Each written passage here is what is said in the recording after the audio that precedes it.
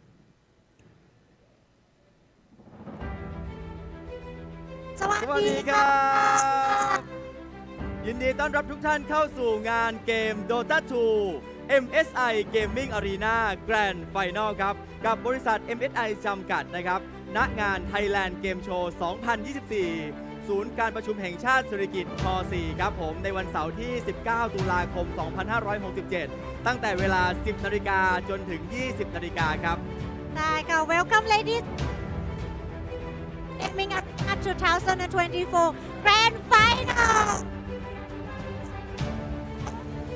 An unforgettable day unforgettable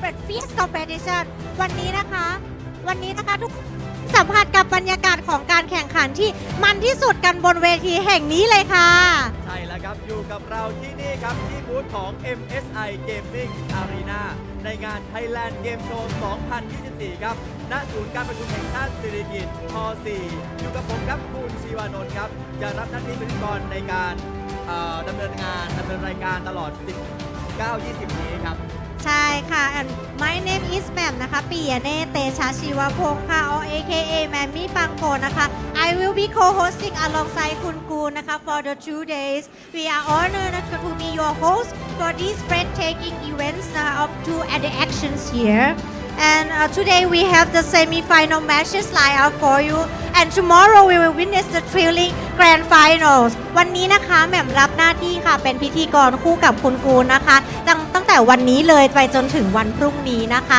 ในงาน MGA 2024 นี้นะคะโดยการแข่งขันในวันนี้ค่ะจะเป็นการแข่งขันรอบเซมิไฟแนลค่ะแล้วก็การแข่งขันในวันพรุ่งนี้นะคะจะเป็นรอบชิงชนะเลิศค่ะหรือว่ารอบแกรนด์ไฟแนลนั่นเองค่ะใช่แล้วครับวันนี้ทุกท่านจะได้รับชมการแข่งขัน DOTA 2สุดมันตลอดทั้งวันเลยครับคุณแหม่มครับไม่เพียงเท่านั้นครับเรายังมีของรางวัลสุดพิเศษมากมายมาแจกให้กับทุกท่านด้วยนะฮะไม่ว่าจะเป็นผู้ชมที่รับชมผ่านช่องทางออนไลน์หรือว่าที่หน้างานของเรานั่นเองขอแอบกระซิบสักนิดหนึ่งนะคุณแม่ได้เลยค่ะกระซิบดังๆได้ไหมคะครับเรามีรางวัลใหญ่นั่นก็คือจอมอนิเตอร์การ์ดจอและเครื่องเล่นเกมพกพา MSI Claw นะครับมาแจกในงานนี้ด้วยโอ้มีทั้งหน้าจอมีทั้งการ์ดจอแล้วแถมยังมีเครื่องเล่นเกมพกพาอีกด้วยนะคะคือแจกเยอะมากๆนะฮะใช่ค่ะ I'm so excited whether you are watching online through stream right now or you are right here with us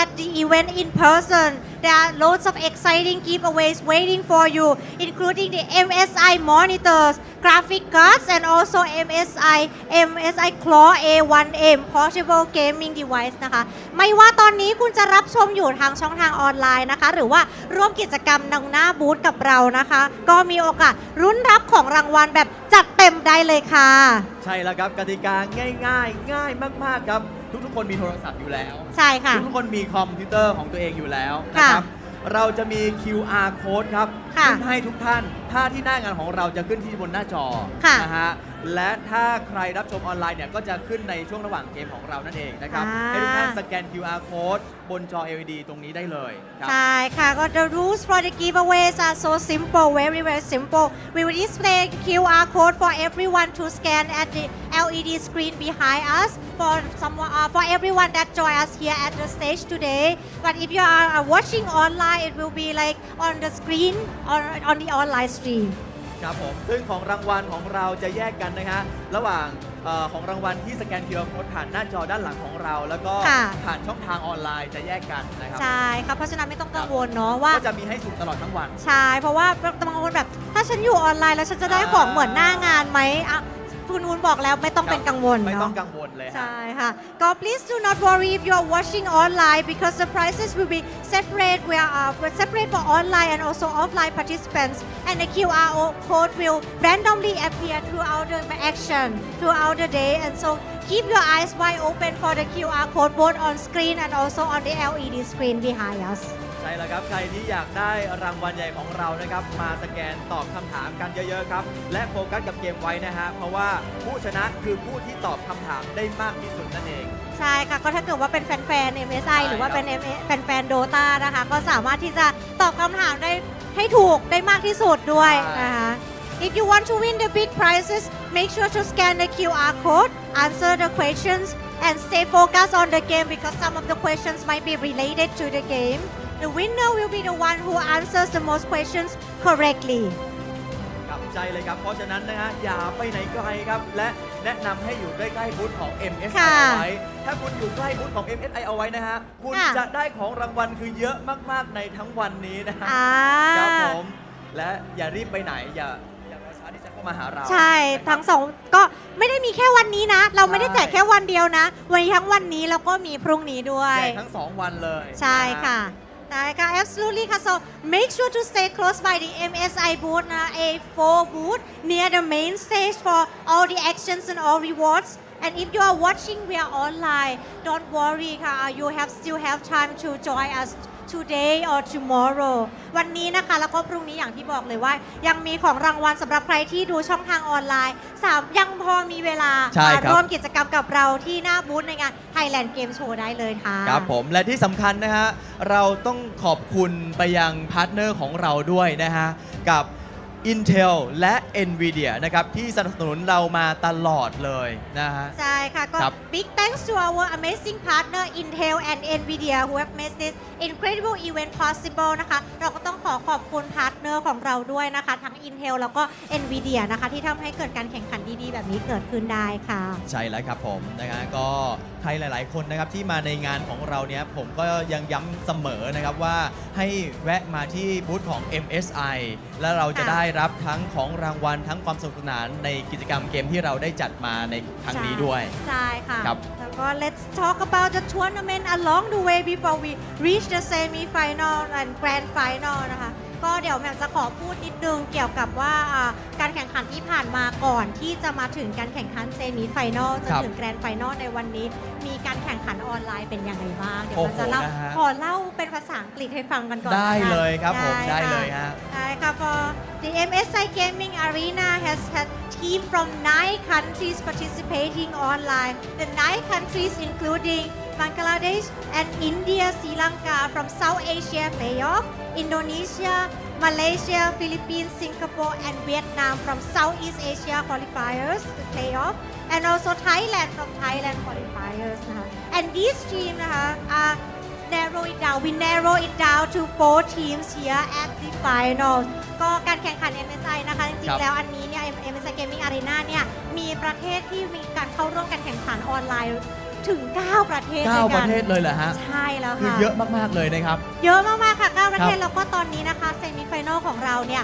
เหลืออยู่เพียงแค่4ทีมเท่านั้น4ทีมเท่านั้นนะฮะใช่แล้วครับเพราะว่าการแข่งขันของเราเนี่ยได้คัดมาแล้วกว่า9ประเทศครับจนได้4ทีมสุดท้ายที่จะมาประชันกันในงานนี้ครับเพื่อชิงเงินรางวัลรวมกว่า 15,000 ดอลลาร์สหรัฐครับเยอะไหมฮะเยอะมากค่ะครับและก็โดยแบ่งเป็นรางวัลที่1อันดับที่1นะครับจะได้เงินรางวัลไปทั้งสิ้นกว่า 7,000 US ดอลลาร์ครับเป็นเงินมูลค่ากว่า 244,000 บาทและอันดับที่2นะครับจะได้รับเงินรางวัลไป 4,000 ดอลลาร์สหรัฐครับเป็นมูลค่ากว่า 129,000 บาทครับและอันดับที่3และ4ครับจะได้เงินรางวัลไป 2,000 US ดอลลาร์ครับเป็นมูลค่ากว่า 69,000 บาทเลยทีเดียวครับรวมทั้งสิ้นเป็นเงินทั้งสิ้น 525,000 บาทว้าวเงินรางวัลเยอะมากๆเลยนะคะแปลว่าวันนี้ค่ะทั้ง4ทีมไม่ว่าเขาจะได้ตำแหน่งที่เท่าไหร่อันดับที่เท่าไหร่นะคะเงินรางวัลได้เก็บบ้านกลับไปแน่นอนติดไม้ติดมือกลับบ้านไปถูกต้องนะฮะ That's right ค่ะ It's been an intense journey and now these teams are here to battle it out for the share of that 15,000 prize pool 15,000 US dollars for the second prizes is 7,000 US dollar and the third and the fourth place it will be 2,000 dollars US dollars the excitement is just getting started so make sure you stay with usนักแข่งของเรานะคะก็ฝ่าฟันกันมาจนถึงรอบนี้นะคะแล้วก็เส้นทางการแข่งขันที่ผ่านมาเนี่ยดุเดือดมากๆเลยนะคะตอนนี้ทั้ง4ทีมค่ะมาอยู่ที่นี่กับเราเพื่อที่จะชิงเงินรางวัลของเขากันแล้วค่ะคุณกูลครับผมและนี่คือทั้ง4ทีมที่จะมาแข่งขันในวันนี้นะครับทุกท่านจะเห็นจากตารางการแข่งขันคู่บน2ทีมแรกของเราจะเป็นทางด้านของ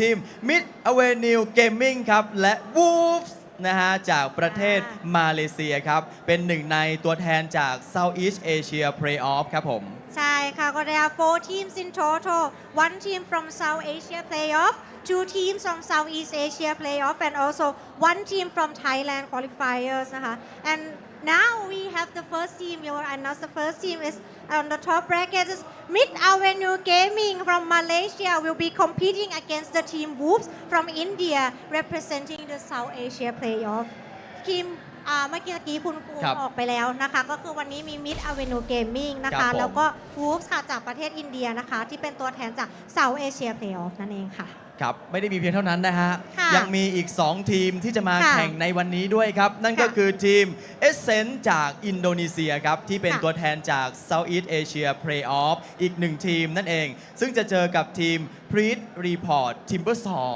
นะฮะเป็นทีมจากประเทศไทยของเราครับใช่ค่ะจริงๆต้องบอกว่าเป็นศึกสายเลือดเพราะว่าในทีม Essence เองเนี่ยก็มีผู้เล่นชาวไทยอยู่ด้วยเหมือนกันนะคะใช่แล้วครับใช่ค่ะก็ Preet Report Timbersol นะคะ and another 2 teams that we are going to mention today team Essence from Indonesia and Preet Report Timbersol from Thailand will surely bring their best to the stage todayทีม Essence นะคะอย่างที่บอกไปเลยว่ามาจากประเทศอินโดนีเซียนะคะแล้วก็ Preet Report Timbersol นะคะมาจากประเทศไทยก็จะมาสู้กันอย่างเต็มที่ดูเดือดมันสุดๆบนเวทีแห่งนี้แน่นอนค่ะแน่นอนฮะแล้วก็ทีม Preet Report Timbersol เนี่ยทำไมเขาถึงตั้งชื่อนี้เนาะผมก็แบบเขาอาจจะแบบว่าไม่เอาทีมเบอร์ซอมไม่เอานะฮะช่วยรีพอร์ตหน่อยเถอะไม่อยากเล่นด้วยไม่อยากเล่นด้วยนะครับนั่นเองใช่ค่ะก็ yes today's match schedule we have 2 matches for today and as we mentioned earlier the first match today is Mid Avenue Gaming vs Whoops in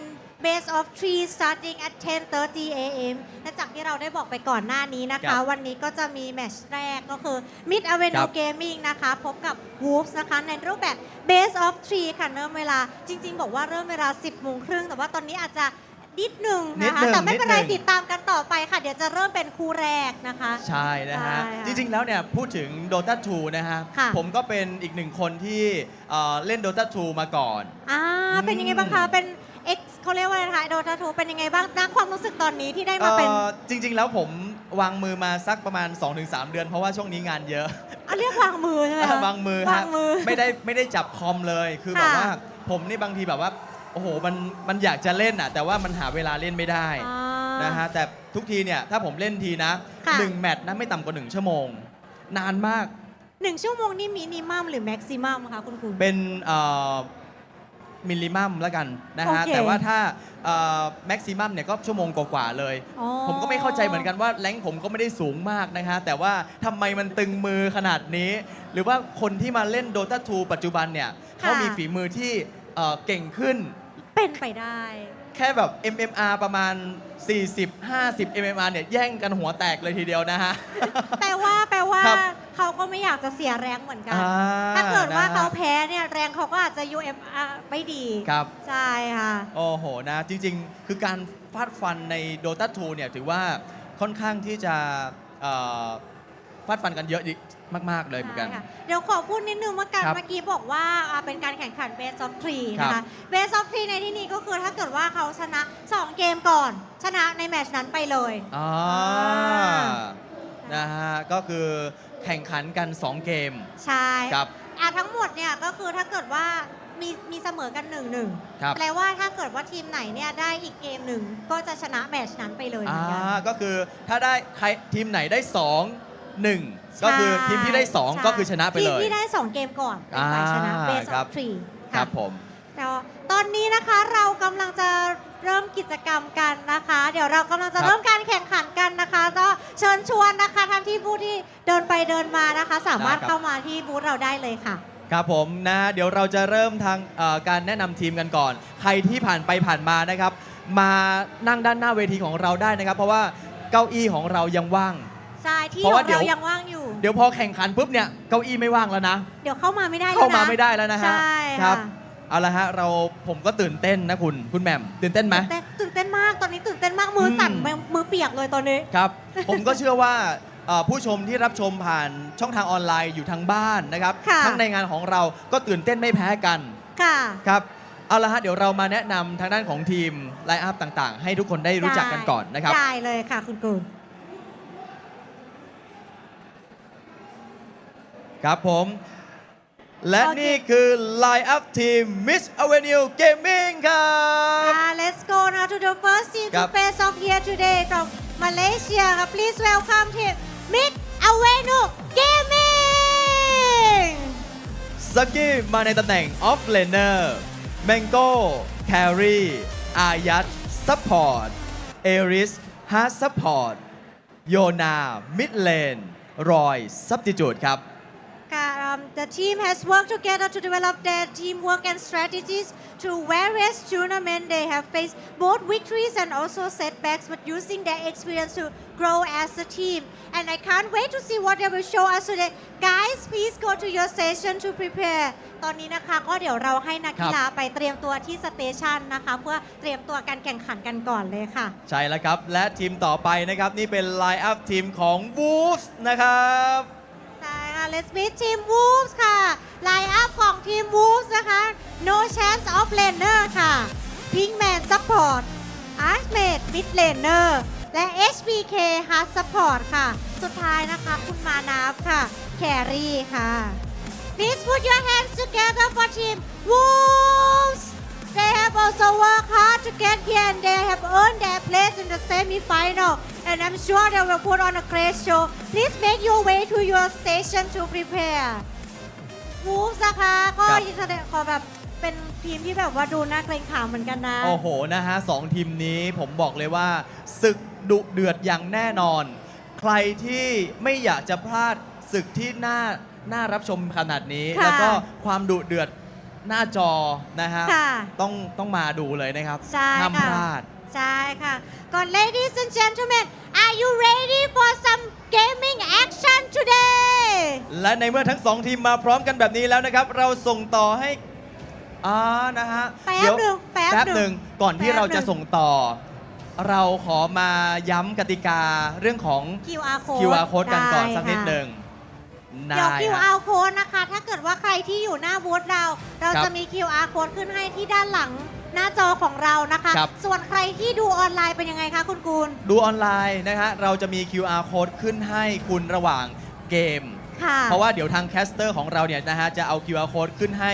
ผู้ชมทุกท่านแล้วก็สแกน QR code เข้าไปที่ Google Form กรอกชื่ออีเมลต่างๆชื่อนามสกุลเบอร์โทรศัพท์ให้ครบนะคะแล้วก็ไปตอบคำถามใครตอบถูกมากที่สุดเนี่ยเป็นผู้ที่จะได้รางวัลใหญ่ของเราไปรางวัลใหญ่ของเราบอกหน่อยนะคุณว่ามีจอมอนิเตอร์ใช่ไหมคะอย่าไปบอกใครสิครับว่าเรามีจอมอนิเตอร์มีจอการ์ดจอนะครับมีMSI คลอนะฮะแล้วก็มีการ์ดจอด้วยนะคะในหน้าจอเราเห็นแวบๆอยู่ตรงมุมซ้ายมือตรงนี้มันมี QR code ขึ้นมาแล้วใช่ไหมคะมีแล้วใช่ไหมลองสแกนดูซิคุณลองสแกนดูซิสแกนได้ไหมเอ่ยใครอยู่นะคะ so now the QR code is appearing on the LED screen if you would like to win the big prizes for today you can scan the QR code and answer the questions and if you answer the questions most questions correctly you will get the big prizes whether it will be the monitor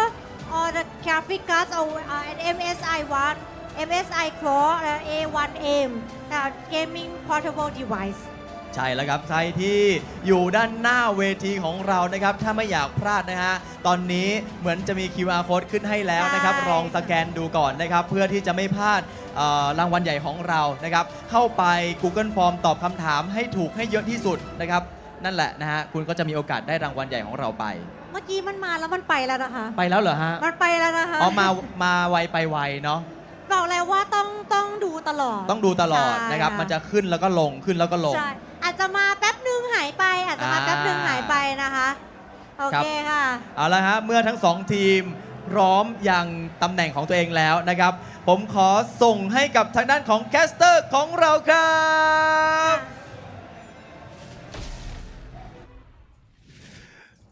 Hello, everyone, and welcome. Quite the introduction here from our stage hosts, and it's going to be over to us now for not the rest of the day. We'll be back with them for our subsequent matches, of course. But it's with you're stuck with us for a while here, Seek and Strike, and joining me is Hades, covering the MSI Gaming Arena Finals over in Thailand. How's it going, Hades? Man, we that was quite the lovely introduction, wasn't it? How are you feeling? Yeah, I'm feeling a bit FOMO. You know, I would have liked to be in Thailand. I think you would too. Not to mention, I did mention from the qualifiers, I'm a little bit biased, and I'm looking forward to some good Dota. I'm a little bit biased because some of my, one of my old boys, he's playing today in the second series. So, Right. if I'm a little bit biased, Master Ross, he's playing with Don't Report Timbersol. Yeah, so if I'm a little bit biased, you gotta call me out on it. I have no shame there. But at the end of the day, I just want to see some good Dota play. That's all. I think he might even be that that Timbersaw that you're not supposed to report, given how well that he had popped off on that hero previously. But we will be starting with, of course, Myth Avenue Gaming versus Team Whoops. You saw them line up on stage. Myth Avenue Gaming coming off of, I believe, a third-place victory at a previous LAN, actually. That happened over in Johor. It was the Samsung event, I believe, where they finished third place. I believe with a slightly different roster. I think they've got a bit of a stand-in here today, don't they? But mostly Malaysian team here, as we look as well at their South Asian opponents, Team Whoops, who absolutely dominated in the South Asian qualifiers, didn't they? They kind of just cruised through there, as I recall. Yeah. I'm just looking at it right now. I think they were playing for different mid. Actually, no, it might actually be the exact same roster. Yona. Yeah, I think it's the exact same roster. It might be a different team that you're thinking of. I am thinking of a different team. I must be. Yeah, but regardless, it's going to be a very difficult task for the opponents today. I think having the momentum coming off a LAN is always going to be huge. And not to mention, from what I understand from inside information, MAG is also one of the teams that's been regularly scrimming. Not so sure about Team Whoops. Those guys came from the South Asia qualifier. The meta's a bit different over there, so we have to see how they adapt. Especially, this is their first time being in a LAN. Yeah, certainly. It's just to recover all of the information that was transmitted earlier. Of course, it is going to be a BO3 finals, a BO3 playoff single elimination bracket all the way through. So no double elimination, no lower bracket for you to fall in. Every single game will matter here as we start off our BO3s, including the finals for tomorrow. I took a peek in the chat earlier. And of course, lots of people here, and you may have overheard the stage hosts as well talking about those lovely giveaways. Just to inform you, if you ever see any giveaways up on that LED screen over in, I believe it's Bangkok, the convention center, isn't it?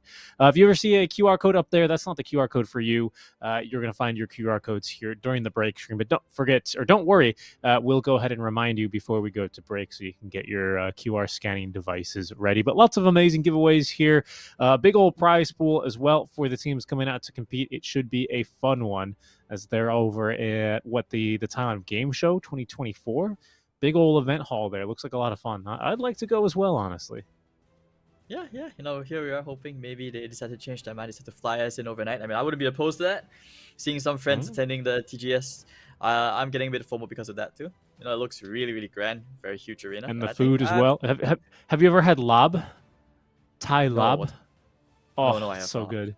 I think it's like minced pork or beef with it tastes like Mexican food. It's so good. It's spicy. It's a little lemon in there. Oh, it's amazing.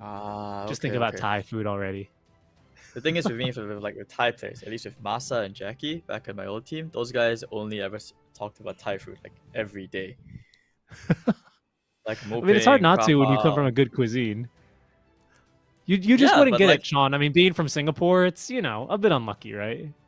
I know, but it's just like, okay, I've never had there's such thing as like casual racism among friends, right? But I've it was to a level where Masa would be like, Singapore fruits bad. It's like this apple was bad. Thailand apple better. It's like why Singapore apple no taste? And I'm just like, I don't know how to answer that. I've never had to answer that question in my whole life. But it is what it is, So who It's knows? Maybe in the that's future. how it goes here in Southeast Asia. Lots of friendly ribbing, right? And of course, always revolving and coming back to food. We'll see how things get going here as our draft is just moments away from starting here in our first BO3. I think the team's just getting settled, making sure everything works. But ought to be excited, playing on LAN, getting that experience in. We are still in the same patch, aren't we? No, we did have we had a letter patch in between the qualifiers and now, didn't we? Actually, if I'm not mistaken, Yes, we're we in did D have a bit now. of a we did have a bit of a balancing patch, and it's very interesting because I think a couple months back since the TI period, people are always talking about like it's very off-lane favored, but with all these like tiny balance patches, it's actually kind of turned around. Now it's the safe lane who has more fun. The off-lane just feels like it's a hero puddle. You will see the same heroes like every single time. So the nature of the game hasn't changed too drastically. So for all of you viewers out there who haven't really like followed the patch notes, don't worry, you haven't missed out on much. Yeah, and we'll get to shortly see how that gets going here as well. Of course, we still have a little bit before we get started here, but looking forward to getting that going here. I just had my everything just refreshed on my side. There's a storm rolling in here, so if you hear some thunder, if I drop out, that'll be what it is. But hopefully things will be smooth sailing from here. Okay, and if you hear a very loud bark, that's a very restless corgi. So we're good. It's equivalent trade. Yes. But okay, some things about the teams. I think it's very interesting because some of these teams, especially for the Southeast Asian teams, they're the ones that not all of them has an organization, but they've been actively scrimming. So I'm very excited to see where this level of gameplay is at, considering some of these teams also are in the closed qualifiers for some of these major tournaments. Mhm. Not really sure how these guys will do at a LAN like this. It's because I do believe that playing online a regional qualifier is a very different experience from playing at a LAN. For sure.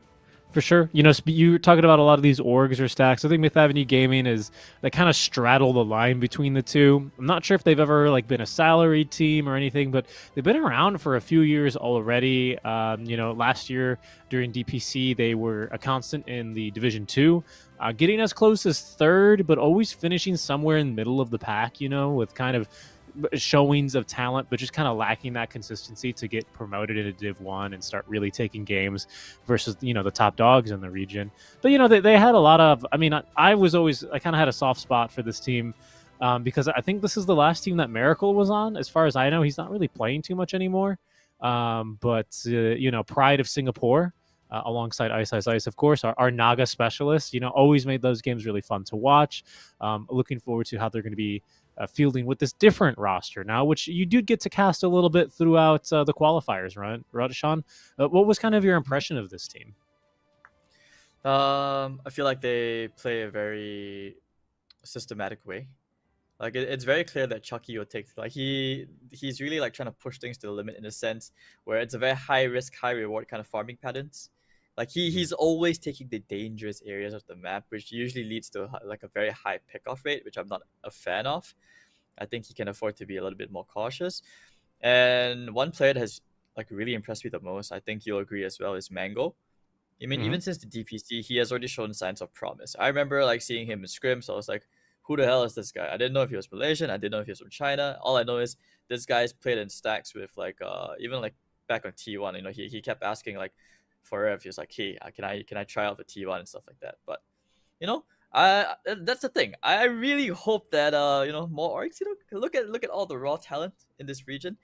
Mango looks like he might be one of those upcoming carries, but I think he still needs just a little bit more experience because being in a tier 2 team where the team's a little bit more flexible on how they play, it's gonna be very different now that he's going up against some of these experienced dogs.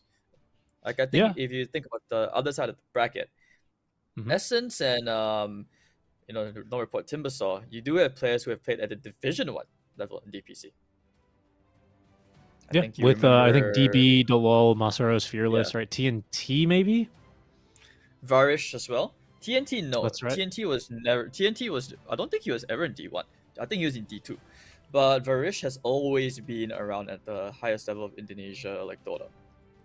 So I was very surprised that he decided to get together. They're basically army geniuses, point 4.0 or something like that. So Yeah, these it's an guys old they're name. not new. I know, right? And you remember AG was very close at one part of, I think it was Tour 3 or Tour 2. They were very dominant in the first half of the season. Like even teams like Talon, Bleed, they were losing up to them. So some of that has to carry over here. So I'm very excited to see like the level of gameplay coming out from these teams today. That's true. That's true. I mean, as for Whoops, the South Asian qualifier, did go a little bit more one-sided. I caught their 2 series, and they were pretty much the best team by a pretty large margin, I would have to say. So I'm eager to see like what they're going to be able to bring here, right? These guys showing up to their first big LAN. I see No Chance was at Kobix. Wow, I can't believe Kobix was 5 years ago. A few ESL Indias as well. So he's been around a little bit more. He's also played on Winter Bear as of late. So some international team experience here for No Chance. So I wouldn't completely count out this team either.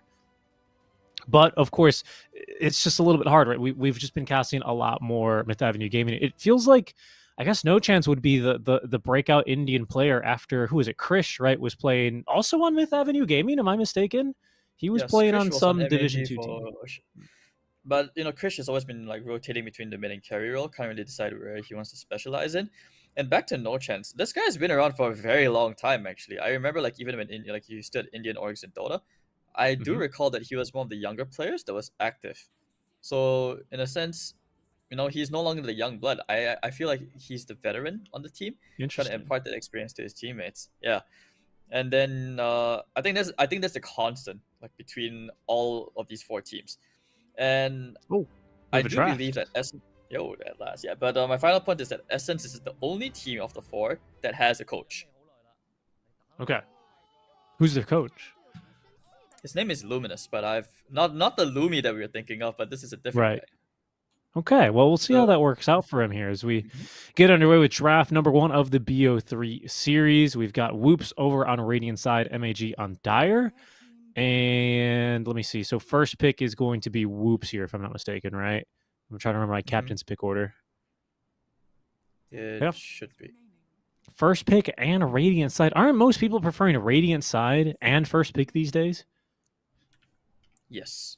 So I mean, Radiant's always gonna have that advantage. I wouldn't necessarily say it's for the Roshan anymore. It's just more of like the laning phase. It feels a little bit easier compared to the Dire side.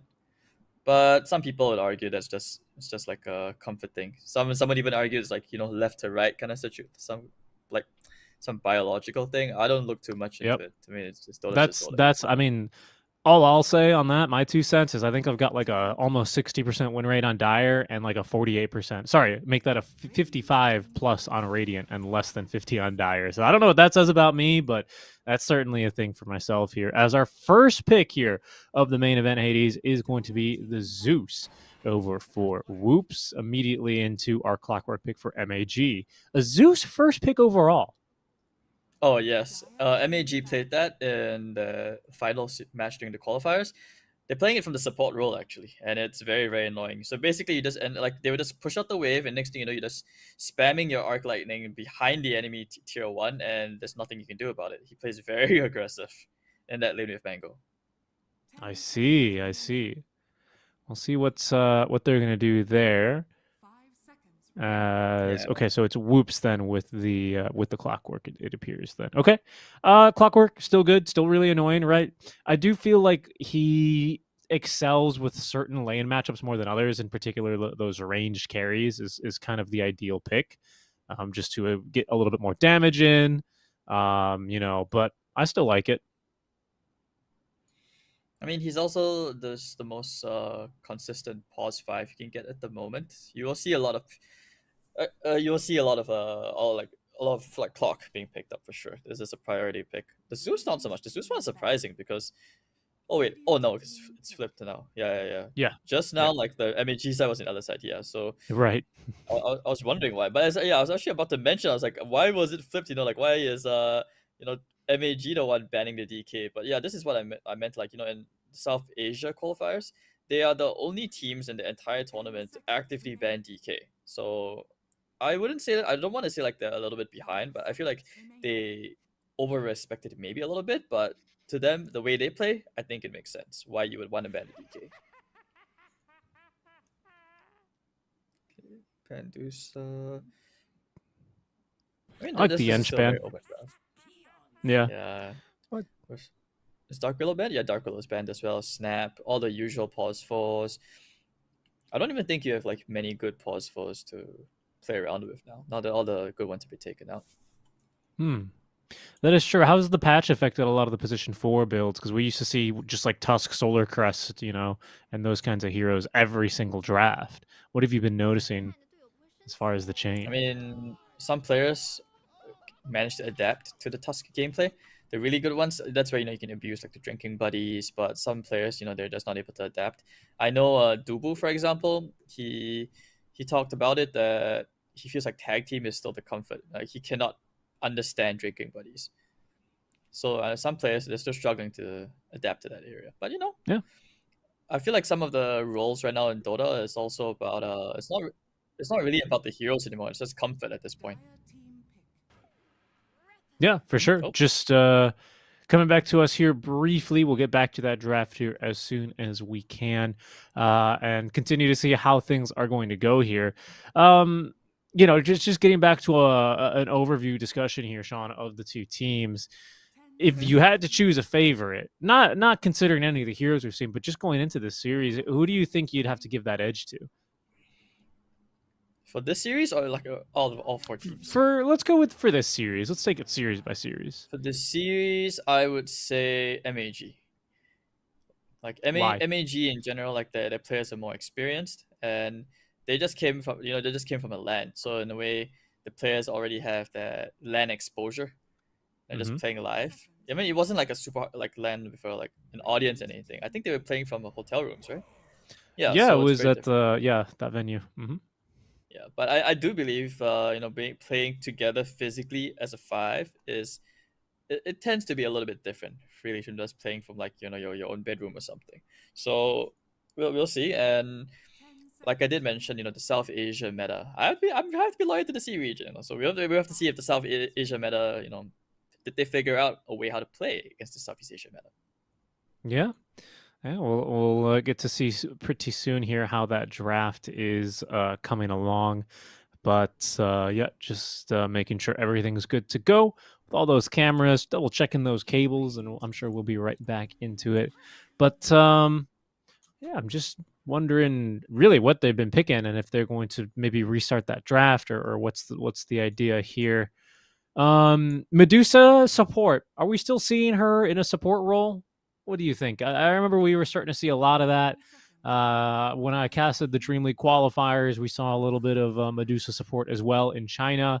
A lot of Baboka games from him, just Blink Yule's Medusa, which was quite the build. I don't think that's taken off in C. I think in C it's more of you see more Nyx assassins. You start to see what's that? Why is this? Naga Sirens also coming as a thing. Because of the Song of the Siren, like Fountain Heal, you basically recover. Like they balanced it a little bit with the recent patch. So back then it used to be I think like 60 to 75% heal depending on the level, but now it's like flat 50. Yeah, 50 to 60 tops. Yeah, but it's still a significant amount of HP. It's like it is percentage based as well. It's not a fixed amount Yeah, like it used to be like the Fountain, which was always kind of crazy. I'm starting to see a little bit more Abaddon as well, which is a little bit surprising. This is always a hero that I never thought was that great in this kind of a meta where the fights are a little bit longer. I mean, I guess in a way it seems like he'd be good because he can get off multiple dispels, multiple aphotic shields, but he always kind of felt like the hero that, was a bit better when you just needed to save your carry one time and then they would just kind of pop off and 1v5 the rest. Here we go back into our draft and catching back up with things as we already are approaching our final ban. That is a Spectre in current year, alongside a Hoodwink and a Puck, and then a Winter Wyvern for Myth Avenue Gaming on top of a Mars and a Void Spirit. Okay. I mean, it makes sense that they want to give the priority last pick on Whoops to No Chance because they do play a lot around the offlane. I think he's a little bit more flexible in the offlane hero pool. It's very hard to ban out against him, so no Doom, no Underlord. He might go back into that Venge. It's not too late for him to go into the Timbersaw. Lots of heroes he can go back into. That's right. 23rd pick here for MAG. They've got to pick their carry kind of blind. They're not really sure of the lane matchup. Probably laning into just a hoodwink. That's all the information you're going to get. And the rotation game, by the way, it's very strong right now from Whoops, as they will just pick that safe lane SF. But you're looking at Rocket Flare to give vision into a potential haunt with a puck already very active and rotating early potentially. Kind of like this lineup from Whoops. I'm not gonna lie, I kind of see how they're looking to play this. We'll see what they want to pick here. I believe, yeah, as we said, for no chance for that offlane pick. Yeah, there's really not a lot of like amazing heroes in the offlane right now that you can pick into the SF, because this SF draft, especially with that facet, you win one team fight, it's guaranteed, like usually guaranteed, like towers down very, very fast. So they do want to play fast pace here. What else can they go for here? I mean, I still won't say no to the Venge. I'm not so sure about the Conquer. Night Stalker. Oh no. MAG is the only team in the South. Okay, like firstly, SF is the MAG is the only team in the C qualifier that like 2 weeks ago, they are the only team to make SF win, and I haven't seen a single Night Stalker win. But they can play timing based as long as they will play very heavily around no chance. And the fun thing about this entire series between these two teams, the strongest laners, like the teams, the players that they play around the most, will be laning against each other. So you can expect a brawl fest going on in that lane. Well, that's always what we like to see, especially bright and early, right in the day, to kick things off and get the crowd warmed up. I see a Pokeball on the table, by the way. That's kind of a curious desk trinket. Maybe it's a charger. Let's say like a power bank. Oh, maybe it's for your pods. Oh, yeah, that's true. Could be, maybe it's like a stress ball in the middle of a match, Wait, time to judge the keyboards. Are we going custom? Are we going retail? Wink, wink. Someone's got a nice yellow keyboard over there. Oh, this is the most random thing, but like in the South Asia qualifiers, I can't remember which team it was. There was this one team where I swear it looked like they were playing out of like this super like fancy house, dude. It looked like something out of a movie.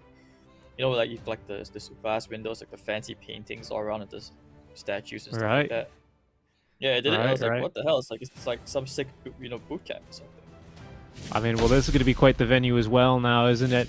As we get kicked off with our first game in this BO3 series, happening now live from the convention center over in Bangkok. So we get going here with game number one. Myth Avenue Gaming over on that Radiant side. Now, we have taken Night Rain, so that's why it's daytime here before the Horn, before the runes spawn in. So that's going to be that Night Stalker. That isn't that actually for Whoops? Wasn't it No Chance that picked him up? I suspected. I think the drafts have I think it's flipped.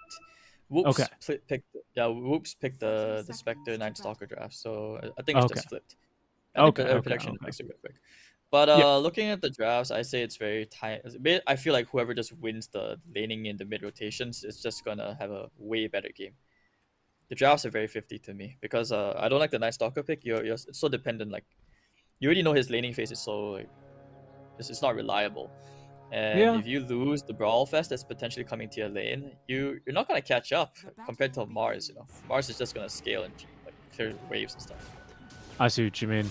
I also think that this Night Stalker, like, he's the only hero on the team that can survive just kind of running in, right? Like, no one else really can just kind of go in and be vision in the team fight. And if Night Stalker loses his lane, he's not going to have the HP. He's not going to have the items that he really needs to be able to lead and front in the team fights and give vision, basically, which is what the rest of his team will excel on. So I definitely can see that one falling apart a little bit here, as a Winter Wyvern 4 as well for Myth Avenue Gaming on this Dire side. It's not a hero I've seen a whole lot of in, I don't know, a year? It's one of those heroes that it's not high on the pro tracker, but it's just there, Like it's a hero that you just pick because there's not many other like S tier heroes to pick. Yeah. That's what I meant by like this patch. Despite the balancing thing, I think people are disappointed because they wanted a big change to the meta. It's kind of like stagnated a bit at the moment. Well, this matchup's gonna be fun. Yona and Archmage have been very impressive in the qualifier, so I'm hoping to see something pop off between these two mid laners. Some good plays. Yeah, man. Always like seeing a Void Spirit as well, to be honest. Just getting in there. It's a pretty good Ags game as well, isn't it? Always strong against the puck, against these squishy backliners like that Hoodwink as well, being able to get on top of them and more or less neutralize their team fight impact. By that time, though, I do sense that Whoops, well, they've got pretty good damage.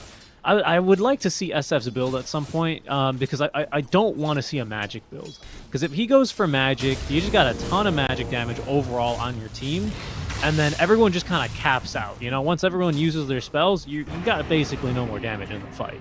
Which is not really where you want to be if you fail to take down a Spectre or a Night Stalker kind of a hero.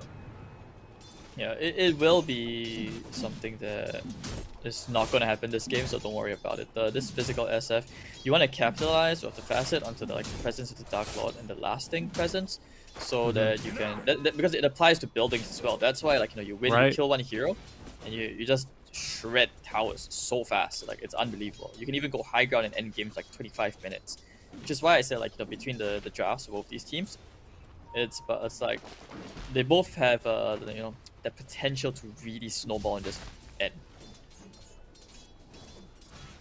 I mean, so far in the CS, Archmage, he's holding his own against Yona, which is a very good sign. The last thing we wanted was to see like a mid diff, and then the game just gets out of control. Yeah, it gets a little snowball, especially with both of these kinds of mid laners. They can certainly really disrupt and rotate very effectively to the other lanes. I think the troubling sign that we see that you were kind of expecting, and why you didn't really like this overall 23rd pick, right? Night Stalker 9-2 here. So of course he'll get better with time. He can recover okay, but the fact that SF is just freed and off to a great start is going to be troublesome, isn't it? It's not going to be ideal because Mars is also having a good time. They can play around the arena, the cooldowns and everything are going to be a lot shorter, which means that you put a lot of stress on Team Whoops' supports. I don't even think they... Yeah, I don't think they have a lot Oh no, he got rooted, he got net by the creep. Is he gonna die to this? And actually very nice bushwhack. Should stop Eris from collecting that kill. But I was just starting to think about how good of a lane this is really into the Night Stalker as they turn back for a cheeky little bit more damage. That's a big magic wand that No Chance is holding on to. Eris kind of getting baited in here, dare I say, as the wand is popped. Eris has got a little bit of regen as well. In comes Mango Rose. No Chance on the run, avoids a right click up to the high ground. They still have vision, and they collect his souls for first blood here. That is not what you wanted to see if you are Whoops. Down bottom as well, some action as the Clockwork falls. A 2-for-0 trade across the lanes. Uh-oh. This is not the good start that they were looking for. Yeah, a very, very bad omen of what is, to come potentially. So, I mean, the spec is still doing okay at CS, so maybe they can still try to play on the opposite end of the map and try to make stuff happen. It's not the worst. Okay, and this looks like a kill on a Mango. Mango? Wow. Big kill. Very big kill. Big kill indeed. Eris felt like he waited a while to TP back in. Am I crazy? Chucky now down bottom. Uh-oh. He's going to be in trouble. He's got that Spectral Dagger path slowing him to a crawl. A Clockwork on top. And really nothing the Wyvern could do down here mid lane. Archmage almost actually taking a dive here, but he was holding on to that Fairy Fire. He knew he was okay. He's fine. Uh-oh. Stuff, not gonna lie. This might be another one. Yeah, it is. Down goes the Wyvern. Yona, he's kind of out of mana mid lane, so he's going to struggle to get this kill onto the puck. But 5 minutes in, it's time for our supports to start looking over towards the mid lane here, Sean. You give a priority. You give a not a priority. You give it an edge to either team as far as the mid lane supports and how they rotate over. I lean a little bit more to Team Whoops because Clock is to a certain extent he's a disposable number as compared to like the Wyvern, the Zeus. It's very hard. Zeus doesn't have a super strong nuke considering he went for the Arc Lightning build. Right. And yeah, Puck can just do the rest of the damage. They have enough control, so I would favor MEGs. Sorry, I would favor Team Whoopses. Yeah, they flipped it again. back to normal. Yeah, but now they're No. correct. Now they're actually correct. Yeah. Now they're correct. Yeah, but Hoodwink and Clock, yeah, that's a little bit more easier to execute. Wyvern doesn't have like any stunts as well, not reliable damage, and the Splinter Blast is not an amazing nuke to begin with. Just gotta get that ulti off basically and make it count.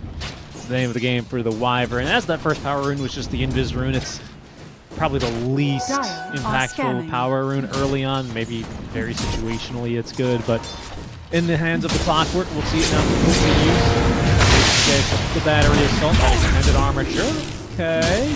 Breaking open these cogs, but now with the rotation to the twin gate. With that new gaming bringing the numbers. Big silence onto 2, and now the coil onto 3. Radiant's top tower. Even Archmage picked up as well. Thought he could tank through that thanks to the raindrops, but Dire just gets are absolutely scanning. torn apart by Radiant the are hose. scanning. Radiant's middle tower is under attack. Then he got out, but it's very fast sidestep from Oh various. no. The Clockwork, he's not able to get away with anything either. Even the kill denied to him. He tried to deny himself off the Ancients. Back down bottom, I did see the rotation. I think it was just the Spectre rotating back to lane. Is that stuff still down there? I think he is, isn't he? I think he will try to aim to the twin gate or like TP back to the top lane. But overall, very, very nice twin gate rotation. But why are they hanging around? I don't think they want to Dire's top tower is under attack. It's very difficult. You see, they've really committed so many TPs there. Yeah, now they're TPing to the top lane. They don't want to let the Night Stalker like catch up. He did catch up over in the top lane. He was even trying to cut the wave and get the extra power damage. A little bit of quiet period to be farming in. As 8-minute rune spawns in, that'll be a regeneration over in the battle for Yona. He might look to rotate top with that now. Ping's coming down on top of that Night Stalker. Through the twin gate they go. As they can see looking for Mango Rose. Silence is directing it up. And even now the Hawk. And immediately Yona picks the kill onto no chance as well. As actually the Spectre haunting away. Beautiful 2-man. Bushwhack, his HPK still picked off by that Void Spirit. 2-for-1 trade. Dire's middle Is tower your is off-lane under Night attack. Stalker going down? Spectre does live. Thought she had died. That was a very good jaunt back out. Or haunt. Whatever, shadow step back out. Change that hero so much, man. I mean, I think in hindsight, like right now, looking at the Winter Wyvern pick, I think it's pretty good. Dire's middle tower is under I attack. think they, to a certain extent, they, from this, just even from like the other support picks and Team Whoops in the draft, they expected them to be like trying to run it down, and Wyvern's like the best counter support right now in this entire like game. Better than a Naga, you would say. Yeah, I honestly think it's really good. The support facet I feel is very underrated because it also heals your mana. So you can imagine its laning phase is very, very good. Radiant's Makes you bottom immune to tower this. is under attack. I cannot believe I can get out of there. I saw that illusion go down, but barely had time to be an illusion. Yeah, that's the new Spectre gameplay now. They don't go for the Radiance, you just go for like Orchid Manta, and then every time like your Shadow Steps off cooldown, you just take the assist scroll, get the last hit, and just get out. It's better than Spectre frickin' haunting in to use a Spirit Vessel on you. That was my least favorite kind of Spectre. I hear an arena down bottom. I see an arena down bottom, and it looks like Clockwork will soon be seeing his maker. As there's going to be the follow-up damage now on to Pinkman.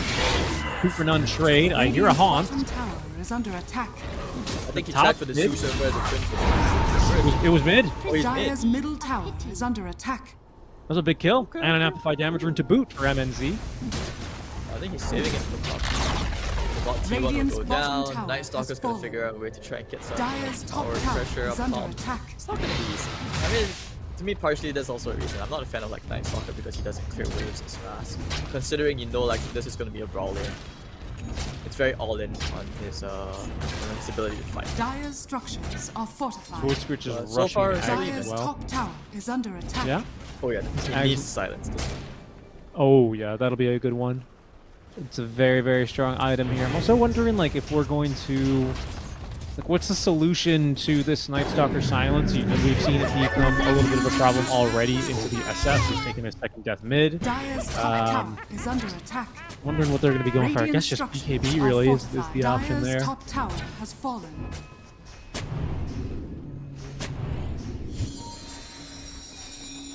But Radiant, they've gotten that top tower, so they do manage to at least take down that tower without the DD rune as well. It's pretty good. Yeah, they can just chill. I don't think they're in a rush at the moment. You still also want to give like the opportunity for the Spectre to, you know, just kind of scale. MAG has a slight advantage in terms of timings just because you have the Winter's Curse, you have the Arena, you know, all Ayat, and Ayat has really impressed as a pause for like his Rubik also is something which is, I wouldn't be surprised if teams thought it would be worthy to respect that. Love seeing some Rubik gameplay. Wouldn't mind seeing a little bit more of it. I heard a spear latch. I think that's mid. I don't know if they really have anyone. Oh no, though. it's up top, yeah. The Mars is just like, oh, he's given it. Like I said, you know, Chucky, he's the guy, delegated guy to take the dangerous areas of the map. So you'll see that eventually his farm is gonna get sacked. Okay, Jocelyn Ripped, not enough to disrupt Yona, who's picking up that haste stream. We also have a Blink Dagger finish. Oh, they're giving chase. They might even have him here. Indeed, they do. Nicely set up, and then a fantastic kill. Even the first pip of the series coming through out from Eris. Yeah, this is where the mental games comes in, and it's not even his fault per se. You know, he just wants to contest it, but the supports weren't there. So like, I would say this is where the inexperience started to show a little bit. Okay, Blink Dagger reveal. They're going to try and get on top and blow up this Wyvern before he can get off the ultimate. A beautiful sharpshooter will secure the kill there, but it almost costs no chance his life. Fortunately, Vector able to just jaunt right back out. My Stalker's looking for kills. He still wants to like go around and try to find something. They have the puck coil. I'm gonna go back in. This Blink Dagger's pretty good, and the pucks respawn. If they can find the chance for a coil here, that might be good enough. Yona will be able to get out. Seems like they just don't have... Doesn't even have the Oh, well, hold on, and they go. Okay, there's an earlier Requiem, just to make sure they don't make the jump here. Trying to stop, Yona from getting jumped as they commit an ulti or two from the cores, just to ensure that Whoops don't find anything off this Dark Ascension. Yeah, just playing very, very safe. Preemptive Requiem, just because you want to make sure they don't get the wombo combo spells off. Even a very, like, I feel like there's an overly cautious, like, arena usage, but hey, I agree. For me, let him come in, dude. That's why you got this Wyvern for, right? That ulti's just sitting there. Yeah, I mean, maybe he was just a little bit optimistic that he could have landed the, you know, Spirit into the arena combo. But on the puck, I feel that's just that's just overly optimistic. Yeah, you're probably gonna have to wait for what is the 8th remnant to set up for just about anything onto a puck. But I mean, still a good sequence of events overall from MAG. They now find themselves up 3K. 6-11 leading just out of the laning stage now as we do get into this Boral heavy period. Taking a look at what kind of items we're seeing overall, it'll be the Shadow Blade build for Mango Rose. This Ags is probably halfway done now for Void Spirit, I reckon. Could be even sooner as they do look for some kills down bottom, but fail to get their hands on top of this Night Stalker. I mean, just to make something happen, that's coil. And there we go. That was for Zeus somewhere. Mid. Oh, hold on. This is not worthwhile if he dies, though. And in fact, they might just drop a Winter's Curse here onto him. We have an 8th Remnant. No, but we have Vision and enough reach for the kill. Hey, you know, I gotta give him credit for that TP. That's also very overly optimistic. But as long as he keeps doing this, you know, Spectre still has a way back into the game. He opted for the Blade Mail. Right. Yeah, I was about to say. It'll help him farm jungle, I guess. We're also seeing a Blade Mail build for the Clockwork, so we'll see how that really works out for them. Just looking to... I mean, you got good Blade Mail heroes, don't you? The Zeus, a Void Spirit, and an SF. Mango Rose gets some dogs, the blink back on, and there's a lot of creeps here to tank damage though, and it might not be enough. Mango Rose reaching for the kill, does have one, might even have two before the Spectre Haunt's on in, looking for the ultimate now. Out comes the arena. Mango Rose, should be careful he doesn't actually die here. They actually block the sharpshooter as well with the body of Lamar's, and Chucky drops the tip onto MNZ, as does Mango Rose. I can't believe they get away with that. But basically, the one versus two. That's crazy. I mean, you can feel it. They are under a lot of pressure. They were trying for that very big pick, but the thing is, Night Stalker doesn't have like damage items, early items. It's a blink dagger. It's not going to do too much. Dire's middle tower. Okay, this could be. That's the help. Yeah, Archmage. Wanted a bit more. They're going to get the coil now that they can't do. This could be two dead supports, especially if this sharpshooter connects off the mark, but does find Mango Rose. Uh-oh, into the spear. Archmage going in a bit deep and receives another tip. Ag Scepter showing now for Yuna as well. Sounds like the famous voice line, control your emotion. You know, they need that right now. Radiant's middle tower is under attack. Just a bit too deep, and you can see Yuna eager to go on, and Tier 1 tower going down. Here's the problem, is that Whoops, their pickoff is phenomenal. I think it's really hard to argue against that, but when it comes to team fights, you just don't really have enough to fight MAG in these extended multi-hero engagements, I sense. I mean, it's also because I feel like the itemization is sus. I can see the appeal behind the first item Big Dagger, but realistically speaking, how far this SF is, I don't think it would have worked out. Like even I don't know, even like the components for BKB would have been more beneficial than. So maybe there's an angle I'm not seeing because he has so many things he has to do. No chance he has to target the backline, and then he has to somehow like get a side. He's just one guy. Oh, they found somebody. They did. The arena. Can they get their hands on anyone though? They got vision. Do they have control? Counter initiation. They know they're both beyond onto 2, and the silence now is looking good. Is the Winter's Curse there in time? Absolutely. The couple of sports. Spectre Haunt's on in. They're on top of the Zeus, broken, and eventually taken down as MSI actually going in, doing a lot of damage with this blade mail. He's just going to walk away. Archmage able to escape the spell for now as Chucky blinks into the river. They're looking now after Mango Rose. Archmage might have been enough more than he could chew here, but does get himself up to that high ground safely. They finally get their hands on top of MNZ. That's Yona doing the damage, and that shield, I thought he was going to live to do it all. He does not, though, and this fight is just being all over the place. Mango Rose, hold on, how many can he take down? He's really trying here. Gets a heal courtesy of his Winter Wyvern now. They're going to look to turn. That was a pretty big heal, though, but they've got enough burst. Oh, no! He still gets one with the Requiem explosion, as even the Wyvern, turn, run. No, I can't believe this fight's still going. Eris, he respawns, TP's in, he finds one, he finds two, he's looking for that last hero as well. Eris just needs vision and has now finally cleaned up this fight. He is the last survivor here. That is a messy engagement.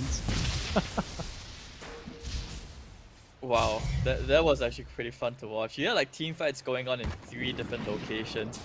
Amazing stuff, with the counter initiation at first from the clock, and then you got the counter initiation from MAG. Great Winter's Curse, and SF coming in to go with the flank, and even Spectre, he was like in a very, very unfortunate place, going straight to the back with 3 heroes right in front of him. I don't know. That was just an even trade. It was looking so good for Whoops at first though. They were like, they had the man advantage, but then MAG heroes died. The spawn timer is still so short. They actually came back into the team fight. That was huge, and that was how long it lasted. I think that fight lasted about what, 3 minutes? Yeah, it was a long fight. At least a solid 2 there. I've got to say, and just not working out unfortunately there in the long run for Whoops. 6K now the advantage. And starting to build a little more for MAG. These items now coming online as well already. Yule Scepter's a really nice item to pick up versus a puck. A fitting bout. Could have been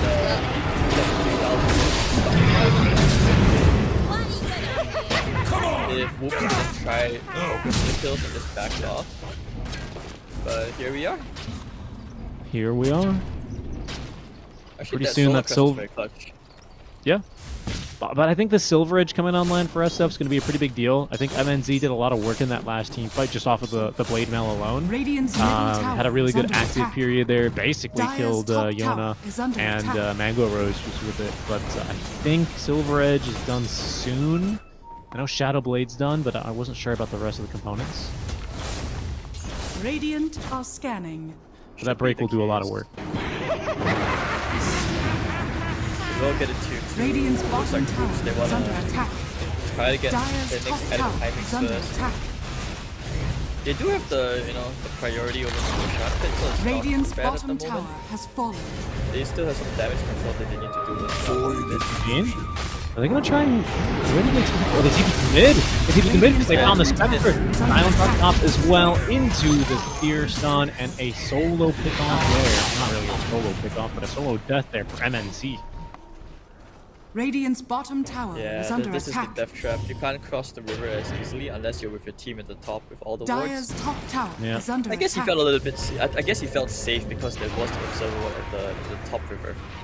Right. And they were pushing that tier 2, but a bit unlucky there as Chucky is going to be left without a target here. Server ward's taken down. Radiant's With bottom Avenue tower Gaming, is they do under manage to attack. defend that top tier 2 tower, so they continue to extend their lead here a bit. Hook shot is on to Top quad. It busts them up now for the Winters. Curse, can they follow up on anything here? They look to try and keep them up fight. He's left for Clockwork instead. Archmage. Going on the void spirit, not the easiest target to lock down. He has like 2 ways to get up the fall. Overlap is just too much. MAG is just gonna play the way, like, this is what they love to do when they play the map. Even if the tower is up, they will just they like to play in enemy territory a lot. So I'm gonna respect for Chucky. Once he stops playing Aces, just to shove out the way. Oh, no chance. Yeah, you can remember when you used to just be able to ult and fly over the arena walls? Those are the days. Oh my god, I hated that, dude. I hated that. What do you mean? You didn't like it when Winter Wyvern could counter the offlaner's ability Dire's by middle pushing one tower button? has That fallen. wasn't skills? Radiant's top Oh right, tower you mean is like under the attack. Aghanim one especially. Yeah. You remember that? And then you just go for all these like Dire's middle tower movement is speed under items attack. and you use like a 5/2/2 movement speed, you can never catch the guy. We're going back for Radiance, by the way, on the Spectre. Did you see that? Yeah, that is the build. You go to like pick up Dire's items turret has been and killed. damage, and then afterwards you go Dire's to the middle Radiance. tower is under Tempting. attack. So I don't think he wants to go into that magic build this game. It's tempting, but I think Radiant's just go top for the tower Radiance is and under like attack. Barbara. Dire's bottom tower They is took under off attack. Mango versus Warrior. I believe that had the Radiant's full structures BKB are on it. fortified.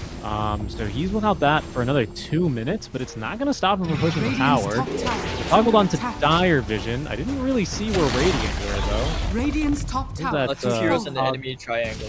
Dire's bottom tower They is wanna under You got the attack. Hoodwink from behind as well. There's going to be the jump. He's got no chance point in as well. Super Vision, but he gets absolutely blown up. MNC as well. He doesn't want to be here anymore. The Cogs at least holding back the Avenue Gaming alongside the Dream Coil, but now they are unleashed and the chase is on. MAG pick up a second in exchange for the Wyvern. They could even look now for Roche. It looks like they're hunting now for Archmage, who's in these trees being a little sneaky, but I think Eris knows that someone is nearby. They find their man, Chucky. Yep, they pin him down there. He's not taking damage to the spear. Maybe he actually still gets out. The arena wasn't perfectly placed here. Another blink away. Do they have the trail? Do they have the scent? Absolutely they do. Through the Roche pit they go again. He's actually trying to juke him. Now located in the corner of the map, but Eris, I think he sees him. I think he saw him there. Yeah, indeed. Alright, now certainly he dies, right? Blink is ready in another second.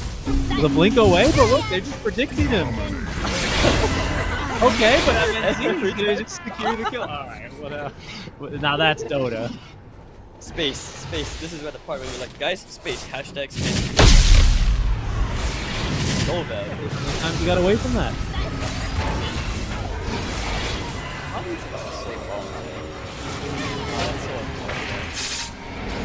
So the thing is, like, tell they this. basically had him trapped. Unfortunately, they weren't really doing damage to kill the Puck, but they also knew where Puck was gonna go as soon as he tried to escape. So you know, it's something.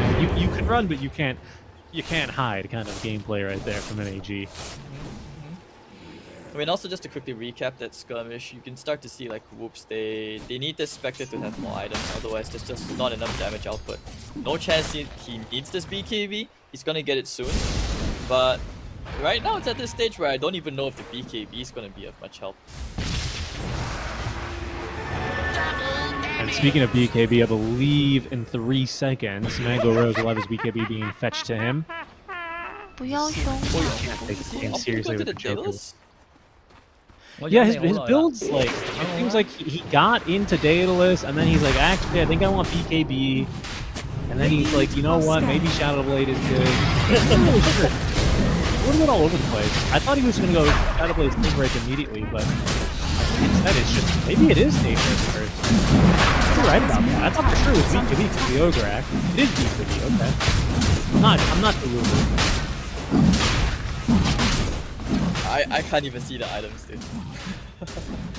But now you can. There it is. Oh, not BKB. It looks like he might go to the Silver's Edge, but maybe he's considering an MKB, but he Dire's doesn't top want to waste the tower is under Crystallis slot. attack. Yeah, I see that. Just holding on to that Demon Edge for now, perhaps. I mean, it's hard to say if Silver Edge is the move or not, but you do have a lot of magic damage. But if the Spectre wins one team fight and tanks up, the magic damage is going to be sufficient. Got the Clockwork over the top. Mars is on it. And the SF. Yeah, I got him going now, but they're going to go look for the Zeus in the meantime in the lane. That looks like this BKB, though. They barely get this kill onto Eris. I thought for a second he was going to jump away. Of the night. Have his That good was item. rough. Ascension and BKB. Yeah, that was his BKB, I think. Spectre, once he gets Manta style, I think picking off supports is going to be a lot easier. So, you know, hang in there. This sustains good. Oh, he did go into the Radiant's middle tower Does he is still under want the Silver's attack. Edge? I mean, what's the burn rate? The mischance on Radiance? I think once you Radiant's BKB, middle it's only tower 10%, right? Yeah, I think you want the Satanic so that you can hold your ground instead of the jump when you use BKB and rack your heroes, I think. Yeah, I can see that. I think that makes a lot of sense. Okay. And more importantly, to be able to get your ultimate off when the counter initiation comes in. Yeah, true. Layer that fear on top of a Winter's Curse especially sounds especially brutal. Imagine if you're just at, you know, Bangkok Games Convention, and all of a sudden you just hear this Joker laugh coming from the screen. That'll be Hey, brutal. I think of it as free marketing for Dota. We need more like funky voice lines. I miss the good old days. Radiant's top tower. Voice lines in the is DPC really did that at the point where Radiant's top Oh my goodness. Min is dead. Radiant's Was it top Entity? barracks I are feel like under that's an attack. Entity. Radiant's top barracks has I know it was an NA. Wait, hold on. They're just like, they are in the base. Yeah, Radiant's that's what I middle mean. tower So like is Zero, you under take them attack. out. This is Radiant just the SFG. structures are fortified. This is problematic. That's level 20 talent now for the SF. He still has 2.5 minutes left on the stage. With a fresh BKB, if I'm not mistaken, Sean. That is your mid tier. It's 3. And you have no more regeneration. I believe Mars is chasing or being chased by a puck. I'm not sure which direction that's really going. Breaking but back. it's- yeah, it has cleared the creep wave and released backdoor protection. There they go now. Chucky's being chased down. But you do have plenty of heroes. That's a buyback on the clock. We've about 10 seconds left on the timer anyway. So up catching here. There's no chance to activate the BKB. There's Zeus ulti for the vision. Chucky being kept alive now. They like the magic damage to kill him through the cold embrace. And look at how they are chasing him down, committing the ulti, setting up for this kill. They want this Night Stalker. No chance. He eats another creep. Can he actually get out of this one? No, he cannot. Chucky finally finds the mark there as the hookshot catches somehow onto the puck. Magic can use now from Mars. He activates the BKB, but they just still don't have the damage to take down the Mars. And the silence on to the Void Sphere. He gets the shield. He lets himself heal. Scepter, I believe it's Spear pushes away Spectre. Back up to the high ground. Into safety goes the Void Spirit. And all of a sudden, all these whooped heroes, they're just dropping like flies. Paris, no way he makes it out of this time. And he does not, but you want to know with the 2-man silence. He will Scepter as well, trying to set up onto this buff. They don't have much though. Try to catch them there with the Requiem. It's good enough to kill up to MNC. Another Yule Scepter there for the puck, and they have the triple kill. That is a full wipe in exchange only for a Zeus? What is that exchange rate? This is extortion and this we made it, guys. We made it, and that was the dieback on the Clockwork as well. You know, this is just the beginning of the end. It's very difficult for Team Whoops to find a way back into this game. This might even be the end of the end here, it looks like, Hades. Radiant's bottom tower is I under see it, I attack. see it. Mango Rose, he wasn't even in the fight for the first 10 seconds. He was stuck around to finish off the backdoor. And look, they just have to buy back. You have no more backdoor defense. You have no more glyphs. And now no chance. Well, I mean, I was going to say, you have no chance. Really, you have no chance. Down they go. They at least put some pressure on Alpha.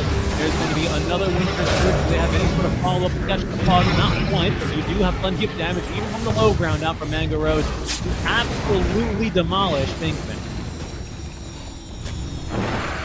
And now they will finish off and clean the Megas. This will take about 2 right clicks.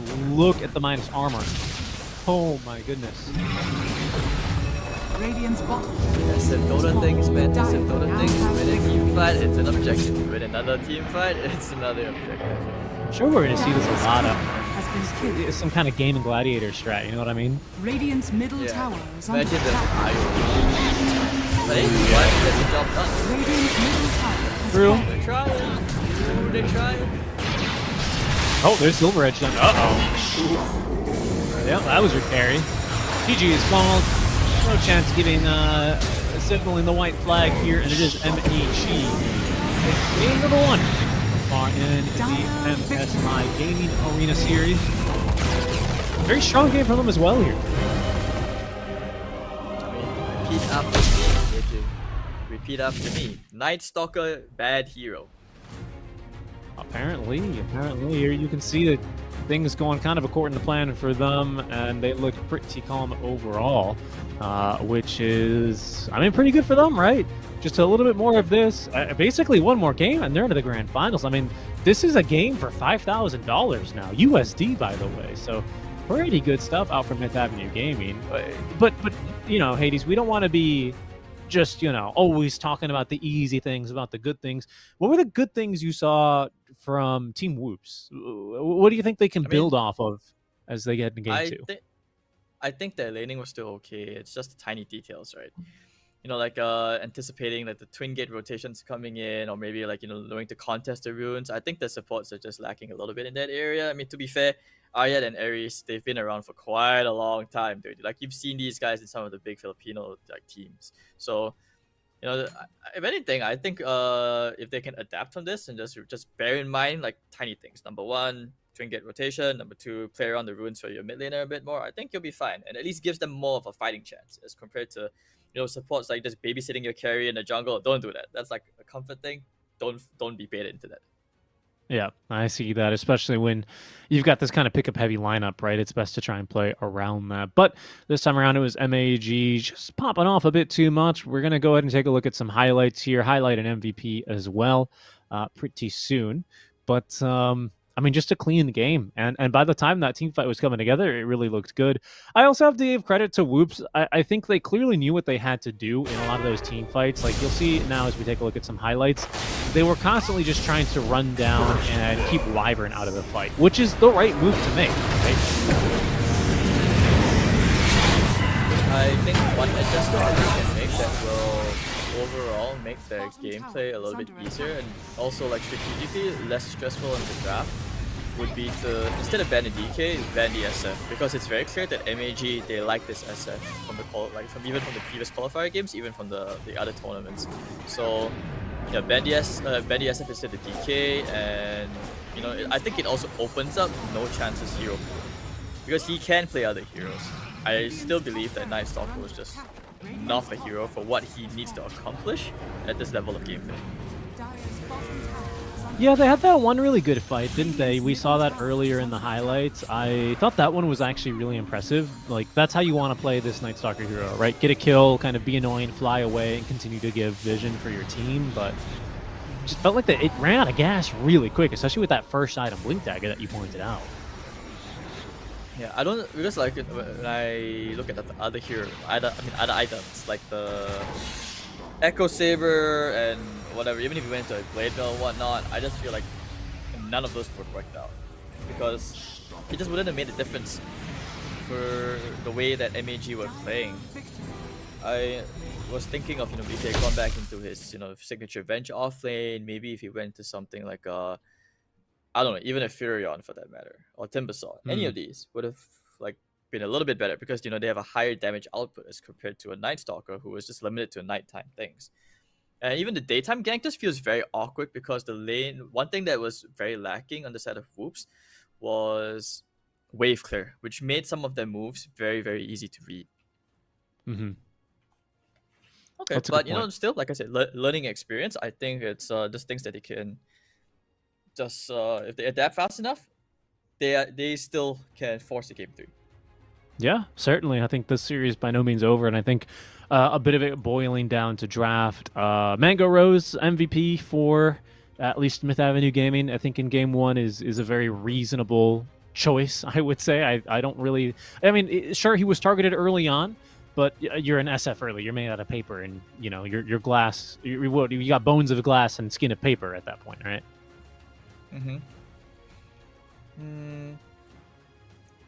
I am curious to see what they think about the Zeus pick. Like, do they see it as a problem? Because I mean, maybe from our observer's perspective, we didn't really get to see much of the Zeus support for the early levels. There was a lot of emphasis, towards the mid lane and obviously towards the safe lane for the Radiant safe lane side. So, it is what it is. It's only the game one. I would say this is the warm up game. We always make the excuse. It's okay, guys. It's just a warm up game. And looking at the players' reactions as well, I don't think they were like panicking or worrying. If anything, they're just zoned in, trying to figure out what they got to do to adapt to the next game. One at a time. Absolutely. One game at a time, and for MAG, that means one more game for an additional 5, potentially up to 5,000, I should say. However, of course, for Team Whoops, it's time to just a bit of a different draft, right? Maybe a few different items, and I think they're already going to be in a much better position because you're right, that landing stage for them did look overall really, really solid. Now, Hades, just before we do go to a break, I just want to give everyone watching a reminder and a shout outs to our sponsors, of course, including MSI, that you guys take a look at the kind of left-hand side, basically. The right shoulder of Hades is basically where that QR code is going to end up showing up. You can scan that and answer a few questions about the games, about Dota, and about the tournaments overall to enter in the sweepstakes to get selected. And there's a lot of nice prizes, man. I think there are some monitors given away. There's a graphics card, I think like a 4080, 4090 Super. So definitely worth getting that QR code reader ready. Sorry, I couldn't help but laugh at a bit of a comment in the YouTube channel. The YouTube stream. Shout out to the guys who are watching. So there's this guy called Mango Rose in the chat. He's like, I'm not the one playing the SF, it's VT Faded. Come on. I'm like, how do you even fake that? He like, can you imagine you just sitting in the chair, you're pretending to press the buttons, but it's not actually you. Someone at back home is like playing on the account, dude. There's no way. Dude. I mean, that would just be a little bit crazy overall, wouldn't it? But we'll see. We'll see how things get going here for all of them as we do get ready to go for a break. As a reminder, guys, make sure you are checking out those QR codes and having those ready. Any predictions before we go, Sean, on what we're going to see as far as big adjustments made in the draft? You want to see that SF band, of course, but what do you think Team Whoops will actually adjust, if anything? I mean, they could just consider picking up no chances hero earlier on instead of giving him last pick, and then you just straight out ban the heroes that he doesn't want to face. And that's a flex way. You open up, you do bring the aggression over to him, but he is the experienced player on the team for a reason. I'm pretty sure he can take it he's like an adult. And then this way you open up the mid and the safe lane matchup a little bit more. That's what I think.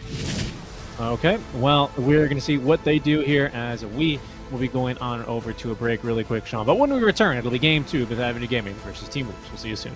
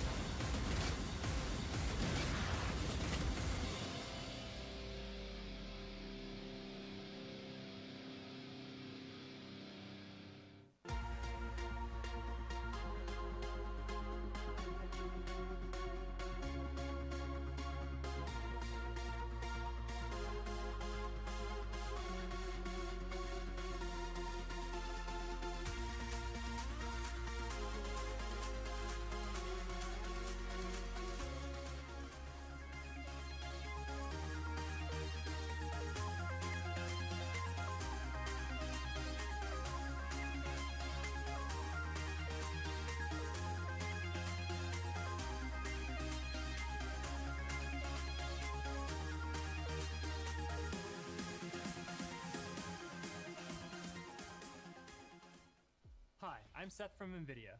As a competitive gamer, ensuring my PC is responding quickly to my actions is critical to playing at my full potential. Frames per second has been the traditional metric used to evaluate how a PC is running. But FPS is a PC's measure of throughput, not its responsiveness. In order to understand responsiveness, I need to measure my system's latency, the time it takes for a mouse click to result in new pixels on screen. However, fully optimizing and measuring latency has been virtually impossible for gamers. Until now. Today, we are announcing Nvidia Reflex, our low-latency esports platform designed to both measure and reduce system latency. So how can we get better latency? With the release of the Nvidia Reflex platform, we are introducing a new SDK that enables game developers to provide in-game settings to reduce system latency in GPU-intensive scenes. For top esports titles like Fortnite, Valorant, and Apex Legends that support the Reflex SDK, turning on Reflex low latency mode can give you better responsiveness, increase aiming precision, and provide you with a more up-to-date location of your opponents. In typical graphics-intensive games, the CPU queues up work in a render queue so the GPU always stays fed. While this helps maximize frame rate, it also increases latency as frames are waiting in line to be rendered. The Reflex low latency mode dynamically reduces the render queue by keeping the CPU perfectly in sync with the GPU. This mode also reduces the back pressure on the CPU, enabling games to sample mouse input at the last possible moment, further reducing system latency. The Reflex SDK also provides games the option to display metrics for game and render latency. These metrics can help you get started when optimizing for system latency. However, game and render latency is just part of the story. Hello, everyone, and welcome back to the MSI Gaming Arena here as we are about to begin, our second game of this first series between Myth Avenue Gaming and Team Whoops. It's Whoops up 1-0. Hades, I'm suppressing a sneeze. How you doing over there? Go get your sneeze. Well, I'm doing all right. I'm looking forward to see if Team Whoops, are they gonna adapt? Are they just gonna stick to their guns? How badly do they want this game 3? Are they going to feel some kind of pressure? Because, like you mentioned in the last game, and just for the viewers who don't know, this is single elimination. There is no lower bracket. It is all or nothing right now in this game 2 between Team Whoops versus, what was it again? I lost it. I lost my train of thought. Team Whoops and MAG. So, MAG, we did talk about this earlier on with Richie, that, they've got experienced players.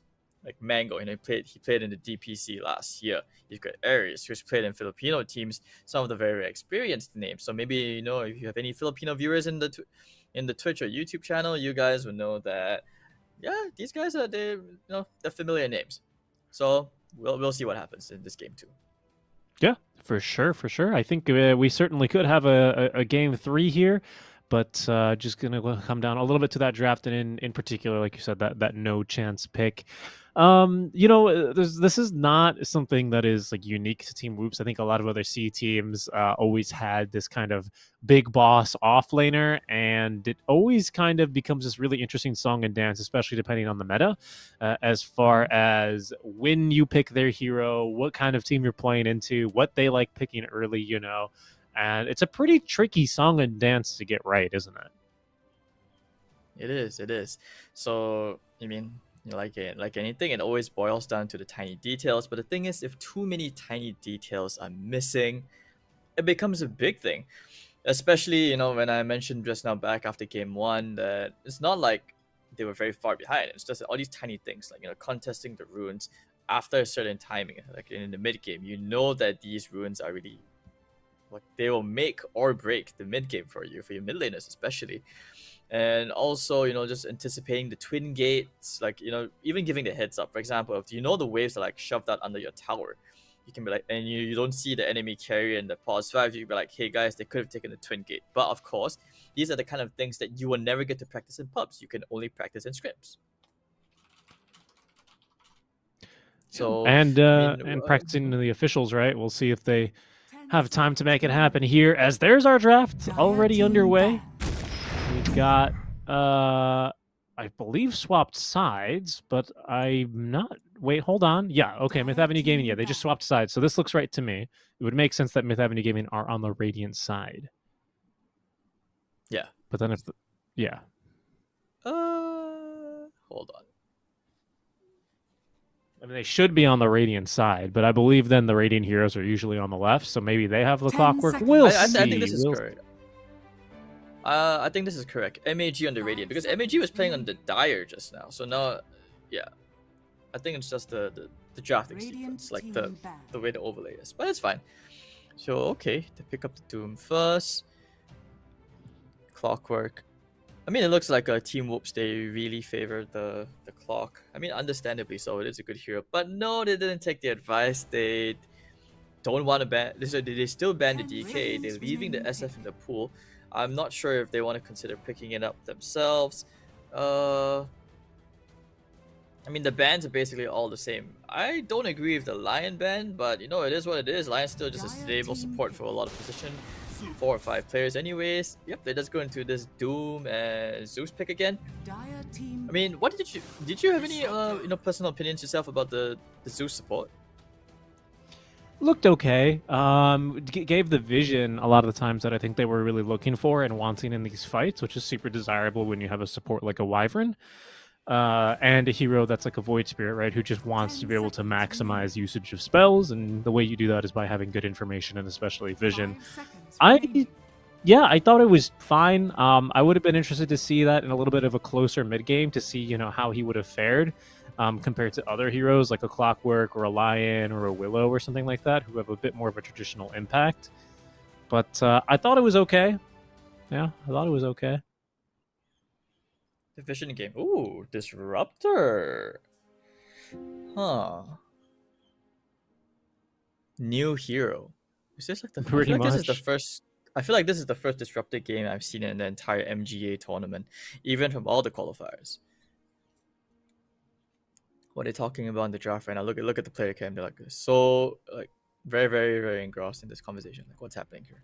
Radiant team I mean, the good thing about the Disruptor pick, it buys them a lot of time. It's big AoE control if you land a good kinetic field, and of course, it's great for the glimpse. We saw one thing that they lacked just now. I wouldn't say it was catch, but like a way just. Radiant Okay, I guess team I pick. take that back. It is catch because after like the initiation goes in like the coil and all that, there's no follow up, and I guess Disruptor is that follow up. The question now is whether he's going to be a 4. I feel it's very likely. Aghanim's Disruptor as well is also amazing. Dire To a team certain pick. extent, if you start into the fight first, you could actually kill the Void Spirit just because, you just throw the silence Dire right there. team banned. He's dead. Ooh, they do pick up the SF themselves. Okay, so not exactly what I had in mind. I didn't think they would go this route, but hey, they did it. Okay. I approve. But the Skyraf pick, though, this could be very annoying. 10 seconds Radiant team banned. Seems like you got a lot of high, like your supports do the same thing, don't you? If you're MAG right now, this Sky Zeus, a lot of magic damage, a little bit. I mean, I don't know. It seems Radiant weird. team banned. I mean, I like the silence. Don't get me wrong, especially into the puck. I see the reason for it, but it just seems like your 3 heroes that you picked here, especially your Void, Zeus, and Scott, they just all do the same thing. A lot of nuke. I mean, overwhelming amounts 10 of seconds damage. I remaining. like to think that Sky with the max concussive blasting is a very good 5 way to seconds deal with the remaining. SF. It's just about positioning yourself so that you always get the harass off. SF doesn't really become super annoying Dire team as long banned. as you can try to mitigate the snowball in the laning phase from the level 1 to like 2 phase. That's what I think. But afterwards, it's very skill based. That's where like the synergy between you and your side laner really comes into play. I do think there is a different like approach to like 10 seconds the way remaining. that why this pause 5 Zeus is so annoying, because it's just the way 5 like you can just seconds help the carry remaining. shove out waves, but it takes practice. I don't think this is something which you can easily attempt in pubs. Otherwise, you just end up griefing your carry. What are they thinking right now? I feel like the Filipino boys are coming up with some cheesy strat. Or maybe they're just thinking like what they pick for Mango. Morph allergic with the morph. Faceless Void? I don't think so. Yeah, Void's horrible here. Drow, Morana, Wind Ranger. I mean, we ever since Gleipnir became more expensive, I feel like those heroes just kind of died out a little bit. I don't think you want to go the CK route. 10 seconds Ursa? remaining. Ursa could be a thing. I don't know. 5 seconds. Well, first he's gonna see the lane matchup first, right? So let's see what they will pick now for Whoops for this off lane, because I think then the choices will become a bit more clear.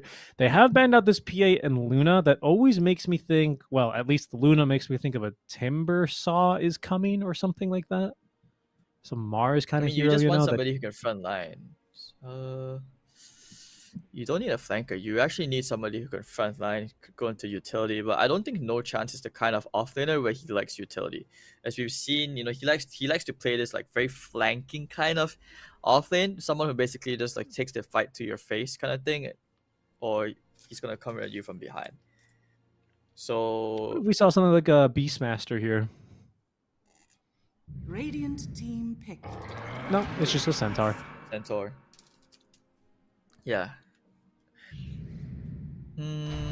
Templar Yeah, assassin. this is the safe one. Oh, but TA though. Oh wait, no, hold that thought. I saw this exact exact matchup, guys, in like from MAG, TA and Zeus. It's so annoying because of the arc lightning, and together with the side blades, you clear the wave so fast.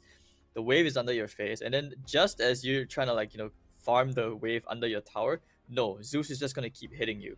And because TA has refractions as well with the fast level 2, try to get to that fast level 2, it's very, very annoying. Okay. Interesting to see how this pans out. This will be one of the first times I think seeing No Chance play an actual utility pause 3.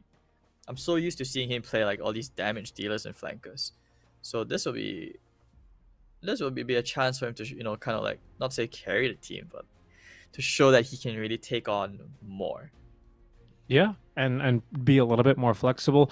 I think he's got a hard lane, though, as you say, especially because I've seen a lot of TA into Centaur, and there is kill threat and very much of it early on. Now, the Zeus doesn't give you a lot of lockdown, so that could become problematic, but I could just see this TA, as you say, just kind of nuke waves and get away with a lot here. But we'll see what they will be able to do here as Team Whoops hoping for a game number 3. There is no lower bracket here, Hades. It is do or die time. They're against the ropes as MAG now looking to get their second foot into the grand finals, into that BO3 for tomorrow.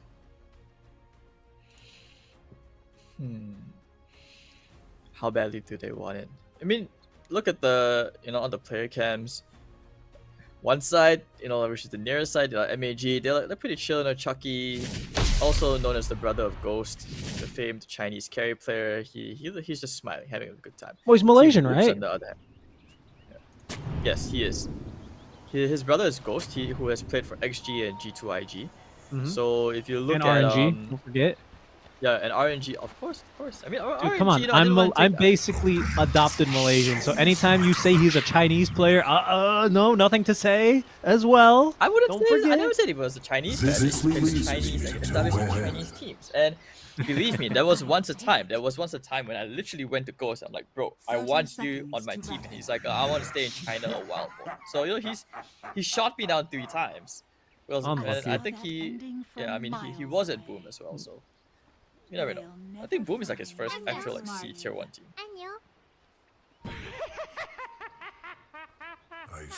I gotta be honest with you though, I don't think that TA meld level 1 on the rune is gonna work, but I think it's gonna still be good for the lane. But there's no way anyone is gonna walk into that from the side of Whoops.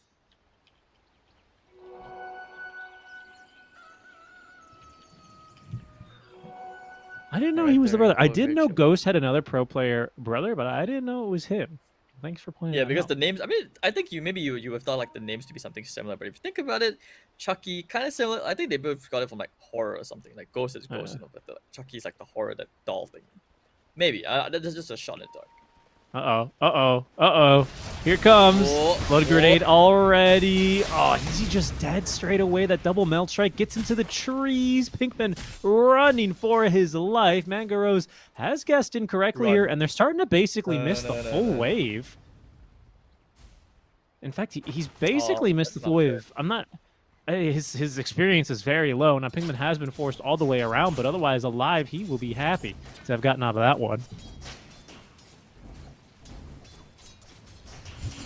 And here we are again, the Puck versus Void Spirit matchup. I think Archmage will be giving a bit more respect to this lane. Oh, Mango. What? How has this gone so wrong?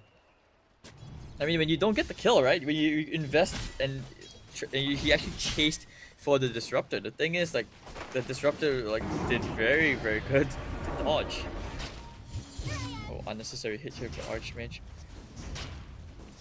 Bit unlucky there, and that's going to be a huge opening for No Chance. That's exactly what they need as they go into game 2. I was a bit scared when I did see that Disruptor kind of walk into the trap, but seems like they might be able to get away with things yet.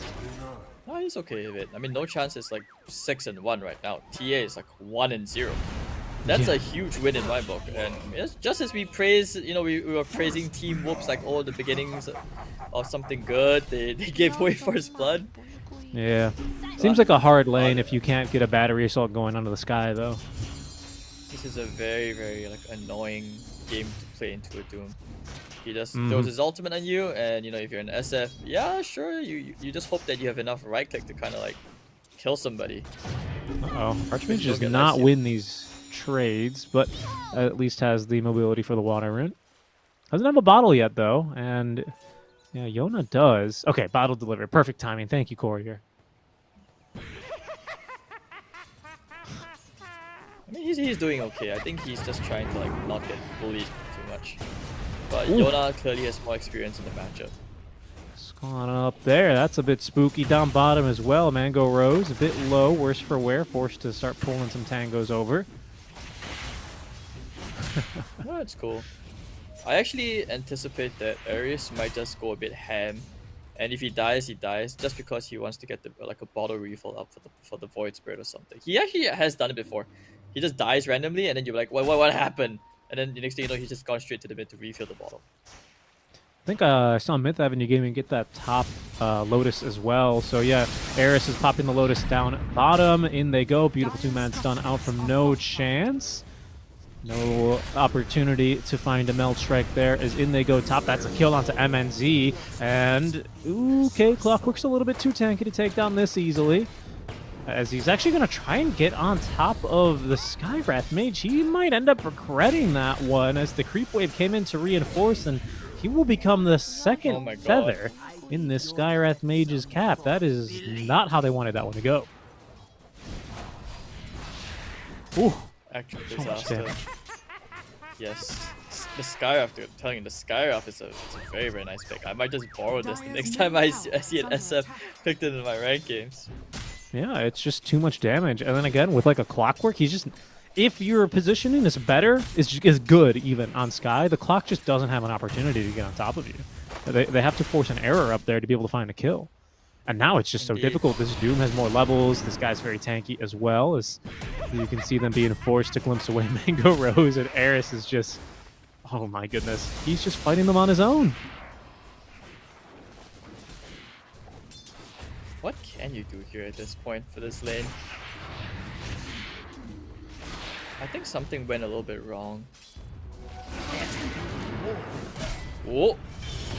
Oh, that was close. I think if he got the stun just half a second earlier, the tower hit. He might still be dead. Yeah. Wow, that's huge. Big kill. Is now a huge win. Ares was rotating back home to refill and top up. And unfortunately, that is going to be a big kill. They're going to unblock that hard camp. And yeah, things will start going a little bit better down there as I see an SF running away on low HP there. It seems like he's okay for now. Let me see. I think he's okay. I think like Clock, he has to take this like sponge roll at this point in the top lane. There's nothing else he can do as a boss fight besides maybe pulling. Because every time he attempts to go for a pull, you can see the ward behind the enemy tier 1. Your SF is just gonna get nuked. There's nothing you can do. Archmage, alright, here comes the Puck. Get a much needed kill perhaps. Yeah, the Puck rotation, so far so good. Yeah, come on, he's still like a 2 armor hero at this point, isn't he? No chance. He's gonna die. Ares, no way he fights versus 2 and the wave, right? Doesn't look like it for now, although the creep wave not making things easy here for Pinkman. Ares taking across the land bridge, trying to escape, should be just fine. Worst case, denies himself to the Ancients. And I think he'll do just that. And you get the Lotus onto the Disruptor. Archmage, does he get the rune? Oh my god, beautiful rune. He's gonna be so happy. Is TA walking back to... Did he get glimpsed? He got glimpsed, didn't he? Yes. Yeah, he did. He's not having a good game. Okay. Oh, Chucky's gonna die top 2. What is going on? Really. I think everybody's getting a little bit too cocky. MAG are quite prone to this. I've seen this before. Was it exactly these guys who threw the game in the qualifier? No, it wasn't them. That was Manta Esports, yeah. But MAG, they have been prone to these kind of situations. They like to play overly aggressive. I wouldn't, maybe cocky is not the word, but they do get overly aggressive. Yeah. Where you can see it in the side duos. It's a thing. Like even if the Zeus, right? You know, just they're trying to like harass directly under the tier 1, behind the tier 1. So I guess the offlane also has a similar situation. You know, they're trying to like speed up the tempo of the game. It's just not there. Definitely. I mean, come on. We are still on the C server, aren't we? Who among us, Hades? Who among us have not thrown a game by being too overly aggressive in lane, spamming voice lines and tips? It's part of the region. That's a... Oh, okay. They actually do get the glimpse on the Mango Rose here. Turning, looking for a lot of damage back on the Pinkman now. There's no chance getting on top through the Twin Gates. This time comes the Clockwork as Dire in both games so far, getting the better of the rotations. The slow just enough from the Rocket Flare. They pick up another kill here on the Templar. I do appreciate that he went for the face boots first. And there we go. This should be one. This is another one. This is another one. That's unbelievable. This lane, it looked like it was going to go so disastrous from the first 3 seconds in, and now it looks so great here. Disruptor, good hero, dude.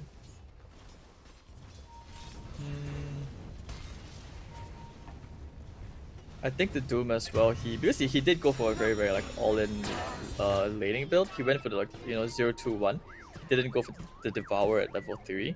So you could tell like their priority was to like really bully someone and kill in the lane. But I guess I'm not sure if they practiced it in scrims, but it's just not working out. SF will be fine though. You know? SF is still top of the like last hit chart. MNZ a little bit too cute there, basically voice lining as he saw the Doom looking for his first Doom of the game, and he's gonna get immediately dewarded for that. So sometimes, you know, your BM has to be measured, doesn't it? Because in that case, that's just a free deward for Eris. And now, defending that top tower looks extremely difficult.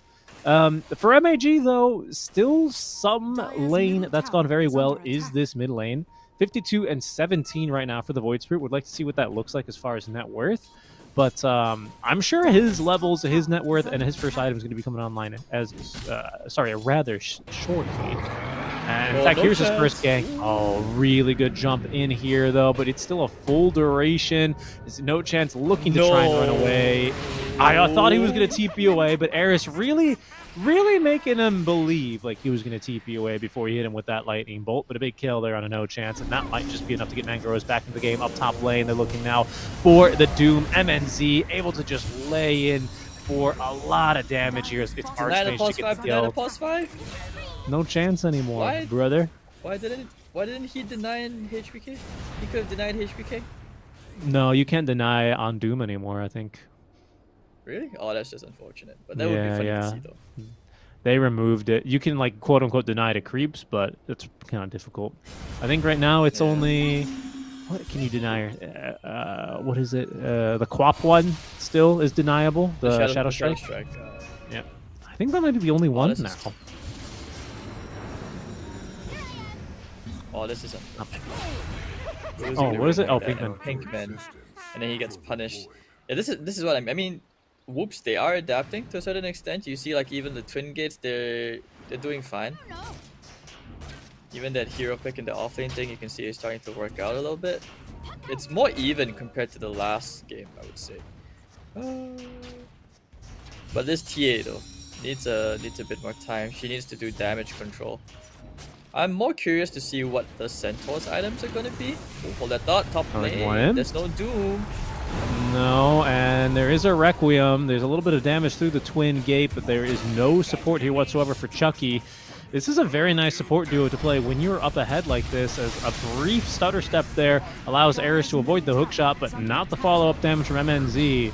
Now Ayad in a hard place, trying to outfight this actually. Thought for a second he was going to be able to do so, but instead it's 3 dead and 2 kills. Oh, they caught the TA, they caught the TA as well. There's a coil. No way. No way. The coil into the glimpse now. Now Static Storm, and that is going to be 4 stacks of damage here for the SF. Get onto that tower, boys. Get the tower. High ground. It's all open. High ground 11 minutes in. This is not Mobile Legends, dude. They need to work on their damage control right now. I'm not sure what the hell that was all about.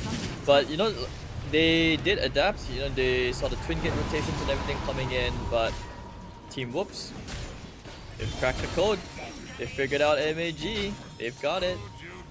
Yeah, and it's just a little bit more proactive play through the gates, right? I'm liking this. I'm liking this disruptor pick. I like disruptor. It's a good hero. When you're winning. And right now, oh, it's okay. I thought they were going to get another Zeus, but for now, it's going all the way for Whoops. Link dagger first item. Okay, okay. Another kill So here onto still... Chucky. Ooh, that's kind of a big one, though. That's kind of a big one. Kill there. Spree as well. Yeah. That one's a little painful, but it's still not too crazy. And I just look at... Oh my goodness, I wish we could click on the tower and see how much minus armor it has. This is ridiculous. 5 stacks there of the last aura as the hook shot does find Ares. Cannot get into... I cannot get out of this one, just quite frankly, and down he goes. Whoops actually has the net worth advantage. 4,000 gold lead right now.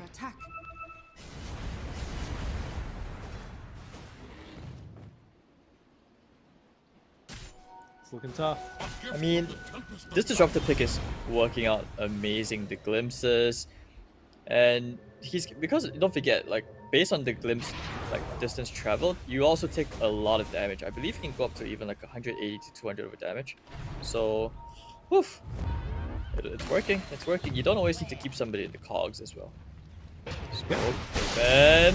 Okay, the stun still on both supports. Now with the kinetic field to follow up, there is no damage coming through, but they also haven't gotten a lot either on these supports caught in the kinetic field. At the same time, Yona, he's still holding back the rest of the enemy team away into the river, but eventually caught here still by the glimpse. Now both supports dead. Yona to follow up as well, and this looks like Chucky going down too with that additional hope stomp. MNZ up on a double kill, a flawless counter initiation for Whoops here. And this is going to spell trouble here for Myth Avenue Gaming.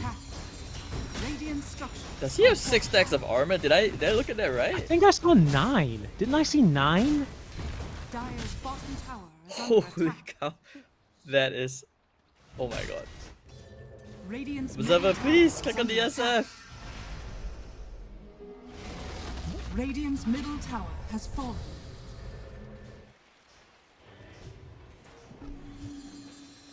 Alright, but you know the Midas done on the Doom, he still can farm his way into this game. It's not too bad. I am curious why he's stuck with the Frost Creep though. That's a good point. Like, what would he rather you know, have? I think Hoof Stomp's alright. For laning phase, I say the most OP one is always going to be the Heart. Right. I wouldn't say no to the Purge Creep. At this point, he should just take the Shard Golems, dude. He's dying so much. Should get 2 more Golems out there, little Doomlings. I mean, you can take the Magic Resist Centaur as well. It's not that bad. Oh. I think this is a kill on a Zeus. Oh, right. I don't know why I forget this, quote unquote, but you know, it's just still a little bit crazy to me that Zeus still has mobility built into him now. He can just get out of cogs. Dude, I'm glad that you don't have to right-click Zeus all the time now. Yeah, I mean, that's at least true. Dude, mass TPs here. They really want some targets. They'll get Chucky here, guaranteed. Coil, and now into the Glimpse. They brought all 5 heroes here, though, so this ought to be a little bit of space on the map now for MAG, but it could result in Roche going down at the same time. Radiant are scanning.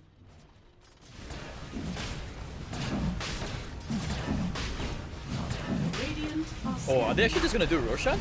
Oh, they can because of the armor stacks. Dude, We no have way, one, they're but just it's gonna do enough. Radiant's top tower is under attack. Roshan. I mean, they can just share the damage, right? And then you just get the base backs off and stuff. Dire's bottom tower is under attack. Very different side of whoops that we're seeing this Your game. town has fallen to the dark. Amplify my impact. Oh, if they gate together with the disruptor, they could get the TA. In fact, they might just get him by himself. MNZ doesn't have a Oh, they whole can lot of TP it. lockdown, but does have Requiem, and there's tier 1 towers up here. At the same time, we see Mag making a move mid, where they are unable to actually connect onto the puck. Thinking about it, they want to go on somebody, but they can't make up their minds. They found somebody. That they did. It's just a clockwork. Can Aw. they even take him down? Doesn't really look like it here. And in can't fact, initiate. they could turn. Hook shot is ready. Did I hear a Doom? I did. That's On the onto Centaur. I think he's a little bit too tanky. I don't believe he dies there. In the backlines, though, Yona's going to go down. And now the Disruptor as well. 2 heroes caught here by the leash. But what do you have to follow up on? No chance. He's still a 3rd HP and still continuing to regen as the Doom didn't do much to stop him. 3 cores now chasing down for more. They'll even up the count here. 2 supports for 2 supports. But a bit of a better trade for MAG just because they're down. I'm actually okay with the Doom being on the Centaur. In most situations, you were thinking like, why would you Doom the tankiest hero on the team? But making sure he couldn't cast this, and just making sure he couldn't like come out with a Who Stomp initiation or no stampedes. I think that was the key point, and that led to 2 kills. But MAG, once again, just hanging around a little bit too long, getting a bit too optimistic for Radiant's top something. tower is under attack. Yeah, you can see that fight. I mean, honestly, not the worst start of that fight for MAG, but then they found themselves a bit overcommitted. But any fight where all their cores get away with getting a little bit of gold and money and experience from their enemies is not necessarily that bad of a fight. Nice job there. Picking a decent one, and now even they're going to look for more. Hoping to find someone farming down bottom. This is Ag Scepter now for Yona. Just so much magic damage, especially. An easy kill here on the Disruptor to keep him down, and TP's cancelled might mean more opportunities for MAG to make a move. I saw but 2 it's been spotted canceled already. TPs. The observer at the cliff at the triangle, they spot the potential rotations coming in, but MAG, I think they're starting to build a little bit of momentum into what could be seen as a comeback. But no Team Whoops, they're trying to stifle that. Straight smoke up. Okay, we'll see what they can find. It's the puck. What? Hold on. Excuse me. How did they catch the puck? I thought it was the Whoops that were doing the catching here. Can they continue to follow up here? Can this turn into a good fight? The silence there is going to prevent that Requiem from coming out, actually, as MNZ chasing after for more. They've got more silences. They don't have a Doom quite yet, though. That's a TA trap silence, by the way. Careful there. Good 4-staff away for MNZ. He turns back on to Mango Rose. The Clockwork's still alive as well as that glimpse. No, the glimpse. Kind of helping out Mango Rose there a little bit, but the follow-up stomp, is it good enough? The big silence onto the back lines. Yona, he needs a little bit more. The Doom onto no chance. He goes down. That's not enough damage, though, for the Clockwork as the Zeus ulti for Vision. MNZ still fighting through this with the Solar Crest shield. They're going for the supports first. They need one more right click for Pinkman. Down he goes. The Requiem just cannot ever happen. This man is not able to sing the song of his people. Puck TP into the top lane, and that means it is going to be 2 dead straight here for MNZ. They're not gonna let you Requiem, brother. It's not happening here. There's too many silences, and that is a massive fight here for MAG. He tried to get that Requiem off in the trees, hoping that he could make something happen there, but didn't realize that he was standing right on top of a trap. And then at the same time, you saw all of that going on. Great stuff from the Void Spirit, but because, he managed to get the silence off, I do believe he has an egg in him. Scepter Disruptor couldn't get the ultimate that he wanted. And I think this is just, Team Whoops not really discussing how the team fights should be going. They're not talking about the lose conditions. Oh? No, certainly this isn't a catch, right? It can't be. No, Especially not with the pipe. Pipes. It's a big miss, though, on that Requiem. That's painful to watch. Yeah, Very could have been a kill there on a Yona. Oh no. Oh no. Oh no. Ooh, that That stings. There you can tell they're starting to reach now here, and the immediate smoke up from MAG. Blood in the water. They're looking for more. They want no chance up top. Mango Rose daring them to go for more. We're cutting to a replay, but keep a close eye on this picture-in-picture. I think they've caught him. And they're just gonna kill him now. No respect for Whoops here, as even in the replay and even in the live, we are just watching Whoops starting to get picked apart piece by piece here by MAG. And it was starting to look so good as well. They had all the things checked off their list. But hey, MAG, they break the list and they say, you know what? Nah, now we're playing. Alright, so the TA draft starting to come back into a very strong power spike. We're not even wait, okay, so we have Manta, but I think we need BKB desperately for this SF. There's just no way he outfights this, or he needs Satanic. I just No, I don't think Satanic would matter because the Doom is just gonna go straight from every single time. Right. You put the Doom on him. You need like a Lincoln, but even then, you know, that's not gonna help you because you, like you said, there's so much magic damage out there. You have to like depend so much on this Centaur to go utility, and that's why sometimes you don't see Centaurs go for Blink Dagger anymore. They go for like Pipe into like a Crimson or even like a Shiva's Lotus. Oh, they catch a Zeus. Is this something? Yeah. No, man. You know, you said Zeus has an escape. They should kill him. Don't forget Zeus is constantly mobile. We always remember Zeus for that. He is taking a very long time to die though. The Solar Crest is just proving to be very valuable. Ooh, we actually get a what's this facet called on SF again? Lasting what? I forget the one. Oh, hold on. There's going to be a wave pushed in top as well. This is going to force heroes on back. Our Roche timer is at 1 minute and 30 seconds, so it'll still probably be down bottom. Huh. Whoops have got to fix their lanes here if they want to prep for a Roche fight, don't they? They got a puck, so that's not too hard. Hold on. The Roche is not going to be bought because they kill Roche top, so it should spawn top. They have at least like 4 minutes of time. But I think you just play the map honestly. The setup for the top. Whoops, there it is. I think this is like a survival instinct kind of thing. You're like, okay, we just lost 2 team fights in a row. We need to like chill and play on our side of the map because they have no tier 2 tower top. There is no vision in their jungle. You can only assume that the enemy is there. So MAG, we talked about blood in the water. I think they smell more. I think they want more. They can get more. They're looking at this, figuring out how to go into the triangle, and then after seeing that the Tormentor has gone down, they're gonna try and look for a pickoff somewhere else instead. Unless, no, they don't care. They just want to go straight for it. Look at that. They're just running straight at them.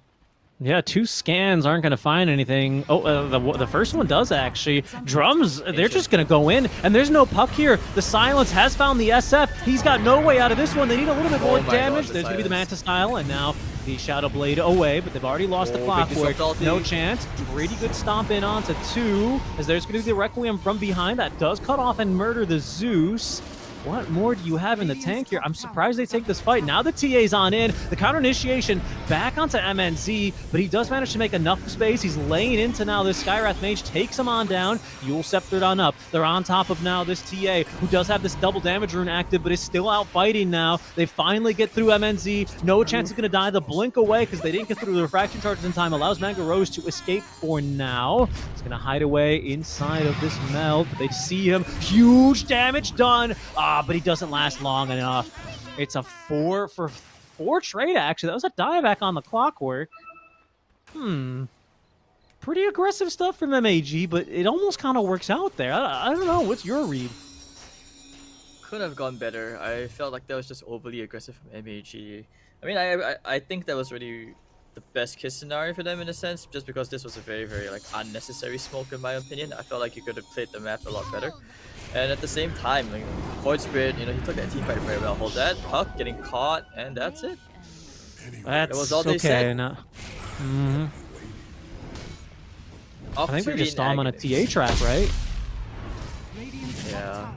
And also you got the double silence of the Void Spirit, so as a puck, it almost feels like you're forced to go for a BKB in this game, Yeah, just look at this going around everywhere, and the amp damage as well on the TA. This, yeah, no chance. He needs armor. Shivas, AC, help, loads of different stuff. But overall, you just need more utility for the team. And what is No Chance been building up here? Oh, we're they gonna do get the to take a centaur. look. We barely even get to see him, actually. I thought we were going to be able to click on him, but he just died way too fast there, to be honest. Ouch. Oh, then Octarine build as well. You hate to see it if you're Whoops, because that just means there's going to be more silences, and this guy's going to be even more slippery. They're already having enough problems as it is getting on top of him. And careful here. Dire's middle Yona. tower is under attack. He's not alone. They can't go. Yeah, you see the heroes. You can Wait, see but they're gonna try. immediately turn the Mangoros, he's got refraction. Oh, but he gets the refraction up first, and they didn't see him actually. They didn't go up the stairs. Oh my Fair god. Wait, but Mangoros definitely knew, right? Because he got Presence of the Dark Lord on him.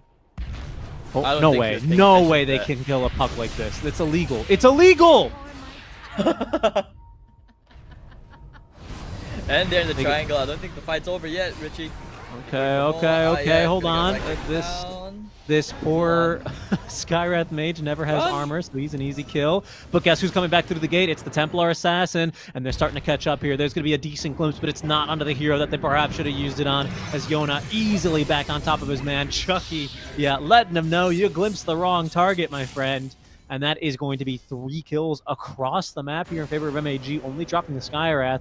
Completely acceptable losses, as for the first time this game, Hades, they are starting to really bring up this net worth lead. Now they are the ones with the 6K lead. Remember 10 minutes ago when it was Whoops with a 6K lead? Where is it gone? Yes.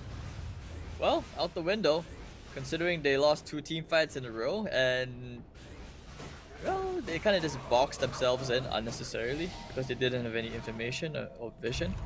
So you can tell things are really spiraling down south.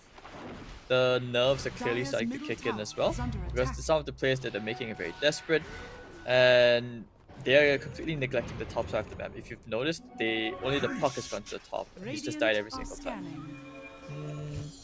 Do they still have smokes though? That's what I want to know. Because if they could try to make a smoke play, at least to, like, try to reclaim their triangle, maybe that's an option for them. Uh-oh, this is a big kill. Forcing the BKB, hook shot on in. They really want to try and get this one. Even 4-staff forward, this starts to get a little bit scary now, as they are so close, just so far from getting this kill onto Chucky. He has made a lot of space for his team now, who should be, yeah, I was going to say, be finishing up Roche. They've been in the pit there for about 10, 15 seconds or so, but second Roche stolen away here, as North Avenue Gaming now have themselves this Aegis on top of TI. I think our observer's like, excuse me, rocket flare the Roche pit, but didn't happen here. Did not happen. They're pinging it. They want to catch the puck one more time. Just give him that surprise Almost. factor. At this point, they just don't care. They just want to kill heroes because they can. TA can solo the Roshan, and all's good. And after that, TA just gates back to the bot or something and just push out. Oh, hold on, I hear a Requiem being channeled and a BKB. Who pressed BKB? I'm not sure. Oh, okay, it was TA. Oh, Mango did. Oh, I'm not really sure what happened there. I guess he really did not want to use or lose, sorry, his first life. Now, how does Requiem damage work with refraction? Is it all Delta's one instance? No. It's depending on the distance traveled as well. Like the closer, that's why like if you know if the Requiem is right on top of you, you take more damage. Yeah, It's you multiple take more waves damage coming because out the at one time. lines, but it's literally, it's not like the game doesn't count and then multiply however waves. Each wave literally does damage. Yeah, I see. that's gonna be. Oof. All right, whoops. What would you do? Actually, one tiny thing they could try to go for is to just start farming in the enemy triangle and like kind of just go for the EXP rune and the enemy tormentor. That's something they haven't really explored with yet. Nope, they're just gonna Oh, push but the high Roshan's ground. banner down. Yeah, Roshan's banner is down. I feel like for supports, like the banner is just the best thing ever, because you just give the creeps like free invulnerability for a while. Hold on. And enemies are MNZ forced from to the side. come Hook shot's gonna miss. That could have been their opening. Instead, Chucks, he's gonna be able to get off the the Doom. They tried to reset it with the Manta style, but it seemed like he still got it off anyway. All of a sudden, both supports died immediately from moves. None with buyback. The banner is still up, and this second wave coming on in with the wagon is surely going to take down this tower. Now, that was Doom utilized. I saw a jump in there from Mango Rose, trying to scare away the puck. No chance getting silence before it can get off the stomp. There's the kill onto the puck. She's got buyback now as the Yule Scepter. Oh no! In trouble, and dead is MNC. He doesn't have buyback. He doesn't have buyback, and the base is open. The instant dieback. This has just gone from bad to worse to maybe insurmountable. 14K net worth rate here for Myth Avenue Gaming. They are in the base here, Hades. Yeah, it's an impossible game. They just go straight to the end. Oh no, he couldn't get out. He's got buyback. Both supports are going to be up, but you got 45 seconds until your SF is back alive. Now, fortunately, there is no Deso on this TA, but there's a lot of damage, and they're just going straight to end the game. 1 foot into the grand finals already, up 1-0 here, 17K, straight through the bottom lane. They're going to counter fortify. They are looking for the win here and now, and there is still a minute left without a puck and 24 seconds for this SF. Down goes 1 tier 4 tower. It is starting to look really brutal here for Whoops. I don't believe it, the way that this game has slipped out of their control. The support's being corralled back into the fountain. Your SF back in 5 seconds. He's not going to have all of his souls, but he's just going to have to make it work now as they nearly get through them. Okay, a 4 versus 5. Can they make it work? They have to. Throne exposed. It's going down. Chucky doing some good damage. They get the kill onto the clock, but he's not buyback. He needs to use it instantly. MNC, he likes the ulti loose, but Mango Rose, he gets off the BKB. He's going to be able to shrug that one off, but still, the Throne is alive, and that's the name of the game for now. Myth Avenue Gaming, they might be forced back as Mango Rose, he loses the Aegis. That's a double kill for him. A dieback onto this clockwork, but now they've bought enough time for the puck to respawn. It might not matter. Pinkman, he's going to go down. A 4 versus 3 now as Chunky BKB's up. They're right on top of Mango Rose a second time. They take him down, and the Throne is still left standing. SF, he eats this second Doom, nearly gets that kill from long range as well. As Ayad, he's just got a TP away. He has no mana left in the tank, and Myth Avenue Gaming, they go for the game-clinching move. They nearly get there, Hades, but whoops, they live to fight another day. I mean, I want to point out, if MAG had just all hit the Throne, this game should have been over, but, they went fountain diving. And yeah, it cost, whoops, they broke the bank. They forced out the clock buyback, forced out the Centos buyback. Very awkward situation. But at this point, they're just having fun, prolonging inevitable. But if you keep whoops, you're like, if this is our last game, we're just gonna fight until the very end. Go hard. Oh, of course. I mean, there's no lower bracket, so no point in leaving anything up to any confusion. Hold on, are we fighting again? No. Okay. I got lost there on the mini map. I mean, things are looking tough though. Level 20 talent now taken for MNZ. I mean, what can you do at this point? It's very, very hard to play the game. You're just so far behind. Like your Centaur was very tanky, right? And supports cannot approach this TA. I just saw a Disruptor melt in 2 hits or 3 hits to a TA. Clockwork as well. Clock just walks up and doop doop doop, gone. 2 subs dead. Buyback, and they don't have buyback for the next team fight. This could potentially be the last fight coming in. They're just going straight through the bot, and if the creep wave pushes out on time, that could be game. Might be Ghost Scepter time already here. We'll see how things are going. MAG. Oh, they see everything. They see everything. Into the base, and they still have wards up on the enemy high ground where those tier 3 tower used to be. In they go. Yona, who is he caught? The clock nearly dead already, and so is MNC. Why is he so low? Were they doing Tormentor? This is trouble. He is coming down into literally the facing the devil. 2 kills now for Ayad. No buybacks on any of these heroes. It's only a Disruptor with the buyback now, as at least the Haste Rune barely gets pucked back into the fountain. Hoof Stomp now onto the low ground. That's not half bad, but can it really change anything about the way this game is going to end? Yona into the fountain now for the kill, giving them the vision. Ayad's got it, but it's Myth Avenue Gaming. They force out the GG. They take the 2-0 win here in the semifinals and proceed into the grand finals for the MSI Gaming Arena event. Congrats to them. That's when you know the game was over, because like he just randomly, you just doomed a dying support just because you can. Like, I don't want to hold it anymore. So there they go. All right, congratulations to MAG. The first team into the grand finals. What's he say? What's he saying now? Okay. Yeah, and a clean performance for them. I think a game that unfortunately got away from Whoops. I think a game that maybe with some cleaner gameplay, a little bit more cohesion for them, might have actually turned into a potential Game 3 scenario, but just wasn't in the cards for them here, unfortunately. I mean, it's a huge learning experience overall. Being able to play LAN, and at the same time, playing against these experienced players. You never know. I'm pretty sure there are going to be loads more of these kind of tournaments. Shout out to MSI for hosting the MGA. Hopefully that we see a next one next year. And this could be another opportunity for the South Asia teams to make a resurgence, come back, and we'll see how it goes. But I liked how Team Whoops really adapted here. It's just that maybe sometimes you adapt, but the whole team doesn't really get the idea of how it's supposed to go. Like I felt like to me, just to lay it all down, I'm not being mean here, but when I say it's support diff, it's really the support difference in terms of the overall impact. The laning phase is one thing, but the mid, I talked earlier on during the game, like clearly in the communications wise, they're not addressing like who needs to survive, who needs to get crucial spells off. There shouldn't be a universe where your Clock and your Disruptor both get silenced by one Void Spray to Aghanims. Disruptor has spells and a huge cast range. Clock is just an expendable number at that point. They should have abused it. Yeah, and it just turned out to be, a bit difficult there for them to try and put it together. We are going to go back to our stage house. I believe we have an interview to go, so let's go ahead and see how things are going over in Bangkok.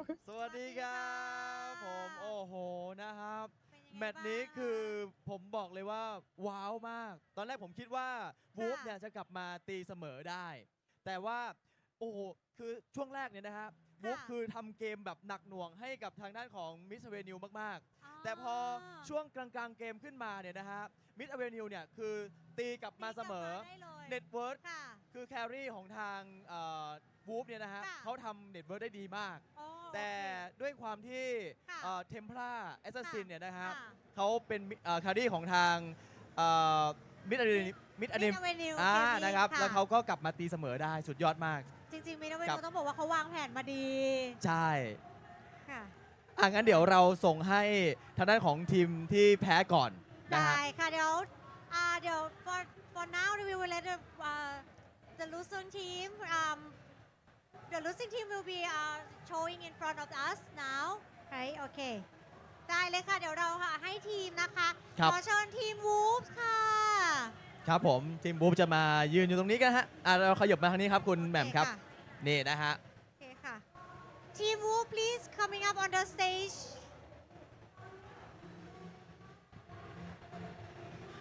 ก็จะให้ทางด้านของทีมวูฟนะครับมาโชว์ตัวด้านหน้านิดนึงมาโชว์ตัวกันบนสเตจนิดนึงค่ะทีมวูฟ please coming up on the stage and then just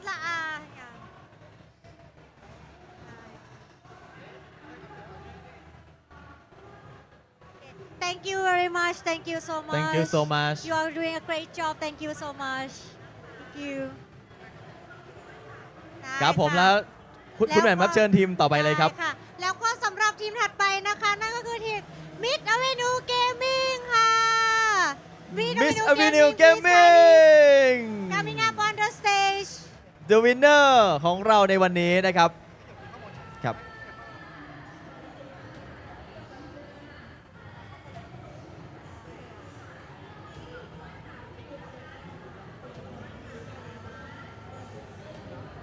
Congratulations to your winning. You are going through the grand finals tomorrow นะคะก็เดี๋ยวทีม Mid Avenue Gaming นะคะเขาจะเข้าไปอยู่ในรอบ grand final และเป็นทีมแรกของเรานั่นเองคือเข้าไปในไฟนอลก่อนเลยนะฮะเข้าไปรอแล้วเข้าไปรอแล้วใช่ค่ะเดี๋ยวเราจะทำการสัมภาษณ์นักกีฬากันนะคะ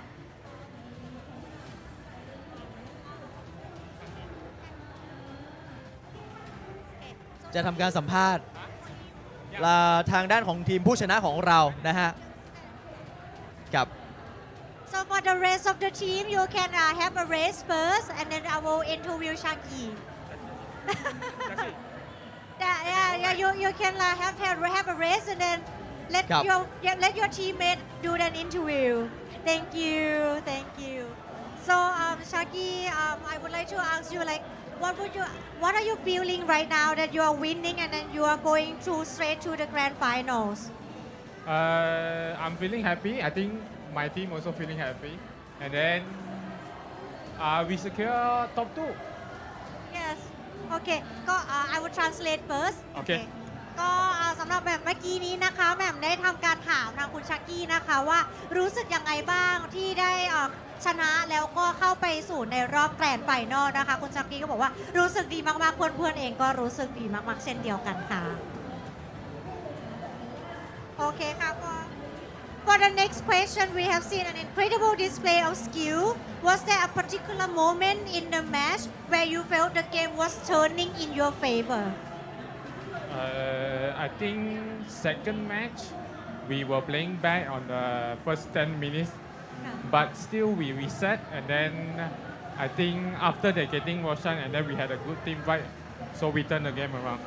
โอเค thank you ก็เมื่อกี้แหม่มถามนะคะว่ารู้สึกว่าเกมเนี่ยมันมาได้เปรียบเรารู้สึกว่า Mid Avenue Gaming อะค่ะรู้สึกว่าเกมได้เปรียบตั้งแต่ตอนช่วงไหนนะคะทางคุณชากี้ก็บอกว่าตอน10 นาทีแรกเนี่ยอาจจะแบบอย่างที่คุณบอกเนาะ ใช่ครับ ดูเหมือนเป็นทางฝั่งวูเขาจะได้เปรียบ ตอนแรกๆนี่อาจจะดูว่าอุ๊ยเสียเปรียบหรือเปล่าจะแพ้หรือเปล่าเกมนี้นะฮะ ใช่เขาก็เลยบอกว่าโอเคแล้วหลังจากนั้นเนี่ยก็ ครั เริ่ บ มมาทำตีแต้มคืนได้นะคะ ครับผมสุดยอดมากๆเลยครับ ได้ค่ะ For the next question you all work so well as a team How did you prepare for this tournament? Any special strategies or routines you follow or would like to share? Strategy, I think we're not going to share our strategy, but we had a lot of scrims, though we practiced a lot. Even yesterday we practiced, so I think that makes us can work together. So that's the key success, right? Yep. โอเคคนเมื่อกี้แหม่มถามนะคะว่าเขาเตรียมตัวมายังไงบ้างหรือว่ามีเทคนิคมีกลยุทธ์แบบไหนวางแผนในการทำให้ชนะในวันนี้คุณชักกี้บอกว่ากลยุทธ์ขอไม่บอกแล้วกัน เอาเป็นความลับไงฮะ ใช่ เพราะว่า เป็นความลับทาง เขาจะต้องวางแผนต่อ ใช่ ๆไปในการแข่งขันนะฮะ ใช่ค่ะแต่ว่าสิ่งหนึ่งที่เขาสามารถที่จะแชร์ได้นะคะ ก็คือ ครับ ว่าเขาฝึกซ้อมค่ะซ้อมอย่างหนัก เมื่อวานนี้ยังซ้อมกันอยู่เลย แล้ว ครั ก็ บ ซ้อมแบบซ้อมหนักมากๆเลยค่ะ ครับผม ได้ค่ะ For the last question ค่ะคุณชักกี้ Do you have anything you would like to say to your fans and supporters both here in Thailand and also through online streaming Thank you MSI for Yes. this tournament and support Mid Avenue Gaming. โอเคค่ะแมมถามนะคะว่าทางคุณชักกี้ค่ะเขามีอยากจะฝากอะไรถึงแฟนๆนะคะอาจจะเป็นแฟนๆที่ชาวไทยที่กำลังดูอยู่ณขณะนี้หรือว่าเป็นแฟนๆที่รับชมอยู่ทางช่องทางออนไลน์นะคะคุณชักกี้บอกว่าก่อนอื่นเลยต้องขอขอบคุณทาง MSI ค่ะที่ทำให้เกิดการแข่งขันนี้ขึ้นนะคะ คือสุดยอดมากๆ ทั้งรางวัลแล้วก็อะไรหลาย ๆ อย่างนะครับ ใช่ค่ะแล้วสุดท้ายนี้เขาก็บอกว่าขอให้เชียร์ทีม Mid Avenue Gaming ต่อไปเรื่อยๆค่ะ นี่นะคะขอเสียงปรบมือด้วยครับ เย้ สุดยอดมากๆจริง โอเคค่ะเดี๋ยวยังไง ครับ ตอนนี้เราไปเบรกกันสักครู่ขอขอบคุณคุณชักกี้ด้วยนะคะ Thank you คุณชักกี้ for the interview นะคะก็เป็นชัยชนะที่แบบสมชัยชนะต้องว่าอย่างนี้ค่ะ โอ้โหนะฮะคือผมบอกเลยว่าเขามาฟอร์มแชมป์จริง ๆ กับ บอก Mid Avenue บอกแล้วว่าเขาเตรียมมาตั้งหลายปีแล้วเขาไปดูเขาเรียกว่าอะไรนะทีมผล การ งาน แข่ง ที่ ขั ผ่าน นมา อ่า ที่ 1 ที่ 2 ไม่เกินที่ 3 ใช่ไหมฮะ ตลอด เขาเป็นแบบฟอร์มแชมป์นะ ใช่ค่ะ ทีมไทยในการแข่งขันในรอบที่แมตช์ที่ 2 นี่ต้องแบบว่าระวังดี ใช่ ๆ ตั้ง ค่ะ เตรียมตัวมาดีๆด้วย ใช่ค่ะ ครับ ส่วนช่วงนี้นะคะ เดี๋ยวเราขอไปเบรกกันสักพักหนึ่งค่ะ เดี๋ยวเรากลับมาพบกันกับแบตช์ถัดไปค่ะ ครับ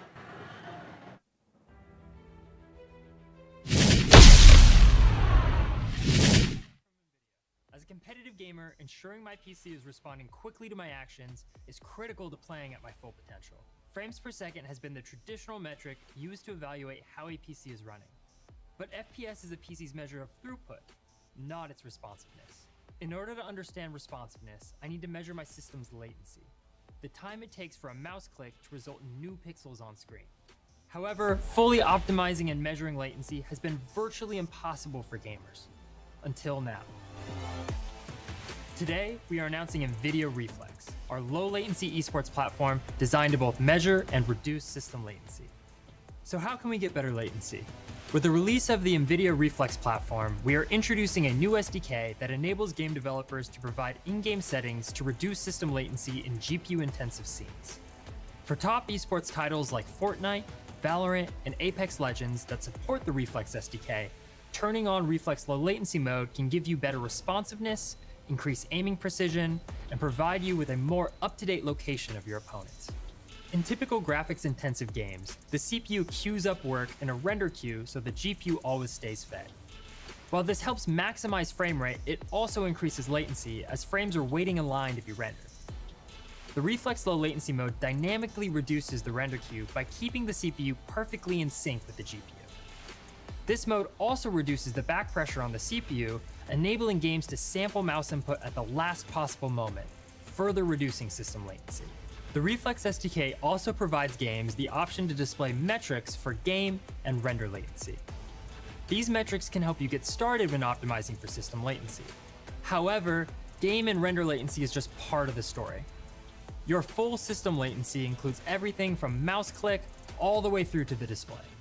In the past, measuring full system latency required a $5,000 high-speed camera and a modified mouse just to get started. Now, new G-Sync-powered 360Hz displays will come equipped with a revolutionary technology called the Reflex Latency Analyzer. This tech allows gamers to measure system latency, accurately analyzing how the PC responds to your actions. You can use any mouse with Reflex Latency Analyzer to get PC plus display latency. However, with a compatible mouse from Logitech, Razer, or Asus, you will be able to measure full peripheral latency and get full end-to-end system latency. To start measuring end-to-end system latency with Reflex, first take your mouse and plug it directly into the G-Sync 360Hz display. Be sure to connect the USB cable from the monitor to the PC as well. The display's Reflex USB port is a simple pass-through that watches for mouse clicks without adding any latency, and that's it for the hardware setup. From GeForce Experience, you can use the new Performance View to get real-time latency metrics. To view the latency metrics, navigate to the Performance Overlay options and enable the Latency Metrics setting. Great, we are all set up and ready to go. Let's hop into a custom map and test our latency. Reflex Latency Analyzer works by detecting the clicks coming from your mouse and measures the time it takes for the flash to happen on a particular location on the screen. That location can be moved around to best fit the anticipated flash. In this case, let's choose the assault rifle and check our position with the on-screen display of the monitor. Let's slightly adjust this to make sure that the rectangle is fully capturing the flash. This looks about right. Awesome. Reflex Latency Analyzer is able to accurately measure how long it took for the mouse click to reach the screen. In this case, the achieved system latency is about 15 milliseconds. That's about average for a 360 FPS system. On a 144 FPS system, you can expect anywhere from about 40 to 55 milliseconds of system latency. In addition to the Reflex SDK, overclocking and faster hardware are great ways to reduce latency. As part of the Performance View, GeForce Experience now supports GPU tuning. The new automatic tuner finds the best overclock and maintains your GPU tuning profile for you. We highly recommend automatic tuning as the advanced algorithm is designed to fit a custom overclock to your GPU. With Nvidia Reflex and GeForce Experience, users can accurately measure and reduce system latency with ease. Using the Reflex low latency mode in games and the Reflex Latency Analyzer on new 360Hz G-Sync displays, you can queue confidently into a competitive match and know that your system is both responsive and behaving exactly as it should. Check out our growing list of Nvidia Reflex games, monitors, and mice partners on GeForce.com.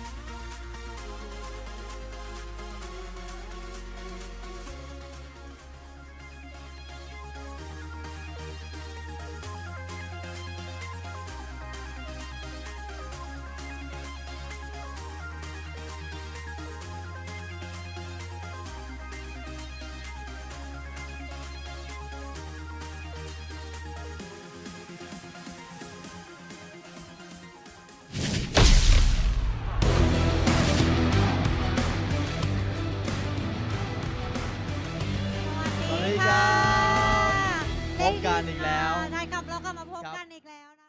คะ I think you're muted, dude.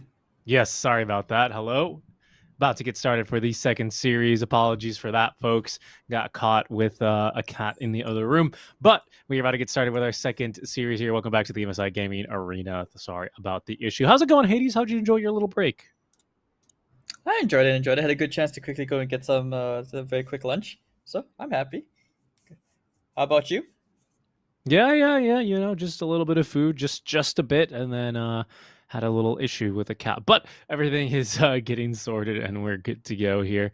Yeah, second series of the day. This one with a familiar face of yours, isn't he? A bit of a timber saw player, if we're not mistaken. Yes, Masaros. He's not Jabs, but he is still a notable off-lane player in Thailand. So very excited to see that. But we do, of course, we have Indonesian Pride versus Thailand Pride, because I gotta say, Essence, they looked very, very strong. I did speak a little bit to Masa just now before we started the day, and he did say that he felt that Essence is the strongest team in this entire tournament, because Essence has also consistently made it to every single close qualifier. Yeah, I mean, we'll see how they can do here. They've got a Thai carry themselves, right? So maybe it's a little bit of a national pride thing, just making sure that one of the Thai teams here is the best.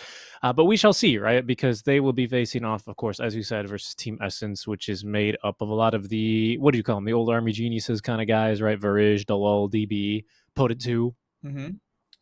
So some big names and some experience as well on this roster.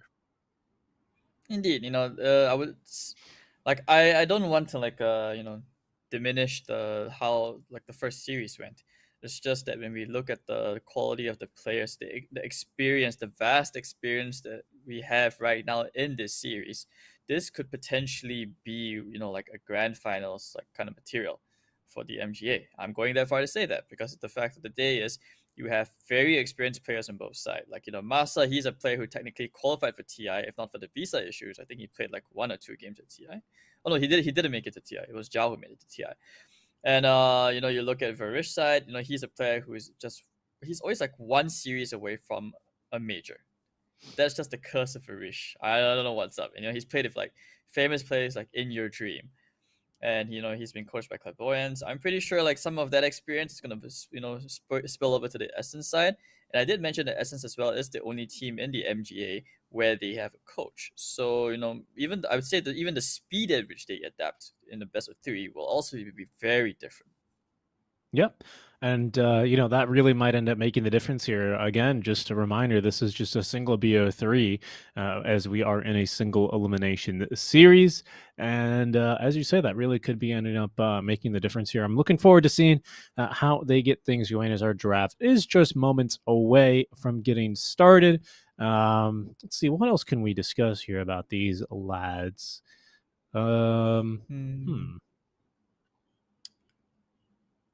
I mean, not much, but there we go. See, look at that handsome Varish in his jersey.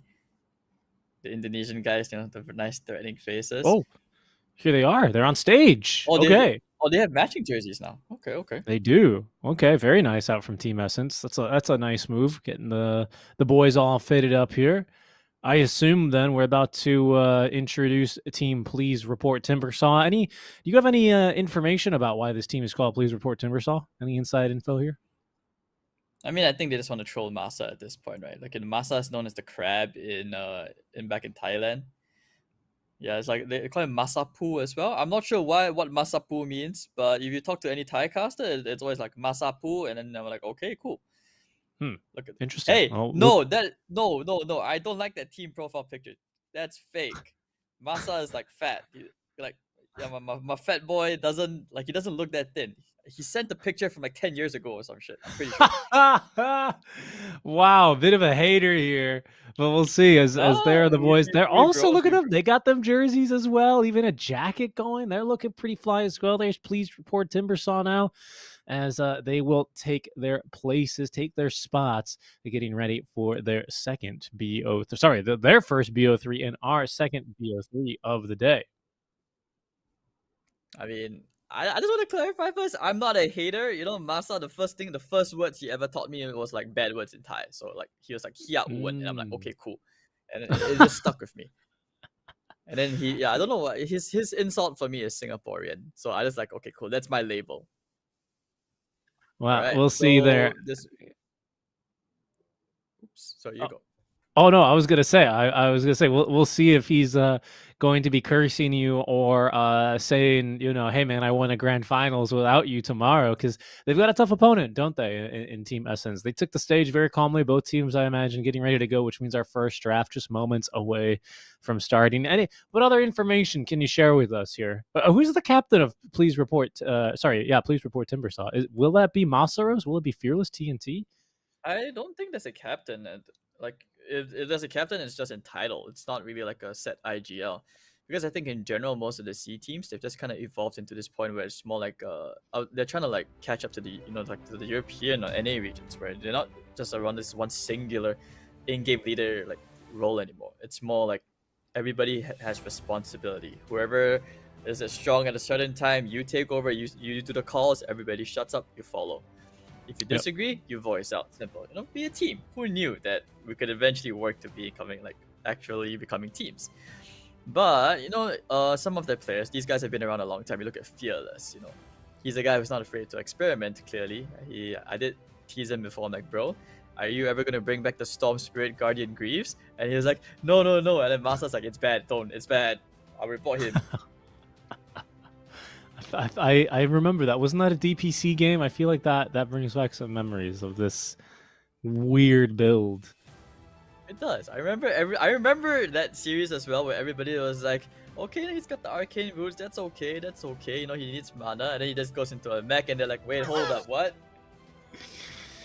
Yeah. I mean, that was a bit of a weird one, but hey, you gotta have these players that are willing to experiment and try things, right? It's the only way that you get your breakthrough players and these kinds of things. But we'll see. We'll see if there's going to be a lot of experimentation, or if things will be a little bit more by the book, I think, as we expect here.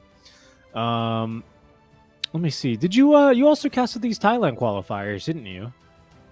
No, actually I didn't. But I know the Thai players, I'm not saying not intimately, but I know I've heard of them for quite a while, because some of these guys, they've really been around for a very, very long time.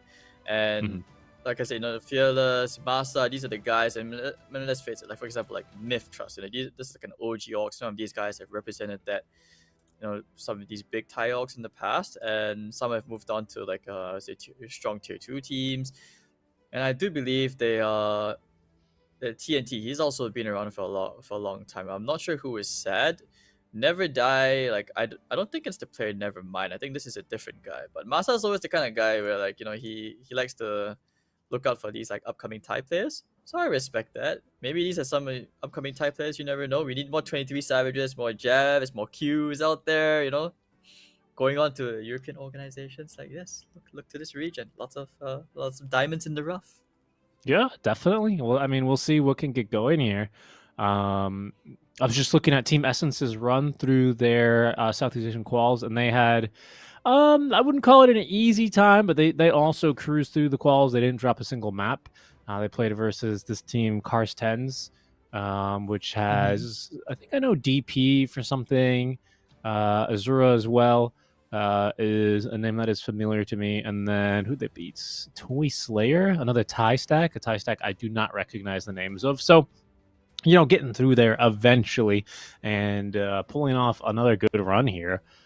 I mean, it's time for me to ask the big question, Hades. This is why you get paid the big bucks. Who's gonna win? Who do you reckon is going to be facing off versus MAG in these finals? As much as I love my boy in Masa, I do think that Essence are the stronger team, and I think that having the coach advantage is also very, very significant here, because you have an extra mind who's just able to help you adjust and see things from a third-person perspective. But that being said, there is a reason why Masa did play a very, crucial role at helping bring SMG to TI back then.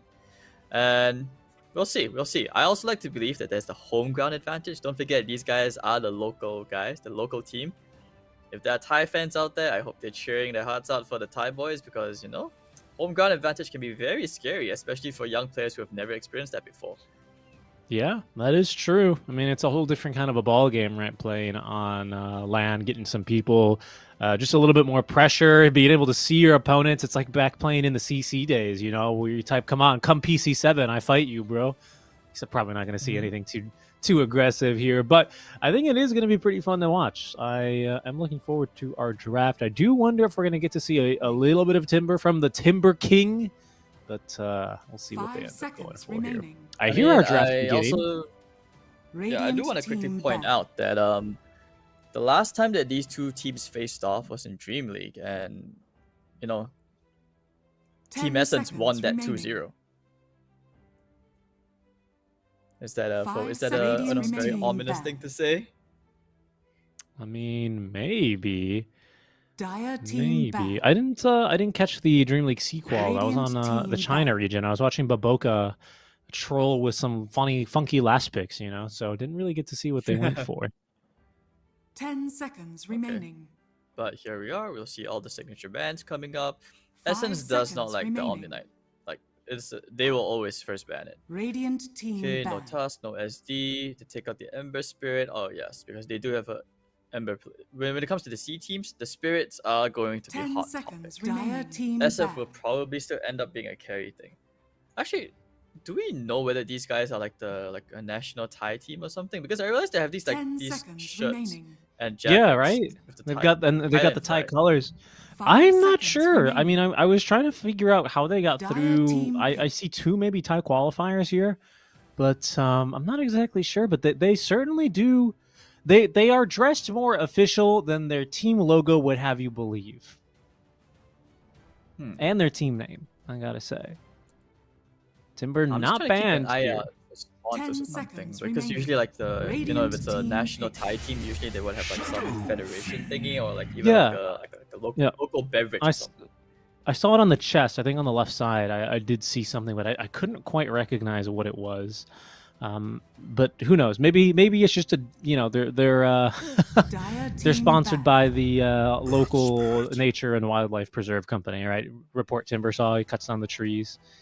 We'll see. That's a Yeah, first pick SF, by the way. Oh boy. I mean, we just talked about it briefly in the last series, which is SF. It's the 10 hero that seconds remaining. you just win one team fight, you take towers fast, you snowball the game, you win a team fight 5 for high ground, seconds. and the Team towers ban. just melt.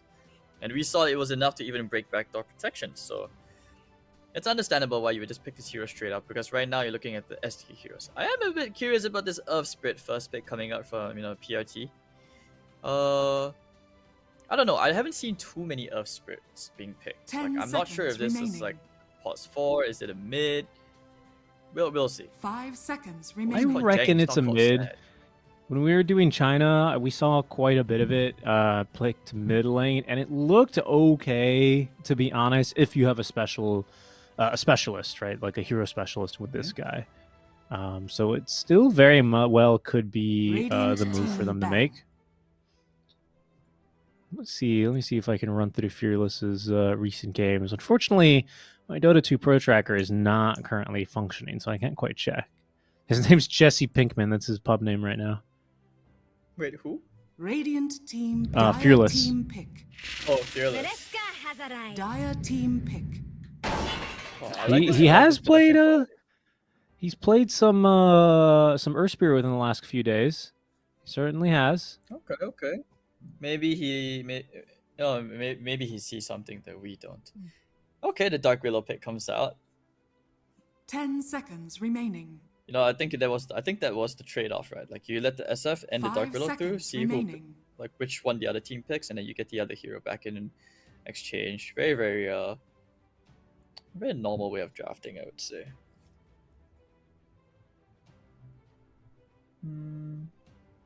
Radiant team pick. Points away. Okay, and then the Pango. Pangolier. So threatening a Pango mid off flex. What's your opinion on Pango? We're starting to see a lot of Pangos go for the fast rolling Thunder facet now, aren't we? Over double jump. 10 seconds remaining. I haven't tried it out for myself firsthand. I mean, I'm still focused 5 on like the seconds part remaining. where Pango spells and everything just turn to physical damage. It's not magic damage anymore.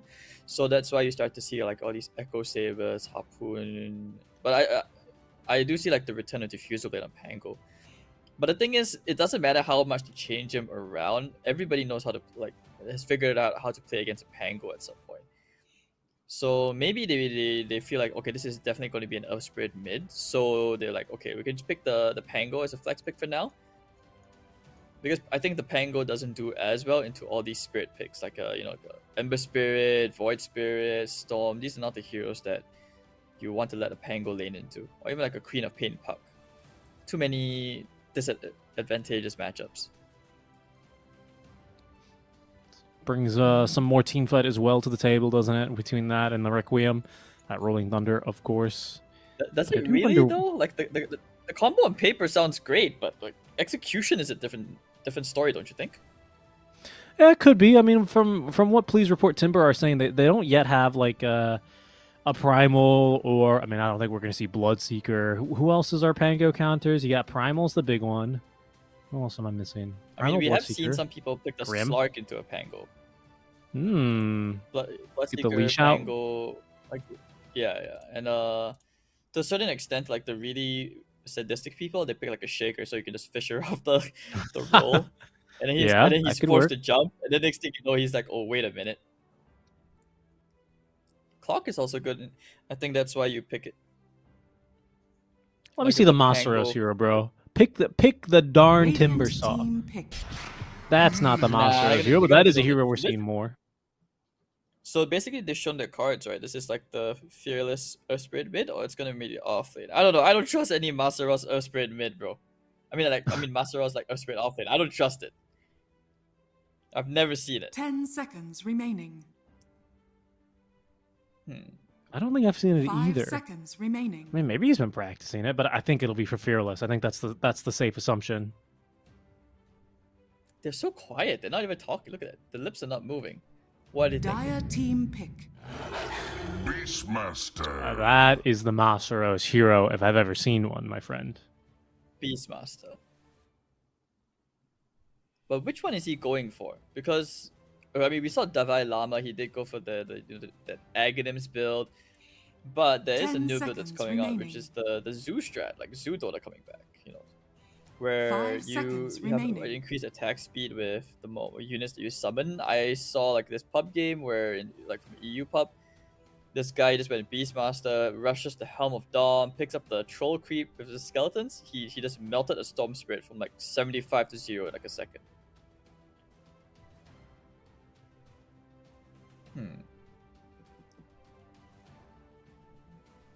So what did they pick here now that they see the Beastmaster? You need a Spirit Vessel carrier, I feel. Or like more stuns. You don't have reliable stuns at the moment. Would you ever consider Pango a reliable stun? Not really, not without like good setup or a dispel for Pango, to be honest with you. Especially when you're playing into a Beastmaster Roar, I just don't think it's what you really need. Dire team Like you've got this clock for a combo breaker, but even he can present some issues. Because that is a Timber Saw, but not for the team that I thought we would have seen. Radiant No team reactions back. here. Everyone's just locked in, by the way. No, absolutely no reaction for picking Timber Saw against Please Report Timber Saw.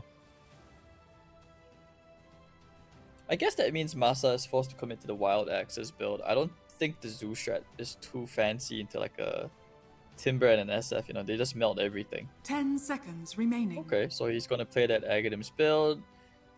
It's gonna be. I think it's 5 alright. seconds It's an remaining. okay lead. Radiant team So back. who is the carry gonna be? Because you already see the SF. You know what's coming out. There's no Morphling, no Weaver, and you have to lane into a Timbersaw as well. You can't go into a Slark because you know it's just garbage at this point.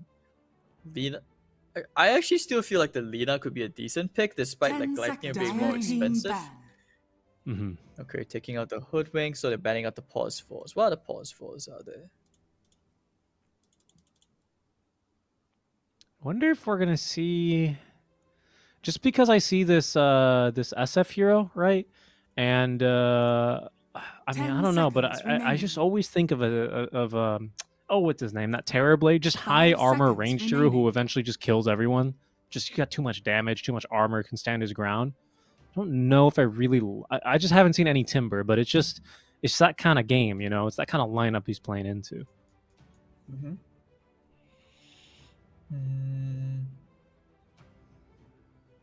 I mean, they could try to be a 23 Savage, which is you still pick the Faceless Void because you go with the time zone facet. I feel like it's very strong against them. But the thing is, your laning phase it's very skill dependent. Like I've seen like Yep. 23, like he'll just pick like a Faceless Void into a Timbersaw. He doesn't care because he knows he won't die, and you really need a support who's very experienced in that area. Dire team pick. Man, I think the other Taking out the choice Luna. I see here, there's the Luna. Well, TA, I don't know, I mean, Gyro. I don't think Gyro. I Radiant feel like team Gyro, pick. like maybe like 5 years ago, it's great, but I don't think Gyro is good at all right now in this meta. I feel like it's a C tier carry hero. Yeah, Even he's Drow just one would of be those better guys here. that he just pushes the lane and he just farms, you know, which is just like, I guess you can do that against a Timber and get away with Yeah, a I lane. mean- But 10 seconds remaining. Do you remember back then when like Rocket Flare was like, no, I mean 5 the missile, the seconds barrage remaining. used to be like the go-to. You know, you just run at someone and then you can focus on last hitting. But ever since they nerfed the space damage, he's Now never been the select same. your Okay, Ursa, heroes. I can roll with it. Yeah. Ursa. Ursa is alright here. yeah, that one makes a lot of sense. Strong laner, can fight into the SF as well. I think the ultimate's really strong here. He has some kiting problems, but given the lockdown that an Earth Spirit can bring, alongside, you know, just a bunch of control from the rest of your cores and heroes, I could see it working. The lane especially is very good, isn't it? I think it's exceptionally great with the Lich because of the Frost armor. Because if you want to chase, all you need to do is get like a boots. You just run him down because the Timber Chain is not gonna. You don't usually see Timbersaws max the Timber Chain now, and sometimes in some situations they don't even go for the reactive armor, and you just go like straight out, you know, like 3/3. And if you do decide to go for that, the Timber is like a deceptive tank. You know, he almost feels like a glass cannon against an Ursa sometimes.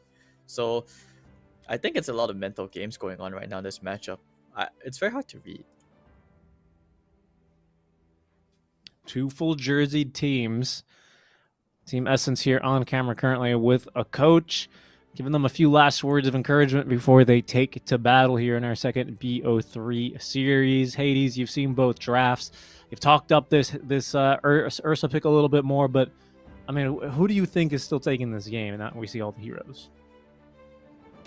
I gotta give it to Essence, man, because it's the SF. This hero is the hero of the MGA for a reason. I gotta, you know, it's funny I'm saying that now because if you asked me 2 weeks ago, I would be like, SF, horrible hero, 0% win rate. Essence picks it up and they're like, we have 100% win rate of it. And I'm like, okay, now this hero's great. I sound like a hypocrite, but like, it is what it is. Yeah, and we'll see what it brings here. I haven't seen an Ursa personally for a little bit, but I have seen him banned out, especially in that 21 and 23 band. So wouldn't be too surprised here to see how things are going. That's an interesting ward here early on as well, out from Essence. Wonder how that'll pay off for them here. Safe lane ward for the SF. Interesting. Maybe just trying to scout whenever they go back to make stacks. Shutting down Masteros here will be early, 30 very seconds to important, battle. sorry, early on, in order to stop a little bit of this momentum, looking to rotate over and prevent this rolling boulder from getting too fast, too big, you know. If you can keep this Earth Spirit poor and especially starved of experience, we'll be having a much better time. Have you seen, by the way, the new facet for the Earth Spirit, which he did not take, I believe? Or did he? A stepping stone, what it is? The one where if you roll over teammates, they act as a remnant? The battle begins. I think he did go for that fight. Did he? I forgot what it was called. I think he must have, because it's not any of the other ones. That one's pretty good. Kind of hard to use because it's a little bit counterintuitive, but I'm excited to see Fearless use it here. Okay, and then DB does take Shredder in lane. So usually when I see this, it's for Timbers that just want to have a better lane, straight up, right? It does impact you around level 6. I would say like your early mid game especially, just because you're missing out on that second chakram. So we'll see if he comes to regret that. I mean, I feel like the second chakram is a bit. Sometimes it sounds like, oh cool, extra spell, more damage, and then you realize like sometimes it doesn't actually do that. And you really put emphasis on the laning phase instead. That's certainly what he's doing here early on. Yeah, it's bad for you. I'm curious to know what which facet the Beastmaster went for, because I saw his quick buy. I saw a Helm of Iron Will, but I don't know is he actually trying to go for like a Helm of Dom. Like, it's very weird into this particular like Essence draft. Well, I mean, what would you like to see? Do you think he'd like... Oh my goodness, Fearless. He's gonna get out of here alive. Oh, yeah, just barely. He's got a big wave behind him. Dude, I could never be a mid. Look at the way he's playing this lane. Holy. I mean, he has always played these like space creating roles, so I think he's fine. And not to mention, he's played against some of the best mid laners in the world before. Yeah, back to Beastmaster. Oh yeah. Sorry, I wanted to hear what you would think before we do click over to that lane. I kind of prefer the. Okay, no, hold on, let me think about it a bit more. I like the Zoo facet. I like the Zoo facet if it, if the support impact is really high in the lane. But Dark Willow and the Zoo is like, it's okay. It's not amazing, but you can cause a lot of damage and take towers very fast. Right. So I guess I would still go a little bit into the Zoo. Yeah. It is going to be Zoo. That's what we'll see. So you're going to have 2 boars, a fairy, and a Hawk 2 being able to do a lot of damage. Oh, we're back at the Hawk tour. And of course, a big creep. Big creep. Which neutral creep do you like with the Helm of Dawn? I always like the Wild Wing. Not the base one, but the one with Hurricane. Wild Wing. What's Wild Wing Ripper? I like the Ripper a lot. I also think the Tomato is amazing for pushing, obviously. I mean, they're all so good. I love all the creeps. I'm Chen player, or at least I used to be when I was a bit more sweatier. So I love all the creeps, especially after like the big rework. I think the only one you don't want to have is the Satyr. Oh yeah, the Hill Troll Summoner. Yeah, the Hill Troll Summoner, and then because you do so much damage. Yeah, especially when you get the second wave of Skellies out. Yeah, that one's just probably the best for pushing straight up. All right, getting a little bit aggressive here will be Delul claiming first blood on a TNT. Not much, really, that the Xerxa Warrior can do. This is starting to become a very difficult lane. There's just too much magic damage coming through for the Ice Armor to, I think, make too big of a difference. But overall, the CS is actually dead even between all 3 lanes. It's actually insane. Even the denies are the exact same, which means it really will boil down to like the support, impact in the lane and beyond. You can see like they're trying to contest the water runes. Delul is securing the bot water rune. What's going on top? Away Who's gonna get that rune? Fearless got it. I think he probably kicked him away. What is? Oh, we're gonna see a replay. I'm actually surprised that the Ursa didn't go for like more hits in. I thought he would like get a couple auto attacks in. Oh, what's going on up here? Willow? Oh, they're gonna dive Willow. Bridge, he's got the kill. Oh, he got rooted up though. I think he still makes it out alive though, right? Certainly he does. Oh, he's gonna steal a wave. He actually almost dies here. Is there gonna be a connection from mid? It doesn't appear like it. So he will just steal this creep wave on over. It's got a banner creep in there too. That never leaves your safe laner too happy. This is huge because previously, did you realize like the creep wave was under the Radiant Tier 1 tower? So, but because of this, Clock is going to be able to help reset the wave in a very favorable position for the SF. Oh yeah, he'll be a very happy camper there. Did you see? By the way, the build for the Timber? I didn't see the skill there just now. Was it 2-2-0? Yeah, he's gone. Yeah. Ooh, Delul, he's gonna live. He's gonna live on a hair of HP. No, the last auto attack, it's not enough. There must have been a bit of regen there, a stick or something there on the Rubik. But now in trouble, DB, no, still alive, still fighting through it. Will be able to regen back up to safety. They're thinking about making another go while they still have the Fury Swipe stacks. I can't quite see on the mini-map if they're going to be successful or not. They do get at least one, and it looks like it'll be a double kill. DB threatening to turn. I don't know if he's got Whirling Death or not. Looks probably does, the way that they're playing this. He's just wanting to go next to the tree, bro. Radiant are scanning. This is where if you're the Ursa, you're like, okay, my turn cut tree, you know. He's gonna do Timber's job for him, or Timber like last hits. TP mid to refill the bottle as we see another ancient stack. Oh, that's a big kill down bottom. Wait, no way Rubik gets this with the blood grenade. Oh, they've thrown the frost armor onto a creep as well. Just the panic frost armor.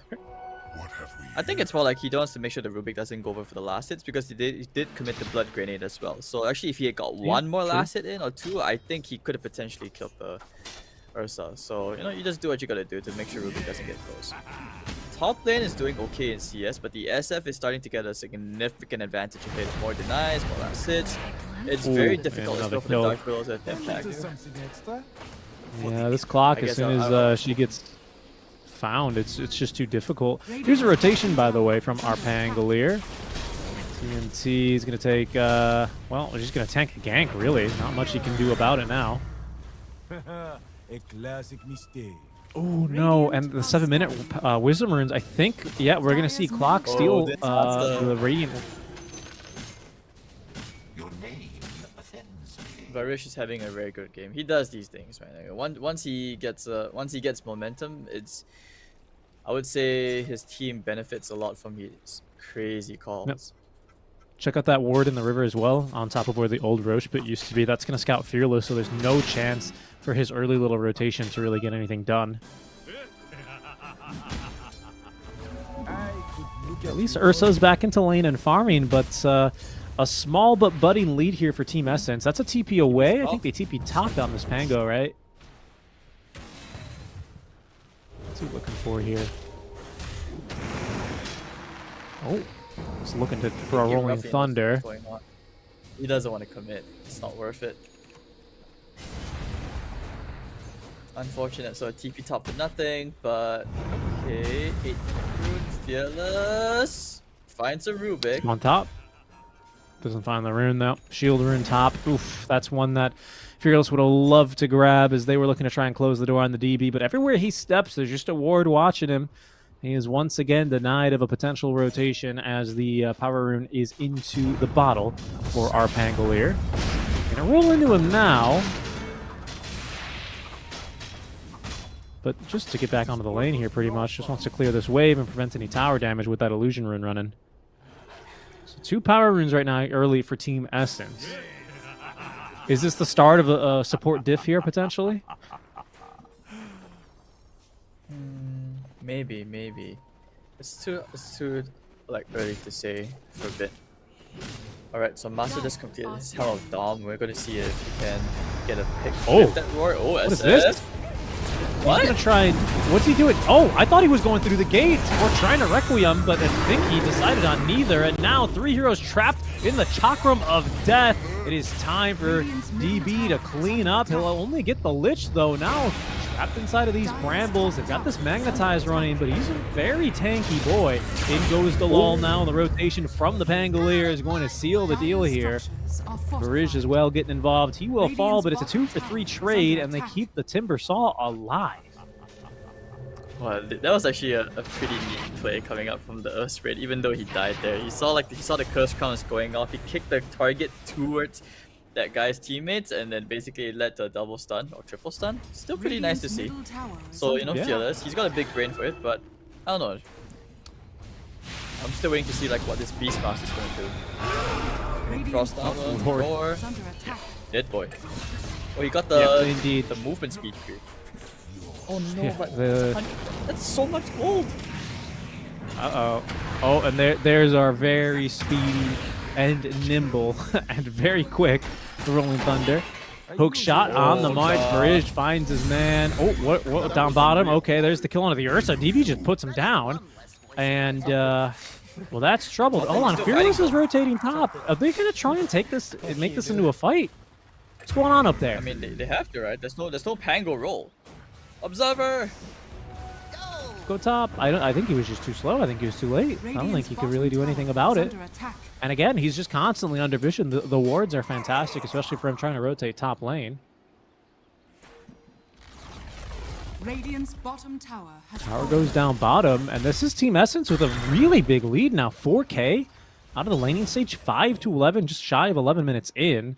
I mean, SF feels completely free. I'd love to see what his net worth is, but I imagine that you got all 3 cores right now clearing. Please don't, please report Timbersaw, not don't report Timbersaw.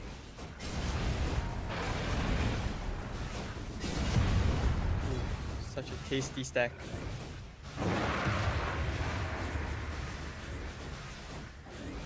He's actually been farming so much. Holy cow! Look at this. I'm pretty sure if they swap with the net worth, SF is ahead by a very huge significant amount. CS wise, he's just been free farming the entire time. I mean, but who on Please Report Timbersaw? Like who is supposed to make space now? I assume Masaros is the most farmed, right? At this point, Helm. Yeah, but I think he and Fearless need to play together. They cannot be played. It's just that they've done so well at shutting down the mid rotations because, like you mentioned, the river ward, the support is going for the runes, and he didn't get the shield rune on top of that. So he has to try and make something happen though. Maybe like a support piece mid, go for a smoke play. That's what you need to do. You're space creating heroes that are not playing together. That's I mean that's what I was wondering, right? Like who is he to play together? Okay, we're not gonna watch the Willow die, I guess. Or maybe she won't die. She gets a haste rune. So I feel like I heard Cogs. That was interesting. Fine. We have a big DB fan, you know, on the support staff. Radiant's middle tower is under okay, attack. it's actually pretty close. I mean, I think the tough part is there's Ursa Warrior being just underfarmed and having been shut down in lane. What is this? Okay, so this is a replay of the... Wait, but they're fighting picture in picture as well. I think Rubik stole Magnetize. Okay, they're trying to dive his tower. They kick a Remnant after him. Do they have the kill? No, they don't have the kill. They are continuing to extend the Magnetize, and a final roll on in from Fearless at least secures the kill. That's not half bad. But what will it cost him now? I hear lots of ults from these supports. I heard the roar. Okay. That's a pretty good ulti. Easy chain frost farm. Yeah, indeed. I mean, if I was the Lich, I would be like, please don't bounce to the hero, just give me all the creeps, you know. Right at that point, you're happy for that. Okay. Yeah, because you're not killing the Timbersaw anyway. So it seems like Beast probably roared and TP'd home, so he lived, and you get 2 kills out from that. So that's not half bad from Please Report Timbersaw. He will need the Helm of Overlord, and I don't know. I think he could think about picking up the Dragon, or he could look to pick up the... I mean, personally for me, if he's going to play this facet, I think the cooldown reduction Ancient Creep is very underrated. Oh yeah. Because then you can summon 3 boars. The time or warp. you can also go for the Golem, just for the HP buff. Oh no, another EXP rune. Yeah. That's all 4 wisdoms, by the way, right now, this game for Team Essence. Kind of just operating at a different level. I see someone fighting or running, I should specify, in the river. That's Fearless. He does get the Invis rune. So I think that's his second power rune of the game. No, his first. His team got the other haste. So we're still missing an Amplify damage rune, and what else? We got Illusion, Arcane. Those are the last 2 runes to spawn in. Those are good runes. Those are action runes if I've ever seen any. So that could be still a turning point for Please Report Timbersaw if they can just manage to get some map control back. Dire are scanning.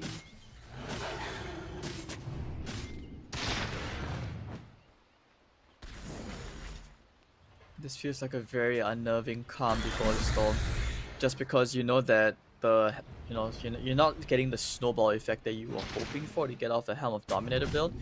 And Essence, they've already taken a tier 1 tower. They're taking the fight to your face in your triangle. You're kind of like Yeah. really boxing them, hurting them into an unnecessary corner. And what the heck was that ultimate? Is that supposed to check for a ward? Does that give vision? I don't know. I mean, okay, so here's the only bright side is it has at least bought a little bit of space for Ursa, right? Like he's still kind of under a ward up there, just above his tower, but like maybe he's able to recover a little bit, get this Battle Fury online, join 1 or 2 good fights off this next power rune. Things might be going their way. I say that, but there's level 2 Chakram now ready to go. Some really good vision up now. And you've got them joining fights. There they go, underneath the tier 1 tower here, basically, which has just fallen. Bridge. He might actually drop here. Ooh, the Chain Frost is not that great, unfortunately.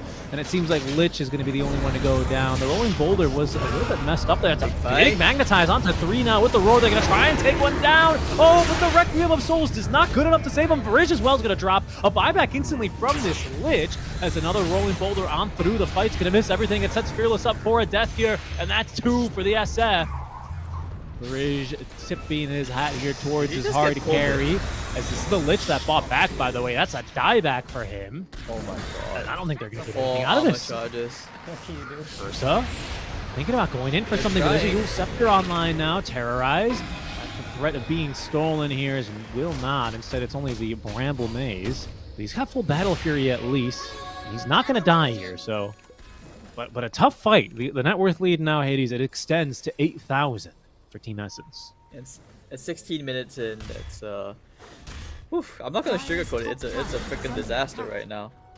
Like, yeah, report to Timbersaw, dude, because he's having a great game. You saw that Ursa, he went in, he managed to get the swipes off, but he couldn't get more than 4 hits in. Afterwards, he thinks about going back in, he just gets kited. If he thinks about going back in, the Yule Scepter comes out. Just report this Timbersaw for like a good game. And it kind of felt like a very desperate buyback from Lich. I don't mean that in a bad way. I mean, it was not a terrible look, right? You can TP back into the fight instantly, but you know, by the time he arrives on his second life, there's just not a whole lot going for them there. It's a bit tough here for please don't report Timbersaw. Radiant are scanning. And you can kind of start to see the problem is that this Earth Spirit has to do way too much. Like he's going for all the rolls and stuff. Radiant's it's just not. Top tower is under attack. I don't know. I just feel like he just dies just because of like the you've got Timbersaw, which is great against strength heroes. You've got like negative armor because of the SF being around, and you've got to worry about this Pangolier. You have so many things to dodge. I just feel like you're put in this impossible situation, and you were a first pick Earth Spirit as well. Yeah, I mean, and the fear is so difficult for him to work in as well because he just naturally a hero that goes in so deep. So he just sets himself up for that. I think another thing, the only good thing about this game is because Timber is just a greedy offlaner. There's no like pipe, right? So like he can theoretically do it all, but in practice, it's just so much more difficult than that, isn't it? Yeah, I mean he can still go for pipe. We have seen Timbersaw go for pipes and stuff, or even like Reeves in some very rare situations. Hold that thought. Hold on. See a smoke. Fearless? Maybe try to contest Yeah, Essence is set up way too nicely around the pit. I mean, Essence are trying to speed run this game right now, dude.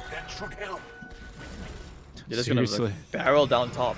Like they actually can just bulldoze down this top lane. They're going for the fight though. Oh, that's a good kick in though. Can they actually make something of this? The hook shot in to interrupt the Terrorize. That's good enough at least for the Aegis. Rolling Thunder's a little bit late as in goes DB. He needs to do a lot here. There's going to be now the Roar to hold down. At least the Pangolier stolen by the Rubik. Sets up for a big Requiem of Souls. The Lull gets the kill on the Fearless on the side as the rest of Please Report Timbersaw are on the run.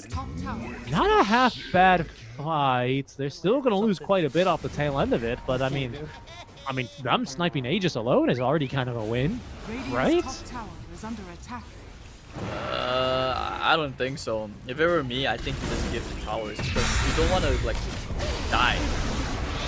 Okay, hold that thought. Master, the Helm of Overlord, the dragon damage. It's not enough. He gets 200 to the roll. Maybe I'll get a Rubik, but that's trouble for sure. He's a big Rubik. Oh, careful here. They're fine. They're fine. No way. Nothing is gonna happen. Yeah, but as I was saying back to my original point, if you die at around the tier 2 area after the tier 1 falls, that's high ground, and you don't want to take that risk, not into this like Not into this draft. It's just the SF. It's too annoying.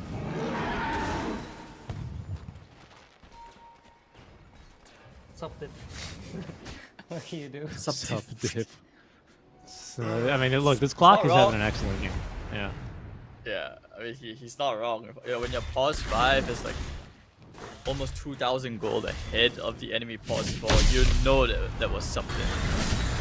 Nice replay back to the team fight. It was a good attempt. Not gonna lie, it was a pretty decent attempt. It's just that angle. Hitting the SM ultimate of the Dark Riddle was just brutal.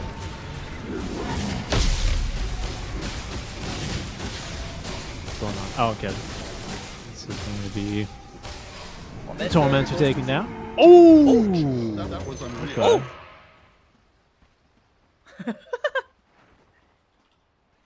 And the Dark Willow gets it. Okay, that's a very nice shard, I would say.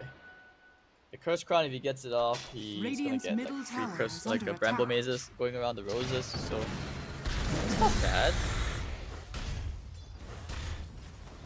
Radiant's bottom tower is under attack. Dire's top tower is under attack. Dire's structures are I mean, it just fortified. feels like such a death ball has already spun up, though. At this point, That like, is SF Dota, dude. 25-minute games. That's Radiant's all you do. structures are fortified. Radiant's what bottom I mean, tower what is I mean, under obviously we're attack. looking for a miracle fight here, but Dire's top what tower needs to is under happen, attack. basically? Who's the hero Dire's that needs to top get tower caught? is What spells do we need to see? Honestly, dude, I don't have an answer because like I've been thinking for like the past like 3 minutes now. Like you need to hope that Team Essence just doesn't play like a team. You just need to hope that SF is farming alone in the lane. You pick him off like 3 times or something. But then you still have to worry about this Timbersaw and this Pangolier because they're so far ahead. Ursa's the only one in your team who has farm, but he doesn't have enough items yet to actually like demolish a hero. Oh, okay. Hold on. This is an opportunity, though. If they can just take him down, he's so tanky. The Fear, the Requiem, it's good enough at least for the kill, but can they survive the counter initiation? Now, not this Ursa Warrior. He gets ran over by the freight train that is Team Essence, ramming this 12k net worth difference to down. Please report Timbersaw's third. I mean, not bad there for you with the BKB active at the very least. Masaros able to TP away, but it's only the Timbersaw in exchange for your carry. That's tough. This is one thing I don't like about the Beastmaster Zoo facet, which is just the nature of the way you play the hero. You have to be bringing opponents to you. It's not easy to react to the enemy with this kind of gameplay. I mean, they can just chill, take their time, wait for the next Roshan, just control, farm the map, and get just extend their advantage even more. They're not on the clock because even though this SF facet is meant to be like a snowball kind of hero draft, he also scales. So they just take their time, just chill. Yeah, I mean, no reason to try and to lose it here. You know, the difference between first and last is a $5,000 difference, isn't it? Taking a look at some of those wards, though, it looks like they're talking about that over on the Thai stream. So you can kind of see them, like, they've got some moves set up.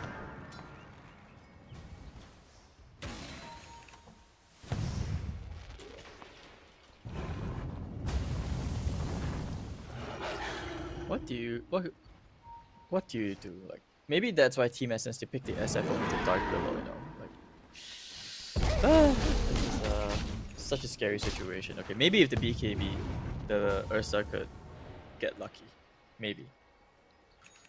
Kill supports, then back off, and then you wait for the next team fight, rinse and repeat like at least 3 times, and then you're back in the game by then.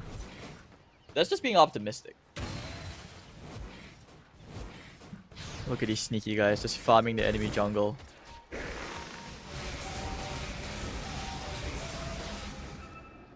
Zeus ult. I won't even be enough, he's like 600 HP.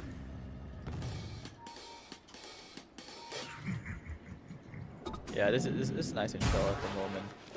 Essence are not gonna take the risk to like go high ground. You can try for tier 2s, but I think the priority is like the next items and the Roshan. Yeah, I mean, BKB right quick here for the Pangolier momentarily, right? Why bother to throw things away? all these BKBs, my god. If you're dude, if you're the Earth Spirit, you're looking at this game, you're like, this is an impossible game. Because your Beastmaster is farming, your Ursa is farming, but you're not getting that many resources now that the map has become to like a 70-30 ratio. You're right. That's pretty generous, 70-30, but I mean, look, I hear you. The point you're making, well received here, and Team Essence gathering and ready to go. I suspect we are going to see them just back away and wait for another Roshan. Oh, maybe they can go hunting, though. They do see this Beastmaster pushing on the other side of the map, and Delol, I think, is about to run into the Ursa in the triangle. I see pings going down. I see TPs coming in now. Looks like that was a blink, pardon me, away from the Ursa Warrior. They catch a glimpse of him with the Rocket Flare, and that's all they need. Turning now, early, throwing down. At least the Roar allows Ursa to turn and hit one. Not bad. Trying to TP away. He is free to go. Okay, that's something. Masaro's forced to BKB and TP away. I mean, it doesn't feel good, but it's space. It is space, isn't it? One BKB charge for one pickoff at a time. That's all you can hope for.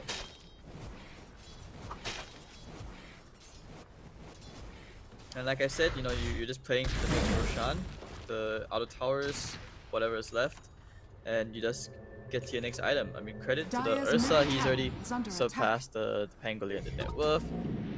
I think it's chill. I think it's chill. Uh-oh, this is tougher for. Oh, he's just gonna try and TP away. I mean, yeah, fair enough. Here to use the Yules. Okay.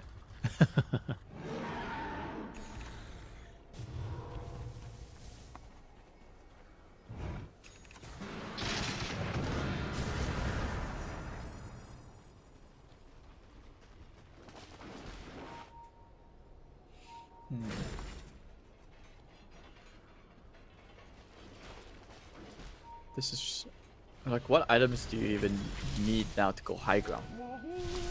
Clock already has a solar crest. He's on the way to Lotus Soap, but you know, there's like 3 items at that point. Oh my god! I think you just want to SF in range of a kill, right? So that he gets his passive or his facet, and then you just you park Timbersaw up in front. You keep Rubik and Clock behind, ready to protect the SF should they try and make a jump. Same with the Pango. And that's it, right? I don't think he even needs it. He has a butterfly.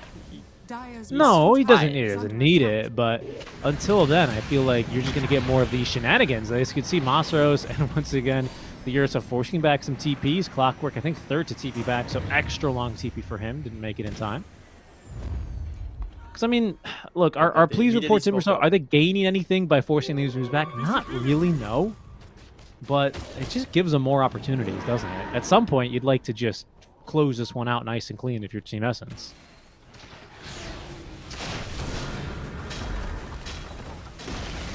Oh my goodness, they have so much damage though. This is maybe you're right. Maybe they don't need it. Radiant's middle tower is under attack. Goodness, this SF range is just something else as well as, especially when he gets his enchanted quiver attack.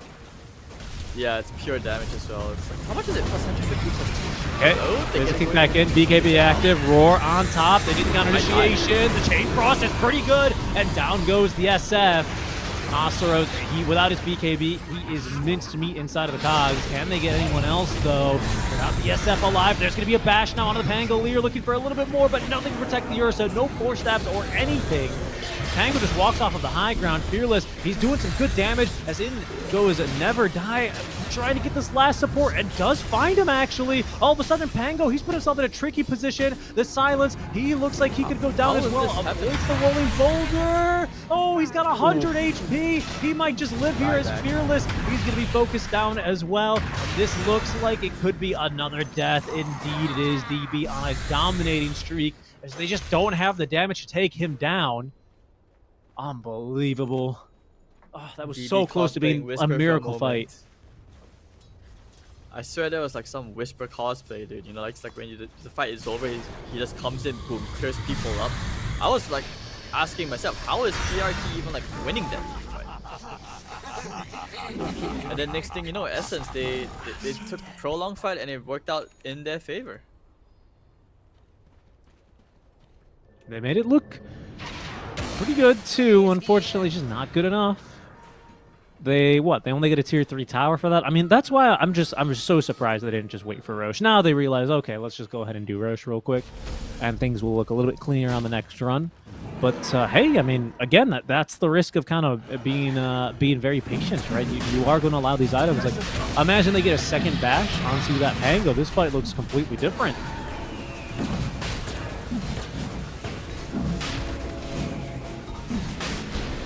I think this is also just like the high ground defense. It was very well communicated across, but they still need to win team fights outside the base before they can even think about a comeback, you know. So we'll see. Can they survive this potential onslaught coming in?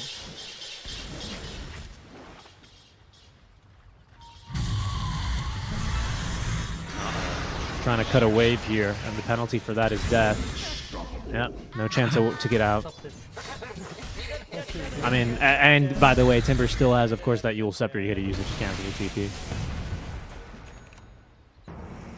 So that's no Willow for 30. Radiant's bottom tower is under attack. Yes, no more goodness. buyback. I mean, he's not. I mean, look at that Frost Armor though. That Frost Armor. Yeah, I mean, but still, if Frost Armor into Roche banner, eventually they'll get the job done. Radiant structures are And use that glyph as well. Dire's top tower is under Just in the card. This is Radiant's bottom tower oh my is god. under attack. Top lane? What's this? Radiant's Oh, he got bashed! is falling. He got bashed by the Pango! He's got Ags and a Basher on this Pangolier, so just forced to now run home the old-fashioned way, but now they don't even have this Beastmaster on over. Bot lane has been deleted. Ursa up to level 20, looking for the right kind of jump on in.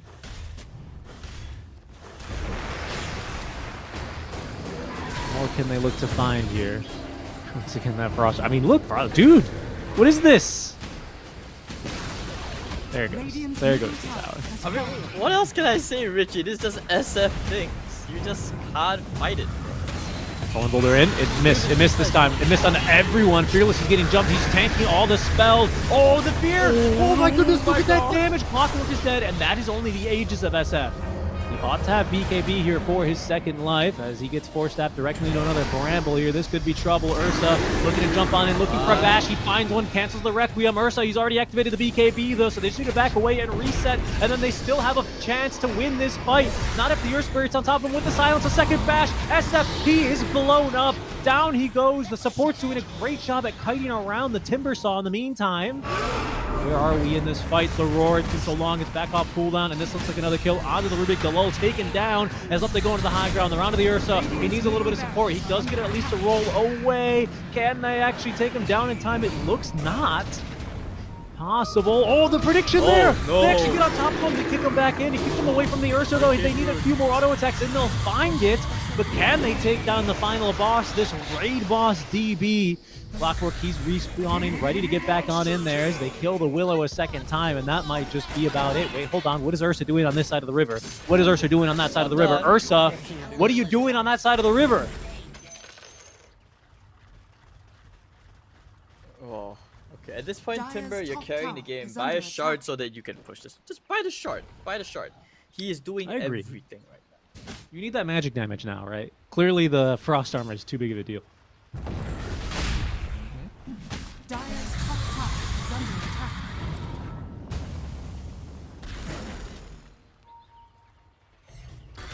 I think the scary thing for the Fine. Ursa is that he didn't get lucky with the bashes. What's his next item? Is he going for like that, you know, Octarine Core? Do you want to go into like a Nullifier? What do you do? Right, because I think like Fear into the chain toss. oh yeah. Like if he gets kited, like he kind of got kited on this BKB, and I mean things go very well at least because the BKB was used and forced by the SF to get away. But that fight looks way worse if SF gets up to high ground and is able to ult or something. Like you're right, they need a little bit more lockdown, just a bit. Such a good fight though, honestly. I'm shocked it goes that well. It was going really well, but then Are under I attack. guess, you know, tiny few overextensions here and there, getting a What? funky What? emote. Hold on, what are you? They're on the high ground again? Excuse me? There's a refresher, he's gonna get roared again. He's dead. He's dead just like that, 100-0 with one stun, and now they're gonna look for more. Excuse me, they didn't have a Pango. I guess they didn't have an Ursa. They didn't think they could get it done. That's gonna be the refresher reveal. really coming in handy. Looking to counter-initiate now that the Pangolier has returned to the fray. DB is in, the true carry, chops down the man made of ice. But what more can you get now, especially with the Ursa coming back in? Is that a refresh? Is someone refresh in there? No, certainly not. And in goes Ursa now, looking for a bash. Instead finds himself Yule sceptered by DB, holding on to his own BKB as it was forced out by the Pangolier. Trapped inside the cogs now. You got Timber going in even deeper with the BKB finally forced out and activated. That was Fearless dying. DB, he jumps on a Fearless and blows him up, I think with the Ag Scepter active. Okay. By Shard, brother. You need these barracks. You need the megas. That's what I meant. Just buy the shard, do it. It's like that meme, you know. Fine, I'll do it myself.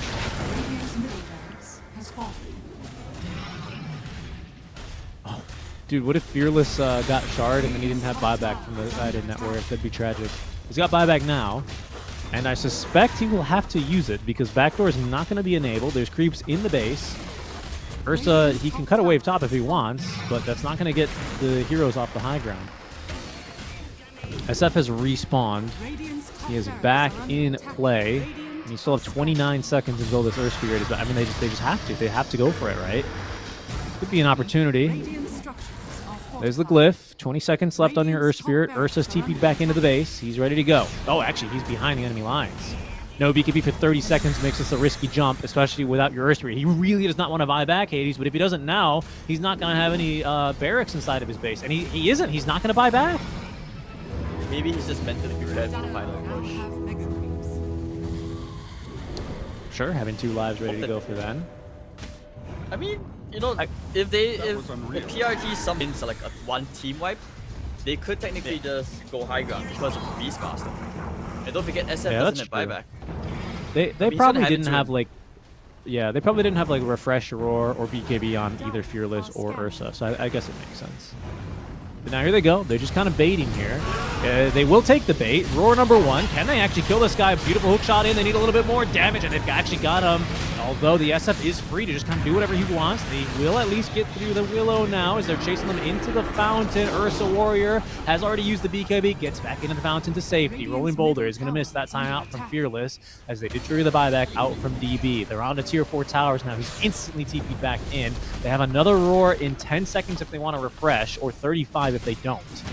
They may not have tier 4s for that long. 11k the net worth lead here, 37 minutes in. Please report Timbersaw trying to hold against all odds, against the Megas now, beating into their buildings. They have to make a play here soon, but what spells do they have left? That's a pretty good kick on into the fountain. He's taking a lot of damage. They need a bit more, and the pull in, they secure. That's a dieback on Timbersaw now, but they're focusing on the throne, and they do not have a glyph of fortification. They got to clear these wagons here eventually. Fearless, he rolls on in. There's the Requiem of Souls. It does catch Fearless, but only for a microsecond, and Masteros is immediately clearing the wagons. There's a chance, ladies and gentlemen. There is a chance. Wow.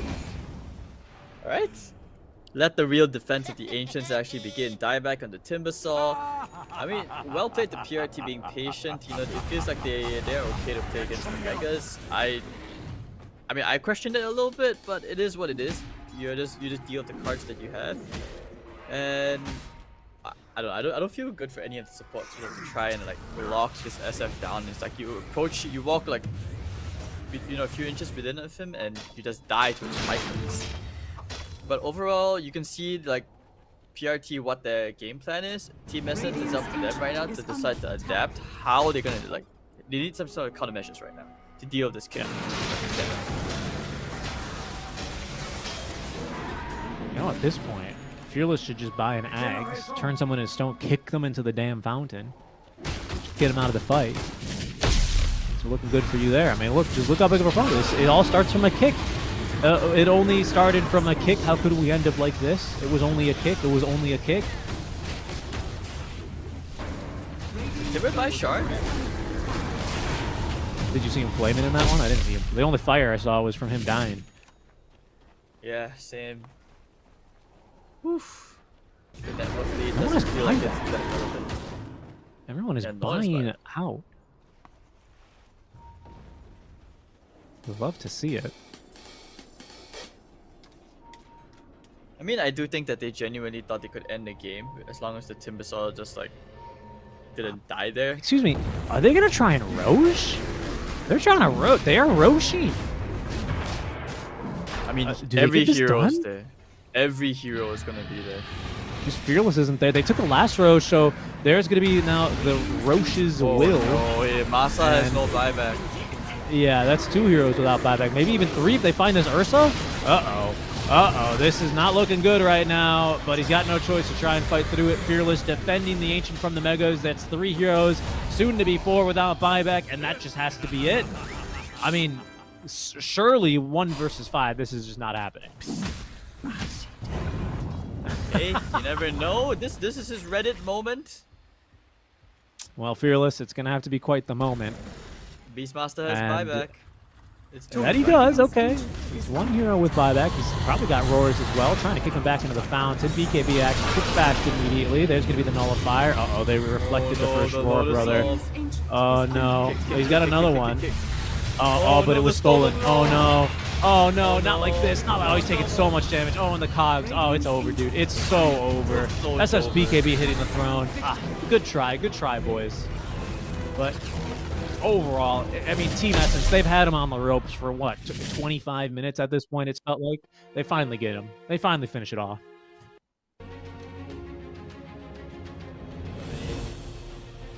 It is what it is. Bad SF.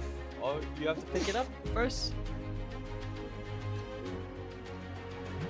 I think that's probably it's their hard, coach it's giving hard. them some words. Yeah. It's hard, you know, like the SF. I think you just assume that the SF is probably going to be banned straight off the bat next match. You need a new game plan. Yeah, for sure. I mean, that'd be at least a very good reset for them, I reckon, because it didn't look easy, right? Trying to deal with that SF and things not looking very doable, right? I mean, some very commendable fights, but ultimately you can kind of chalk those up to a few errors made over on the side of Team Essence. You know, I don't want to say out of position, but like pushing up to high ground the first time without Aegis when Roche was like maybe 30 seconds away after you had waited 5 minutes already just felt like an unforced error. You know what I mean? Like definitely giving them an opportunity. And you know, and good for Report Timbersaw for really forcing, you know, and taking advantage of that opportunity. But I think against, you know, a team that is going to get a shellacking from their coach for mistakes like that, they just have to be cleaner in game 2. For sure. I think, you know, PRT, despite the fight that they gave, I hope they realized the more concerning issue was that their pause 4 was very, very lackluster during that laning phase, especially to the clockwork thing. I'm pretty sure there are loads of other things you could have done, but you know, this is just a, you know, bystanders POV. Well, there you go. Kind of bit of highlights here and there. You can see how far ahead Essence were, but towards the end, it didn't really feel like they were that dominant in the early to mid game, didn't it? No, I mean, you're right. It totally didn't, right? But I just think, I think, like, in a way, Report Timbersaw, like, they had one move to make, and they just kept making it happen, right? And again, I got to give them credit for forcing that opening, but I also I got to be real and be like, Team Essence, like, they did the same thing to you 4 times in a row. Like, when will you learn, right? I mean, unless you're hoping that your Rubik like does a sync Q, you know, like, oh, he's rolling in, okay, straight, like, lift him before you can BKB. Yeah, I mean, true. Maybe that could have been an option here, but you can just see, like, even in these fights, it ends up looking so well. And why? It's because SSF's out of position at half the start of these, or someone like these. Is a highlight reel for Fearless of just kicking heroes back, right? And that's what I'm saying. I mean, at some point, you know, maybe you should just let Timbersaw buy the shard, let him be the one to tank. Agreed. Have SF all the way back, because what ended up happening was that they'd lose vision on the high ground, and then SF's like, guys, I need vision to hit high ground, and he would just walk up to high ground and get kicked back. Like, surely at some point they stopped that from happening. Maybe. But it is what it is. I'm pretty sure they will adapt. So now I'm very curious to see what's going to happen for game 2. Are we going to see the SF really just completely banned? No surprise, the MVP, DB, you know, the man, the legend who does everything by himself. Yeah, I mean, and he was like, SF felt like the insurance policy of this game, right? Just mainly because he was focused so hard into the mid-late game. But DB just popping off, completely shut down that Ursa. And I mean, from there, it felt impossible. Does feel like now with this the whirling death facet, right? You have to really be on your toes from level 1 in order to still have a good matchup. Ursa supposedly, tears his hero apart in lane, and that's just not what we saw. I think it's really like I can't emphasize enough. It really boils down to like the support play and playing together, because Lich and Ursa, maybe at some point you do something like you have to sacrifice the wave and everything, but we'll see.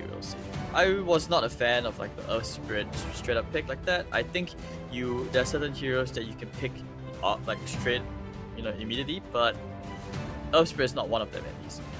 Especially since you kind of flex the hero out. You could tell that Team Essence, they knew that it was going to be an Earth Spirit, core from the very beginning.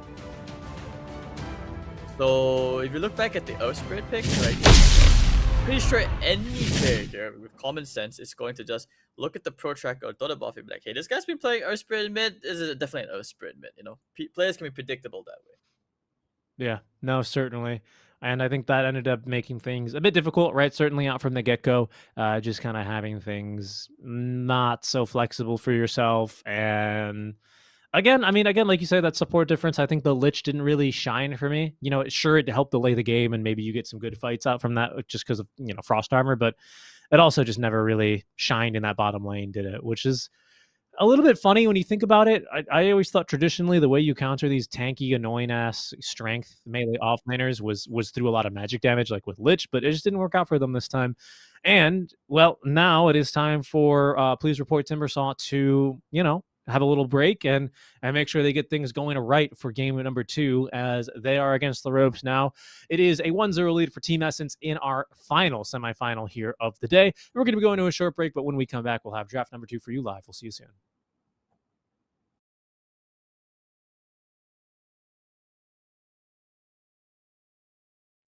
Measure and reduce system latency. So how can we get better latency? With the release of the Nvidia Reflex platform, we are introducing a new SDK that enables game developers to provide in-game settings to reduce system latency in GPU-intensive scenes. For top esports titles like Fortnite, Valorant, and Apex Legends that support the Reflex SDK, turning on Reflex low latency mode can give you better responsiveness, increase aiming precision, and provide you with a more up-to-date location of your opponents. In typical graphics-intensive games, the CPU queues up work in a render queue so the GPU always stays fed. While this helps maximize frame rate, it also increases latency as frames are waiting in line to be rendered. The Reflex low latency mode dynamically reduces the render queue by keeping the CPU perfectly in sync with the GPU. This mode also reduces the back pressure on the CPU, enabling games to sample mouse input at the last possible moment, further reducing system latency.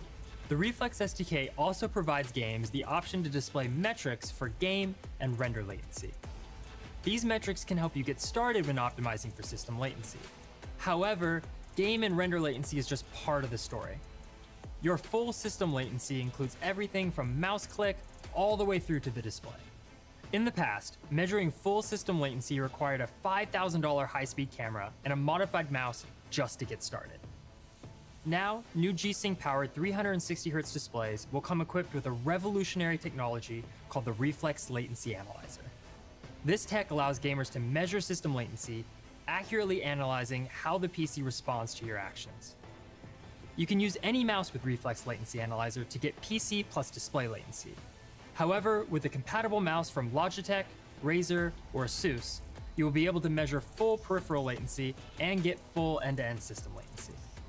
To start measuring end-to-end system latency with Reflex, first take your mouse and plug it directly into the G-Sync 360Hz display.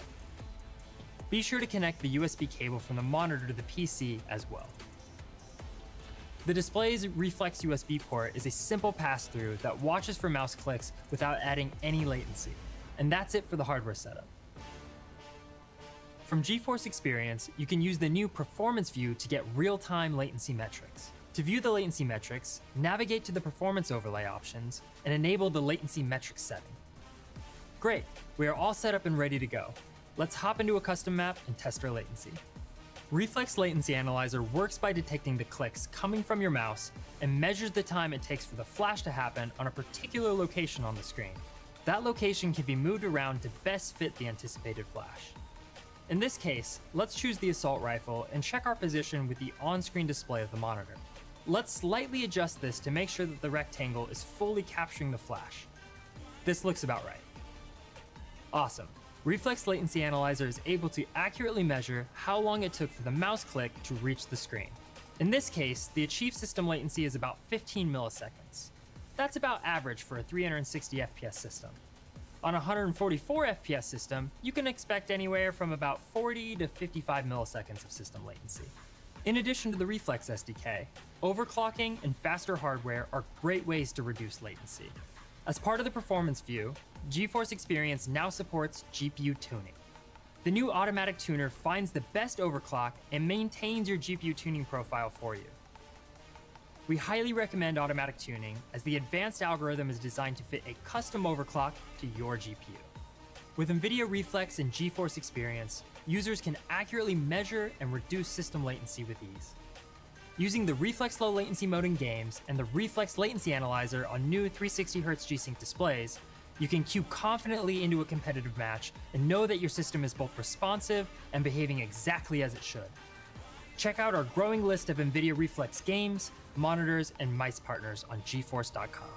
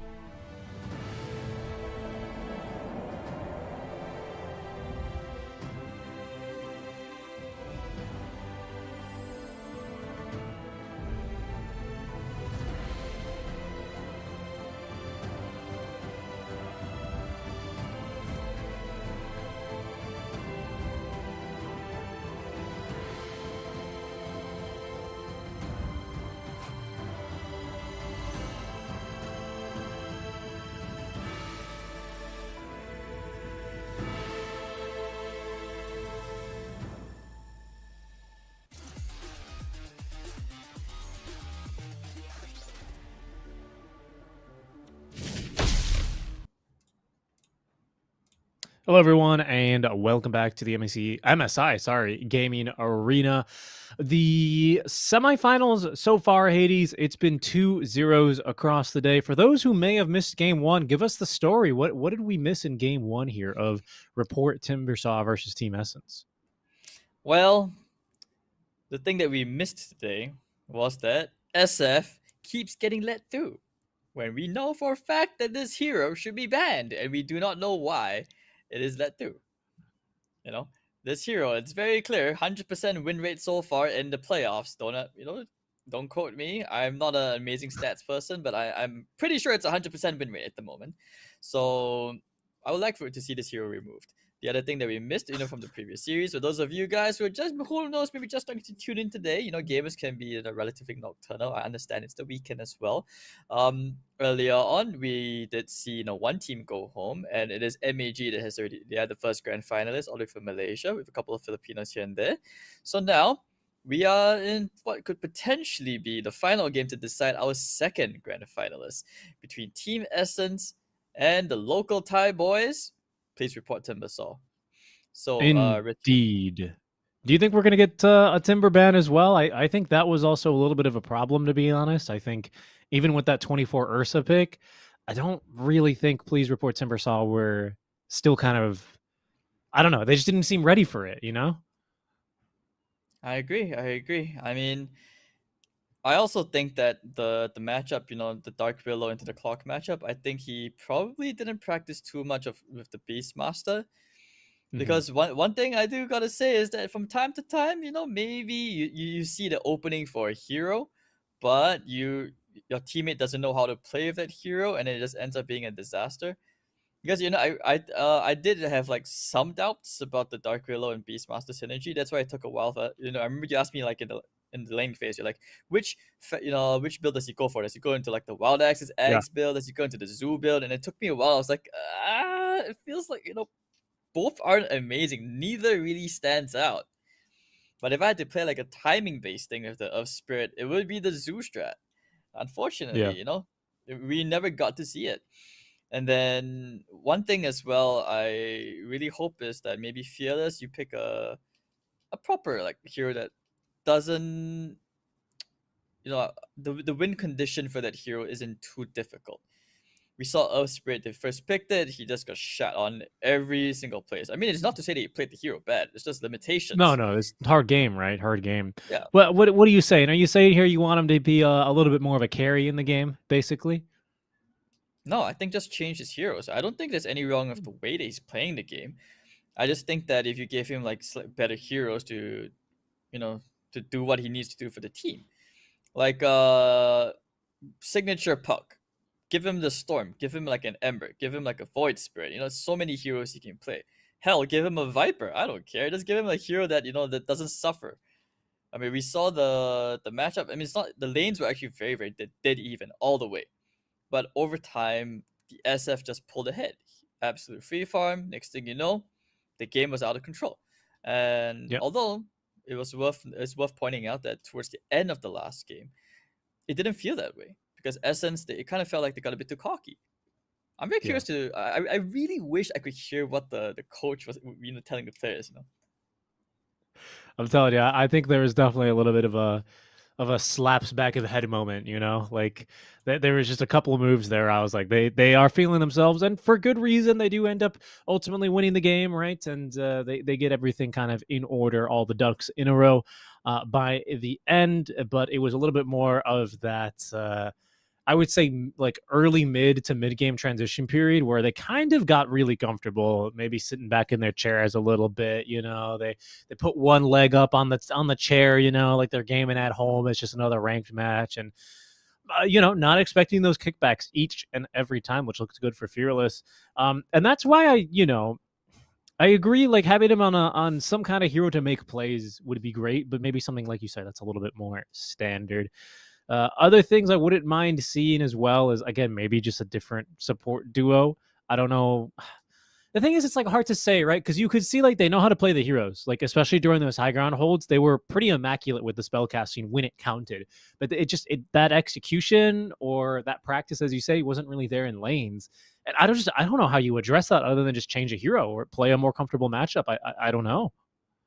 I mean, about the not getting enough practice thing is just a hypothetical, and at the same time, I felt that's only applicable to like the Beastmaster, like Dark Willow lane, because we didn't really see like what they could do in the lane. In the first place, it's a Dark Willow. When you see the Zoo Beastmaster, you're just like, what do I do? Just like, do I lay out one Bramble Maze and just hope that the board kills it? There's not much kill potential from his perspective. You don't feel strong, so I don't entirely put it on him.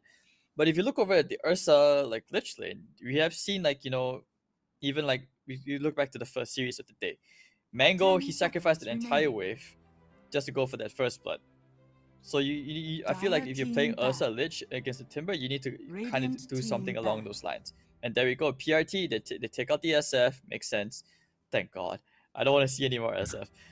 And 10 seconds we might actually get a chance to see the morphing. We might actually get to see like something a bit closer this game. 5 seconds remaining. All right, well that'd be nice. Here you can see there's a little Thai logo there. I saw on the shirt. Studio Ghibli? That's not Thai. That's Japanese. Yeah, no. The I'm looking at our lad sat in the middle there, the left side, left chest.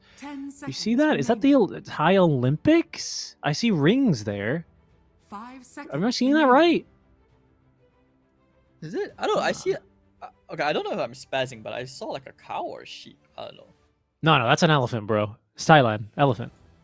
Oh, okay. But I know on the left that the logo, which looks kinda like the XG logo. I remember Masa telling me about it before. It's some car sponsor or something like that. Ah, is it a cool. football club? I just remember that it was a pretty like significant local like sponsor, All right. The shirts and everything, so that's cool. They should put Mudang on their new jersey. That's all I'm saying here. Wow, first pick Luna. Okay. Making things pretty clear here where we stand. Strong laner though, right? Tends to get banned. I think it has been banned in all of our drafts. I know game 1 and game 3 of the day for sure.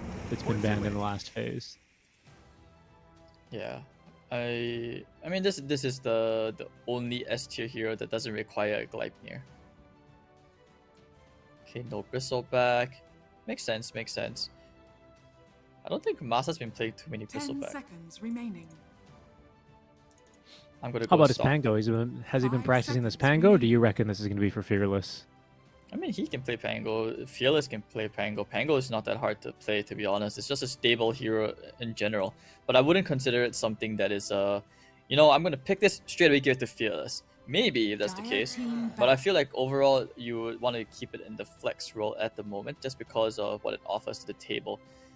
And knowing Masa, he does like these teamfight heroes, so maybe it could work out. Okay, hold on. Let's see. Masa. 10 seconds remaining. Interesting to still see that Tusk get banned out. This is not a hero I think. Well, I mean, he's still really darn Actually, good, this isn't he? could actually just to answer, this could be a Masa thing because he has been playing quite a bit of Pango recently, and he's only played like as far as I can see, he's only played like 2 Bristleback games. Those are the more recent ones. Yeah, he's played. Oh, actually no, way further back, like a week ago. He is playing a bit more Bristle, but Pango is definitely a hero, which is something that he definitely plays a lot. I'm seeing a lot of Pango games. It's all Thunderbolt.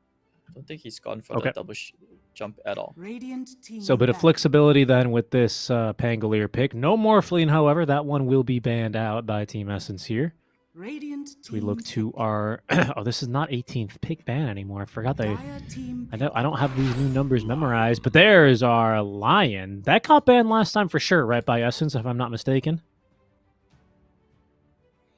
I'm remembering a Lion, because I remember you commented on it saying that's kind of weird. Yeah, because a Lion was banned within the first 3, like the first phase in the first series. And to me, it's just like it's a stable 4. I don't consider this like the most amazing pause 4.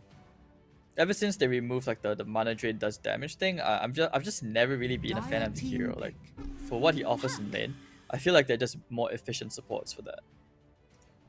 Interesting to pick the puck into the Lion. This is like a little bit of a Giga Chad move, I would say. Because a lot of teams would like a Lion into a puck. That Hex, that instant catch, and then a follow-up stunt to set up for everything else. Whereas Puck is also the kind of hero to excel generally against heroes like a Lion, right? Get on top, silence, and nuke him down with that very little HP pool. So this one can very much go both ways, but I don't mind playing a Lion into a Puck personally. I'll say that.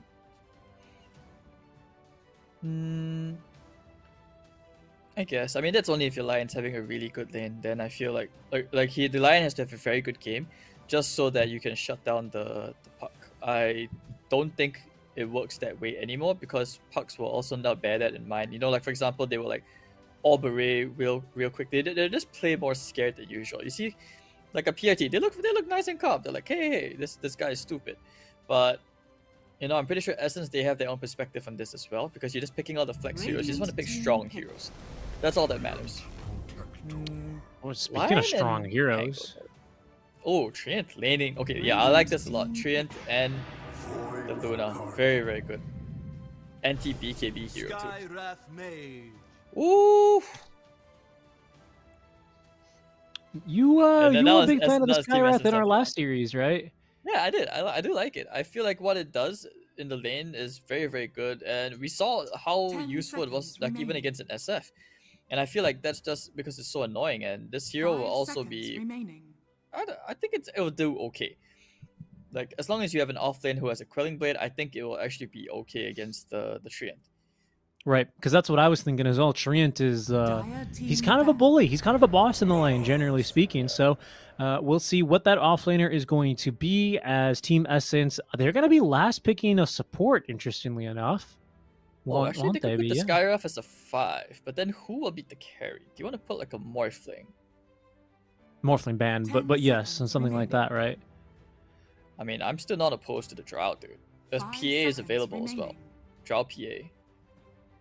Slark could be good here because you're going into the Mars. But what would the pause for be? It's very interesting how Essence actually gives that last pick to the pause for, if you realize. Like even in game 1 and even like in the I do believe that's what MAG does as well. No Rubik, that was pretty annoying for them last time. I had some pretty nice steals. What will the last ban be? I'm trying to think of also position 4 is. I like that Alchemist ban too, by the way. I think a lot of the times we've seen, especially in the Dream League quals, the Chinese region, their solution to Luna's was this Alc. You beat her on tempo a little bit, right? Especially because now Alc has got a little bit more room to grow than he traditionally used to. There's just more stats items in the games now and stuff like that. Okay. Agreed. Phoenix ban. I mean, you just want to like not give them too much team fight, right? Because all they have is this Pangolier at the moment, who one role is not the most reliable CC as compared to like, you know, Arena into like Overgrowth, Coil, so much lockdown. And I don't feel like this is a very easy game for like whoever's going mid. I mean, to a certain extent, this could even be like a Void Spread offlane, but I'm not a fan of it. Another carry that we have also like kind of left off the map would be the Nature's Prophet. Oh yeah, true. Yeah, very true actually. Yeah, but then it boils down to the issue of who's going to be frontline. 10 seconds remaining. Because the Pango is not going to be the one frontline. 5 seconds remaining. Radiant team pick. It's another Willow. The Dark Willow. Alright, so if you're PRT, what do you go for here? Treant, still like your Slark. You still prefer the Slark? I mean, I like great. your Slark. It's great. Yeah, it's not bad. Like you do well against the Mars. 10 seconds. And if your support does well enough, you can even get the Dark Willow kills. But Spectre is also good. Yeah, Spectre is also nice. Yeah. Blade Mail into the Luna. So like when you're right on top of her, she's gonna I think she might consider hesitating, like laying out an Eclipse onto you. But that's where the Treant comes into play. All right. How much do you like this Spectre? Do you like it enough to think about a game number 3 here, or are you liking just this bold Essence lineup? I mean, they picked 2 cores in their first 3 picks, which is I just kind like of Team incredible. Essence draft. Team Essence draft is very. It's so easy to execute. You know, like you can't go wrong with like overwhelming team fight. And even if the Spectre by some chance or whoever needs to go for, if he doesn't want to go into a BKB. and you can just use the overgrowth so easily. I feel like it's just not easy at all to start a fight. Yeah, I see that. I see that. Okay. I agree with you. I actually quite like their lineup as well. I think they've got a lot of different ways to start a fight. I think, like you say, this Spectre, I think, plays very well with the Sky and as well as the Void. I think their pickoffs are looking really good, but I think to make a pickoff lineup work into all of this team fight, you need to execute like and overwhelm your opponents early. And I don't know. I mean, I am a little bit biased because I've only seen one game of Don't Report Timbersaw, but from what I saw in the laning stage last time, they kind of failed to connect with the mid. The mid failed to rotate away or get any D wards right to enable his game in the side lanes. We didn't really see a lot of twin gate action. I don't know if it's going to work. So for that reason, I agree with you. I'm going to go with Essence here for this. Could be pivotal game 2. I mean, I also feel like it's really hard for Masa on this Pangolier to have that much impact. It's just weird. It doesn't make as much sense. I can see why you pick it up straight, like, you know, very early on, but it's just not easy. Knowing how Masa has this very like distinct playstyle where he loves to flank, right? And that's why I say he thrives very well with someone like with Fearless, who likes to be a more like sacrificial mid. So in this case, I just it's not impossible. It's like I said, it's just very difficult to execute on paper and in the actual game itself. So maybe the supports will put more emphasis on the rune control. I feel like that's what he would say. It sounds like a very Masa thing to say. But like, hey, maybe just like, you know, play more around the runes, like what Gaimin would do, and the rest will be easier to play. You'll see here, pivotal game now for both teams. Essence one step away from facing off versus MAG in the grand finals here at the MSI Gaming Arena event. Please report Timbersaw, hoping for our first game 3 here in the BO3 series. I do see a sneaky little smoke move from some heroes up top lane. Are they just cutting trees? They're cutting trees, aren't they? They're deforesting up there. Yeah, that's what Pango's. That'll be fun. Yeah. Oh, this will be a very annoying lane for the Mars. If the Lion, it should be a Lion 5, yeah. Then he just maxes mana drain, and Mars basically doesn't have any mana to like cast spells in the lane, and expect can just do his thing. On paper, you still want to have like some level of stun for the for the Dark Willow. But what would you consider like first point stun, obviously, and then you go 103 basically on this Lion? The battle begins. Nah, I think you maybe like you start with a 2, like at least a level 2 stun. Okay, so like 201 and then 202. Oh, Fearless is just dead here? Oh my, how would it? Huh? They didn't even bramble. How did he? But how? Sorry, no, it's just a reaction. What the hell? Like how? I don't know. Like, yeah, how? Like, obviously he's not going to take Dissemblate level 1. Like, he's just not doing that. I know that much, but like... Dude, he went for the level 1 Remnant. I just don't understand how he died there. I'm baffled. Genuinely. He's living up to his name. What's his name, Richie? What's his name? Say his name. His name is Fearless, and now he's beaten to level 2 as well. He's going to be taking quite a licking here, honestly. Okay, that's a very good pullback at the very least. But he is not having a good time in this lane so far. That is a brutal start to game number 2. That's not what you want. Oh man. I just want to clear up a misunderstanding first, Richie. Earlier in game 1, you're saying I could never be a mid player because look at the way Fearless is playing. I just want to emphasize first, this is not how most mids play. Yeah, well, fair enough. There he is, level 2. Now we're back in business, except for that darn silence. That's not great, but there it is. Big shield. We're back in business, boys. My goodness, he is still kind of taking a licking though. Nice. Unlucky. It's a good tower aggro management there. That is a skill I will also never master. Another reason why I just can't get it done. Okay, so a scary start here for Fearless, but reasonably well recovered. Dalos is just speaking your mind for you right now. Yeah, reasonably well. I mean, That's pretty good. Yeah, there it is. Basically, quote-unquote, denying the range creep there. All right, not half bad. This lane is pretty fun to watch because if Varij ever gets on top of the Skywrath Mage, the Skywrath Mage just melts. So that's always pretty funny. Did Lion take, he did take the mana drain damage, right? I believe it looks like. Yeah. Or is that the Fist of Death one? I think that's the Fist of Death one. Let me do a quick check. You know, I'm not gonna lie to you. I really like the Fist of Death one. Oh no, this is the Essence Eater. This is Essence Eater. Fair enough. I mean, this facet was good. This rather like when it was part of the skill set, it was always good. The Fist one is like, you know, for all the meme core Lion mid players. No, dude, it's not even meme. All right, here's the thing. No one meme. knows how to use it, right? Here, let me teach you how to use it, right? Basically, No, Richie. no. Listen, I'm not gonna tell you to build Mask of Madness Lion, okay? This is real, okay? What you do is you play Lion as normal, right? And then when you get your finger kill, you make sure in the middle of that fight to punch other people. Because if they die with the debuff, you get another finger stack. And then when you get 15, you have 2,000 HP, bro. Because you have 5 finger stacks.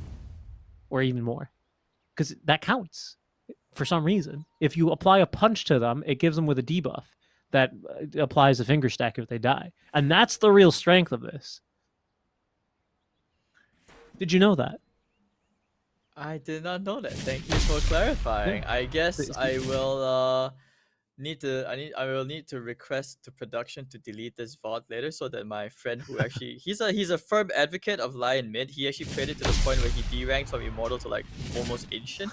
So you know, yeah, I would like to just lay it out there. Jeff, look, if you're watching this, don't turn off the stream.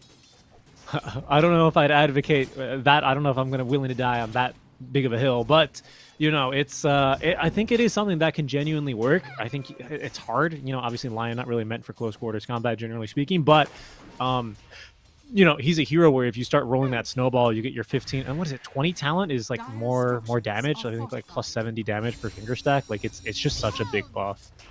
So it can be a thing. What did they say? What did Seb say? Anything can work in Dota, right? I think that was Johan, right? Right. Oh, they're trying really hard for this. Oh, the Bramble. Dude, look at all these supports in the mid lane, though. Double support in the 1 point into Semele. Okay, Fearless trying to bait him up to the high ground. It's kind of working. There's a Lion here as well. Oh, but that's so much damage. They actually decide to plant the tree instead of actually using it. I thought they were going to leech seed the Lion, but no, nothing's going to really happen. And in the end of the day, Puck gets both water runes. So once again, more trouble for Please Report Timbersaw. Fearless got the rune. Oh, he got the top one? Okay, good for him. I'm blind. He wanted to go for the bot rune, but then you know, Pota, he priorities. If he didn't get the rune, then it's very hard for him to not hard, but like it'll make the laning thing a bit hard, a bit tricky. And on the bright side, you know, he's still winning in terms of CS, he's still winning these annoying trades, and every time like Fearless tries to get spells up, Pota can just like get a bit of HP back. Kinda love that. Ooh, silence. Maybe. Yeah, sneaky move here, but just not enough. And a really well-timed illusory orb. You shall not.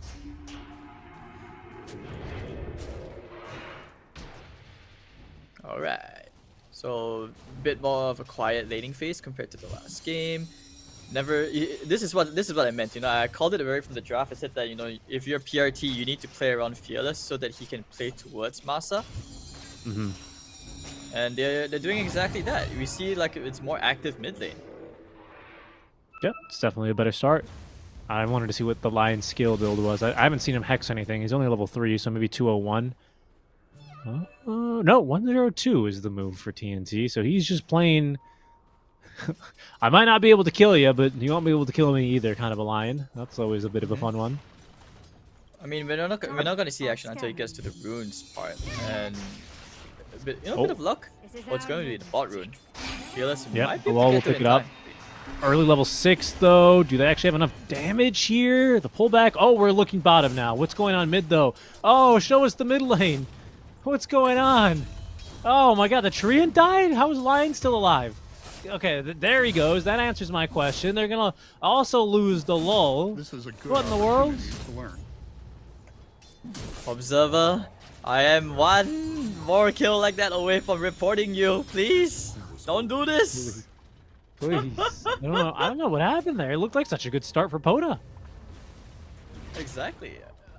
The line was already walking towards the mid lane when like this, when the Treant was going together with Fearless, and it's not too bad. Support dies, he comes in, he refills the bottle for Fearless. I think that's the more crucial thing here for him, that he's still in this game. And now because of that, he's actually matching up to the puck. So well done.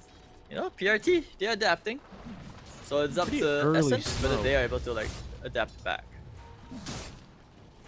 See what they can turn this into, but it feels like a pretty early smoke here to me.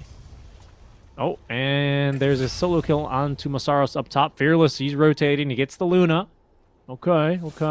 Didn't see any of that, but that's the smoke coming in handy there. Unfortunately, Masaros does die before he gets to level 6. Bit unfortunate. Also going to, we haven't gotten to the Spectre 6 yet. Mars has Arena, so if Spectre gets 6, then we can expect a lot more action from the side of PRT, especially around Masa. Roll is a relatively short cooldown for an ultimate.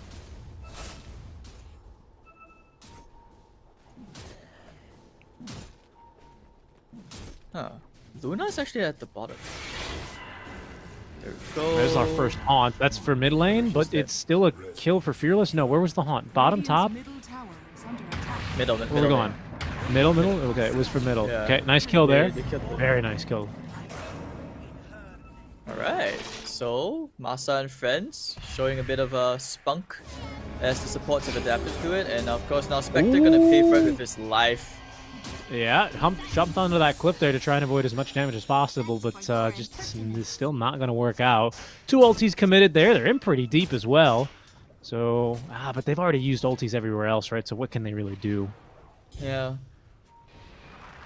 I mean, the Mars is having a really good game though. He's top of the net worth and the last hits. Ooh. Sec. Actually, it would have been really funny if the Spectre just stayed on the cliff, then I think Puck Orb was on cooldown, maybe.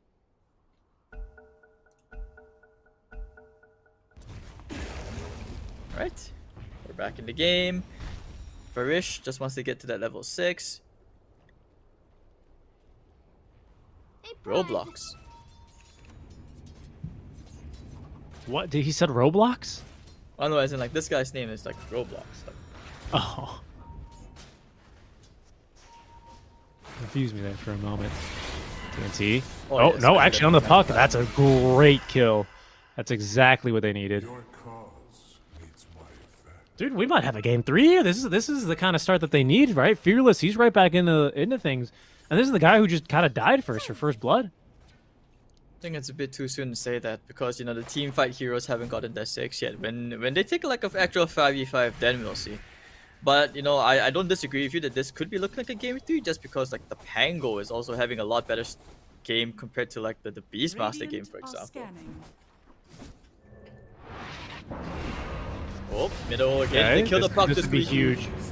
Yeah, but I just don't think they don't have level 6 on the Sky. Fearless, he saw an opportunity. You gotta respect him for trying to take it, but it is not meant to be. And now they might just be able to punish onto the Sky. The Lul and Barrage really not help out here, but from range, do actually manage to pull the puck back on in. That's a lot of damage coming the way now. 4 never dies. He does end up dropping Fearless. He feels like he can 1v3 here, and he's not completely wrong, especially with some rotations now. Courtesy of Masaros activates the DD rune. This could be trouble for Pota. Can they actually catch him? No. A little bit too tricky there. It is going to at least be a Haunt kill there onto, the Willow, but there's no running from that speedy Rolling Thunder. TNT killed off now as that's the rotation from the Luna. Dude, this feels like, what was that patch where like everyone was just coming mid before they expanded the map? Just feels like we're back in that patch. I don't remember. I like that. I like it when Dota has more kills. Dota has always been like a great spectator esport. I think we need to capitalize on that. Like young Thai players out there at TGS, please please start Dota. Dota is a good game.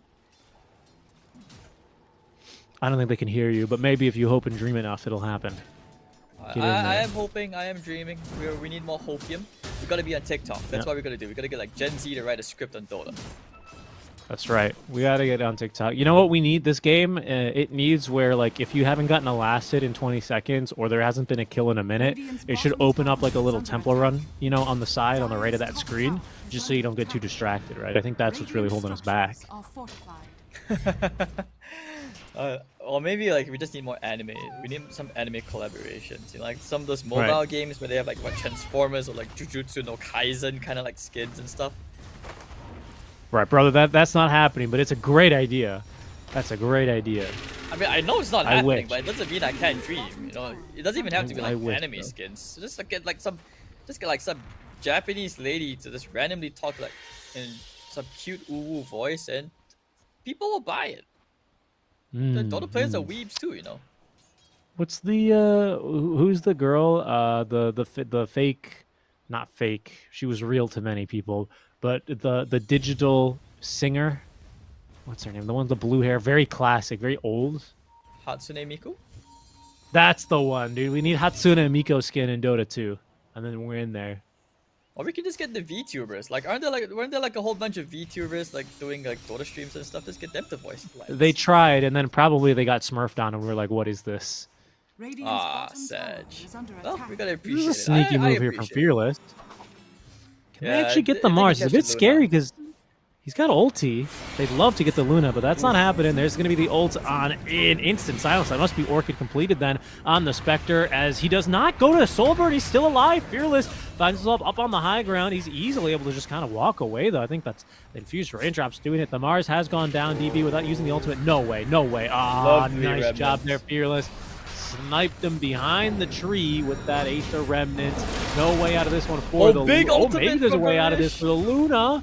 No way. Actually able to escape. He's and actually now gonna get out. The Revenge coming through pretty strong. That's another Spectral Dagger thrown after Luna, but she lives on about 30 HP by the looks of things. This is... Wait, what? Fearless. Fearless. What's going on? Okay, they dive for the Luna kill. That'll be the death of Masaros to dive in tier 2 without even getting the tier 1 tower. And now Mars, he's about to hit a 3. No, just a 2-man arena. Didn't catch the line in there. Finger of death. They're trying to get through onto Poda, but that's not happening either. Oh, maybe it is actually. He's going to end up going down. Varish keeping everyone trying to at least as healthy as possible. They just don't have enough in the tank by the look of things. Uh-oh. Well, there's no way you're getting across that bridge with the overgrowth on it. But all right, that's not bad. That's not bad at all. What even is happening, dude? Like, this fight just went on for a full minute and a half. From the tier 1 all the way like close to the EXP rune. It doesn't even make sense. Like, guys, just back off. I just want to point out as well, the whole time that was happening, Skywrath wasn't even level 6 throughout the entire fight. That is true. He's finally there. Saw that finger kill as well. That's pretty good. Now imagine if Lion punched there in that fight. No, Imagine how much better. Richie, he doesn't have the facet. It doesn't work that way. I know. That's so sad though. Do you think you should be able to like pay like 1,000 gold for an item, like an Ags switcheroo that allows you to switch your facet mid-game? I don't think that many heroes where you would just... Actually, no, yes, I can think of a few heroes. Heroes like DK. You farm, and after you're done farming, you just swap over to like the Frost or the Poison facet. That'd be sick. I think that'd be pretty impossible to balance, but it sounds like it'd be a kind of a cool idea, right? Yeah, Oh, they got another kill onto the puck, by the way. Poda's like not having as good of a game. The support duo is really paying off, and not to mention the fact that they came to help Fearless in the mid very early on has been proven to be the game changer. This puck is the poorest core in this entire game. But we also haven't seen Team Essence group up to take a proper 5-on-5 fight, and PRT are the ones that are, they're the ones starting the team fight on their terms. So I think if Team Essence were to start a team fight on their terms, PRT may not have a choice, but they have to retreat. Yeah, that's true. I mean, you look at all this team fight, and I reckon it's only a matter of time before they connect onto something, and right now that something is Masaros. That's a nice kill up top lane. Haven't had the best games early so far from DB, but not the worst either, to be honest. I mean, I say that as he's the richest hero in the game. Maybe I'm just completely flat out wrong. but that second arena not really going his way, and getting dove down bottom really hurt.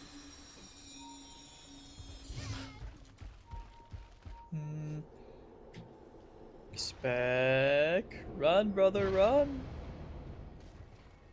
Oh no, I think he's these are dead. big rotations.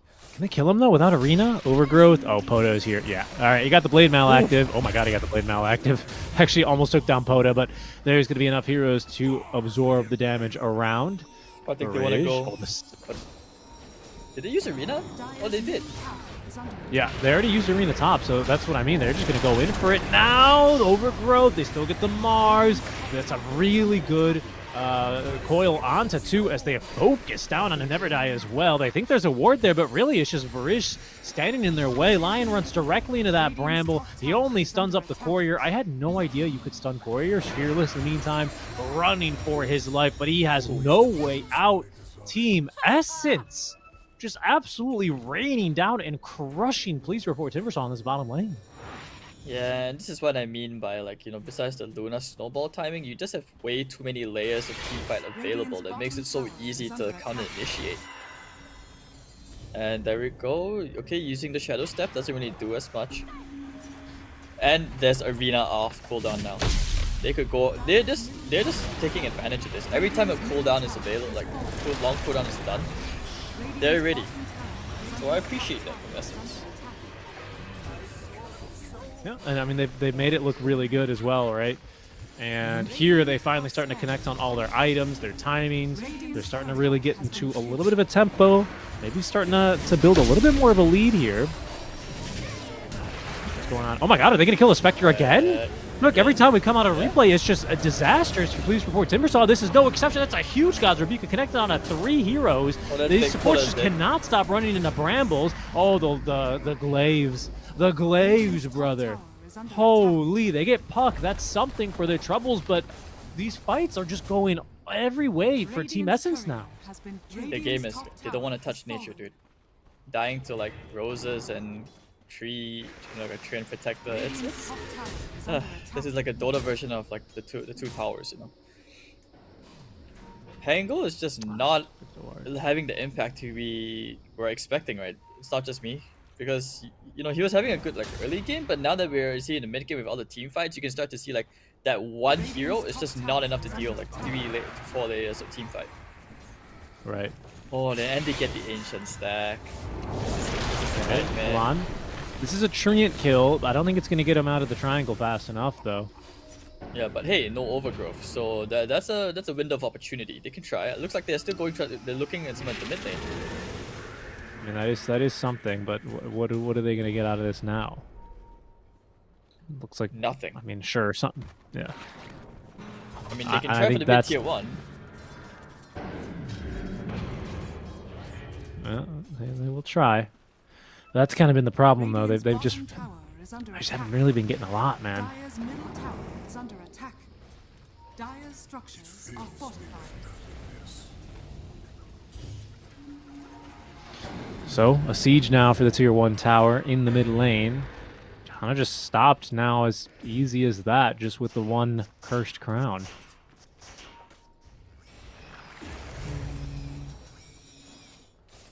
I do think that the game is not impossible. It's just that PRT, they need to be a bit more calculative in the way they play the map now.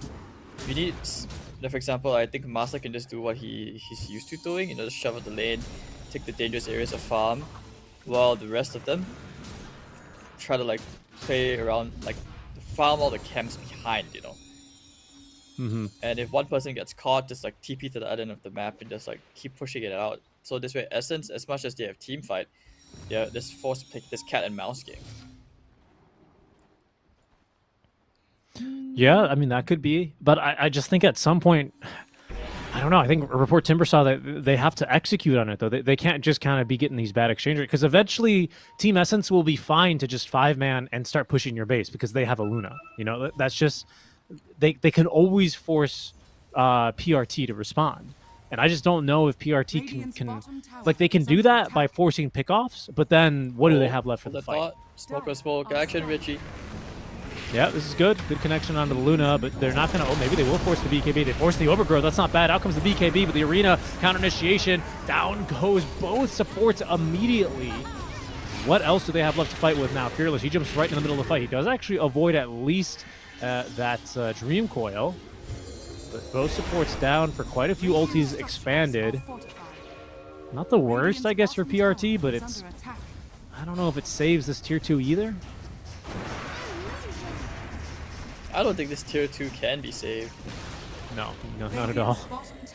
Yeah, the support duo on PRT is just suffering, and they, you know, these two heroes thrive on pickoffs, and you need a frontliner for that. Pango does not frontline for anybody, so it's really hard to play. Like, it's just really hard to play this game at the moment.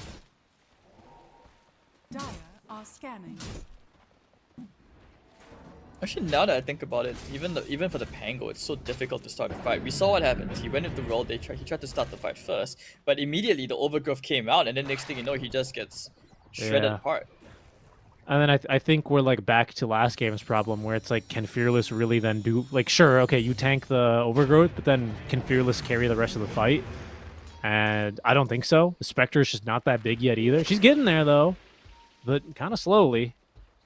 Kind of slowly. Dire's middle tower is under attack.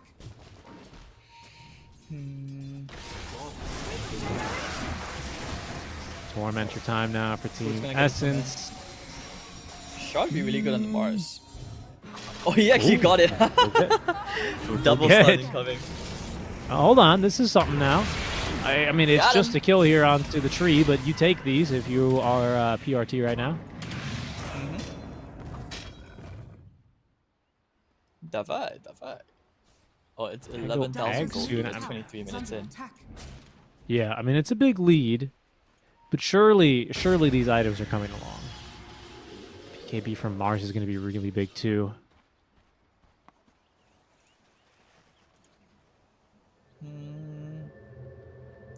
I mean, I don't even think he needs the BKB at this point. It actually feels like he could have opted to go to like a Lotus or even like a pipe, some utility.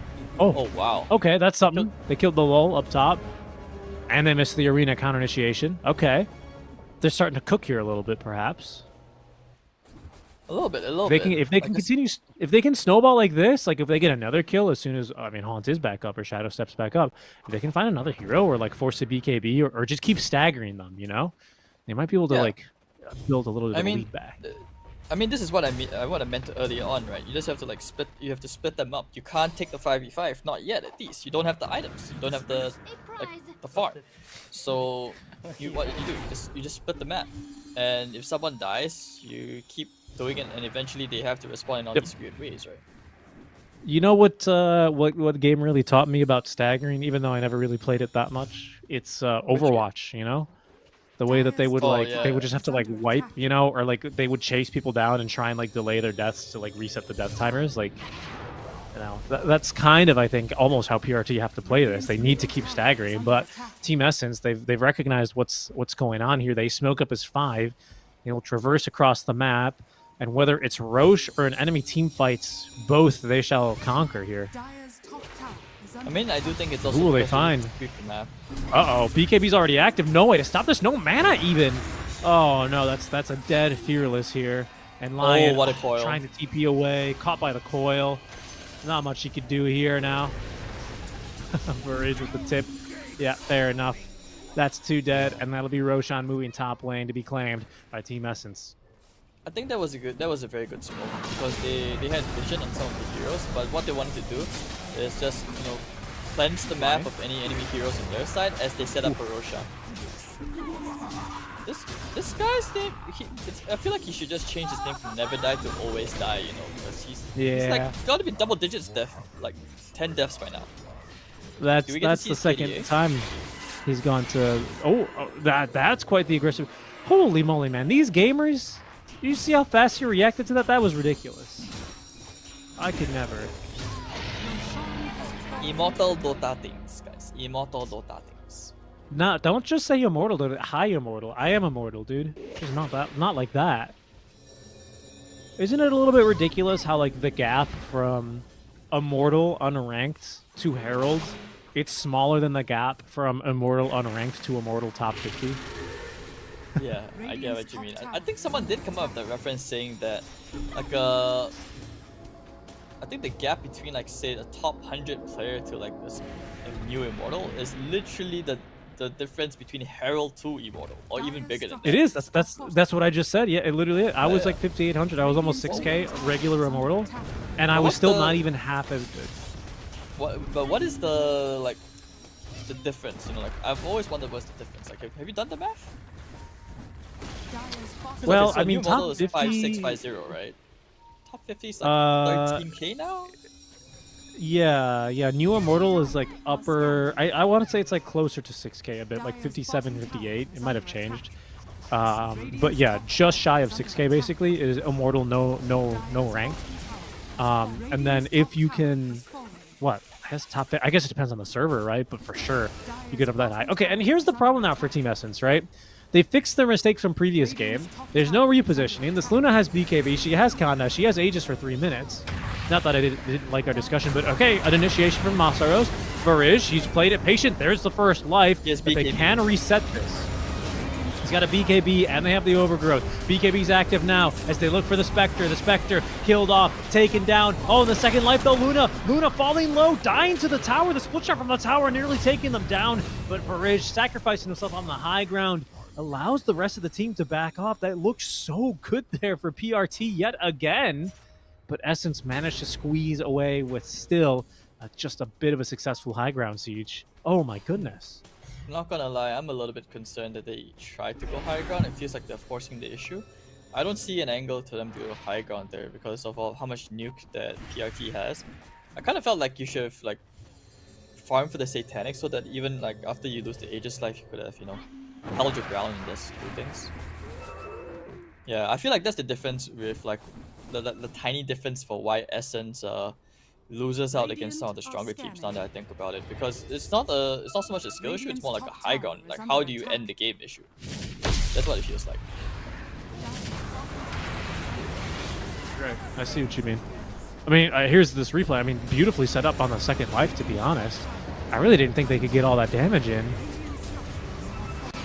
Where's all this oh, it was off of the blade mail or something, wasn't it? Like, where did Luna take her damage? I mean, maybe it was an invisible Mystic Flare because when you zoom out. Oh yeah, because there's the visual bug. Yeah, that could have been it. She I melted. Did she tank a finger as well? I mean, she must have, right? Yeah, or actually a few of the bounces from the roll as well. Oh well, I mean that's why you need the Satanic, some extra stats. This boy needs a Manta style. Well, he's kind of close to it. He is very close to it. I just don't know if it's gonna be like a game-defining item on the Manta on spec. No, I don't think so either. But I mean, like, what else does your team have? Like, you're so much magic damage and spell based that you need something to sustain, right? So I definitely understand. But yeah, it feels hard for sure. Sorry, this is the most random thing, but what is this Skywrath skin? Is this the Arcana? Yeah, I think so. Oh, this is my first time seeing it, believe it or not. Like, actually, I've never seen it. No, it's not. Because the Arcana changes his logo in the top. It can't be. Ah, okay. It must be just one of the skins. Okay. Oh no, but like, I have never seen a Skywrath like Arcana at all. I've only seen Vengeful Spirit. Yeah. I think it didn't help that Sky just wasn't that popular as a hero in the meta, whereas Venge was, like, you know, much more picked for sure. Oh, that's true. Well, there was a period of time though, like that TI9 year. I was so salty. Because there was this like bug, so a lot of people got Crimsons, right? I got all the Crimsons I wanted except the Skywrath, like the Red Wings, the one which gives you like the first skill in red. I wanted that so badly, dude. Like Nyx Assassin, Carapace, Crimson. Oh, hold on. Oh, that's huge. That's a solo pick off on the Spectre, dude. Oh, and he doesn't have buyback. That was no. I think this is high ground. Radiant's middle tower is under attack. It has to be. They've got to take advantage of this moment. I mean, and this is Luna Gaming, so this is not only just high ground, this is probably a lane of barracks, but you can just see Team Essence, the words of their coach, the shellacking they received in between games fresh in their minds. In they finally go now. The lion jump. Can they do anything more? They need another stun. It's pretty darn good with the overgrowth to reset this fight. And in comes the Luna's damage. Flames bouncing around. Masaros, he's lucky to escape with his life. No one else who followed him in able to escape, as down goes Fearless. And that might just be the 2-0 here, Hades. What do they have left to fight? Will Essence look to close them off and get into the grand final straight away? They're considering it, but they're going to make it. They're going to make the call. Hades, they're going for it. I don't think they end here. Okay. The Terrorize might just change things here a little bit. Poda trying to escape the big curse. Crown connects onto them all, and they're just walking away. Oh, DB, you gamer! Takes down Mastros. He dies for that, but that's an extra minute here. And they will not close out the game here and now, as they do end up losing that puck as well. But my goodness, once again, a bit of a scary moment here, triggering the buyback out from Fearless. As Essence, they will leave the high ground having permanently scarred the base of BRT in this second game.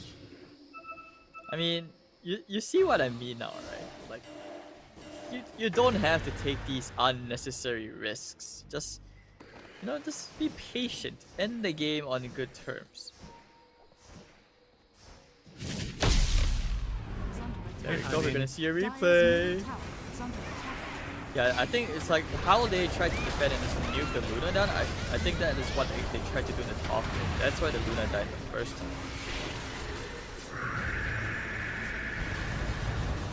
Yeah, and it just ends up not working this time around, does it? And then this is just a bridge too far.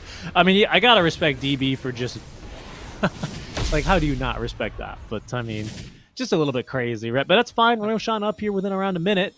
Essence on the hunt by the looks of things. Oh, this is just a Silver Edge Luna. Never mind. Pardon me. He doesn't want the Satanic. Jeebus. I guess I mean it's okay for the Spectre because you get rid of the dispersion. Who gets the shard now? Luna. Oh, he gets the shard. I mean, it's okay. Dire's middle tower is under attack. Isn't that the one which helps his Luna orbit? Yeah, I believe so. It like fires two things now or something if you touch. Increases collision damage. Glaives are like 50% faster. It's just I don't know. It feels like a meme thing. It's not amazing. No, again, especially because no one really. Dire are scanning. I mean, if he didn't get it, it must have been him and Like, Puck, right? I'm pretty sure everyone else has. Hold on. Oh, Lion is just absolutely deleted Fearless. He's got a BKB and run for it. Thankful that Poda is not up to 25. They will chase, but they don't actually have anything to pierce BKB there.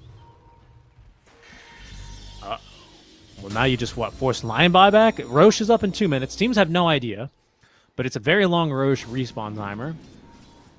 May benefit PRT here. In fact, it just straight up does. Radiant's top tower is under attack. As most likely they'll get the chance to fight again, but they're going to go and just push. Masaros from the side, kicking things off. Didn't get a blink dagger on him, but actually still finds the first stun here onto the Luna before she's forced back. That's the buyback now from the Lion. A stun here, and the pullback from the Aether. Remnant. Oh my god, they're actually nearly blow up DB, but he's still just fine for now. BKB forced on his behalf. Now we'll get Team Essence to back out here for the time being. I mean, they could play for the 35-minute runes. You know, you don't have to hard commit.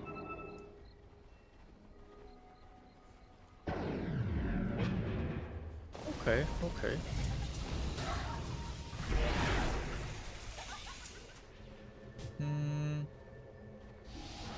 They're making a beeline for the Roche pit, it feels like. Okay, now he's gonna go back into the Satanic. It's kind of about time. Yep. Yeah, I mean, time to get rid of this mask, or turn the Morbid Mask, right? You make it into something a bit more useful. Quick D wards here.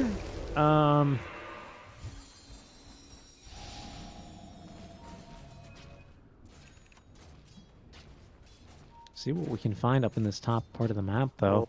Roche pit, this could be the final fight, dude. This could be the final fight. Mid is pushing in. They're about to have creeps in the base, and actually Team Essence, they've gated to this other side of the map. Masaros will show top lane here very briefly. The rest of the team trying to sweep down bot. I think they're trying to find Spectre again. They're looking for this Spectre again, brother.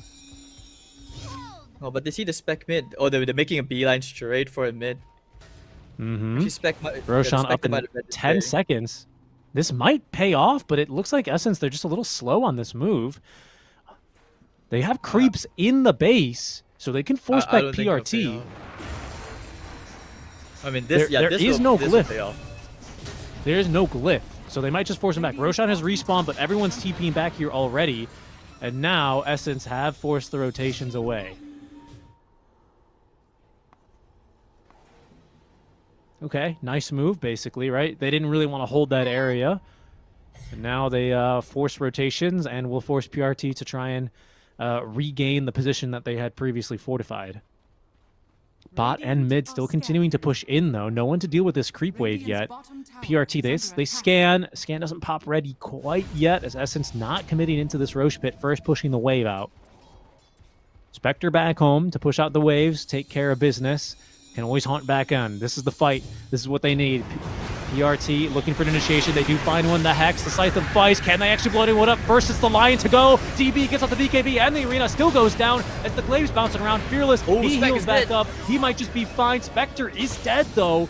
Masaros getting on to Poda. Poda, he goes down to the right clicks of all things of the Skywrath Mage. A buyback now from DB, as the control is just lacking in fights that quick.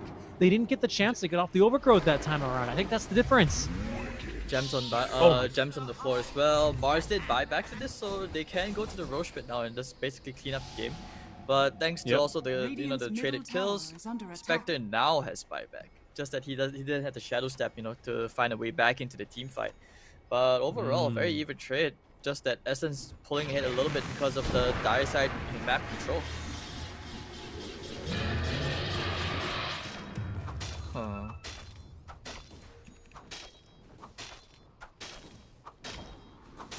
Yeah, the power of utility, man. If you have utility in your team, usually it feels like that fight would have gone a little bit better.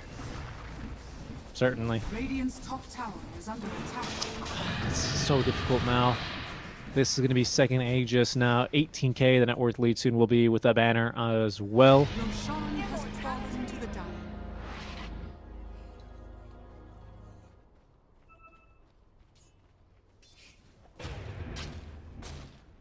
Lanes are going to start to push on in. Team Essence, they've struggled a little bit with high ground before, but this time around, like you said, there's just not as much utility. The pushback from, I guess, the pole, more like it from the Astral, the Aether Remnant, is just not as scary as the kickback from the Earth Spirit.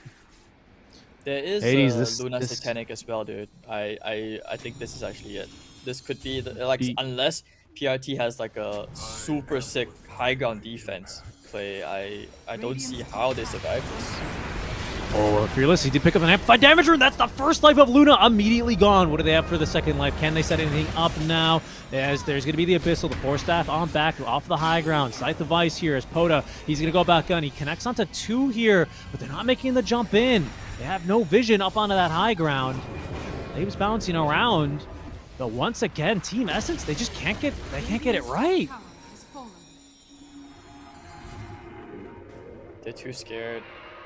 I'm not sure why they're so scared. They have the Mars arena and everything. Like when Luna is down, I think you just go. So I'm not sure why you're hesitating there. And not to mention you have the overgrowth even if the BKBs come out. So right. What's the hesitation for? I'm not sure. Maybe they were spooked about the amplified damage rune, because I'm also unsure that they're not keeping this top lane shoved out either. Poda's going to get an arcane rune. I mean, I thought that coil was good enough to commit, but they didn't like what they saw up there. And Luna, despite having, I think that was a 10k net worth lead over the Spectre, will choose not to leave the base. Or sorry, not to push into the base, pardon me. Yeah, it looks like this game will go on a bit longer, and PRT, you're a little bit relieved because you only lost one lane of racks so far, and you know that Team Essence have not been able to go high ground. Yep. I don't know. That's weird.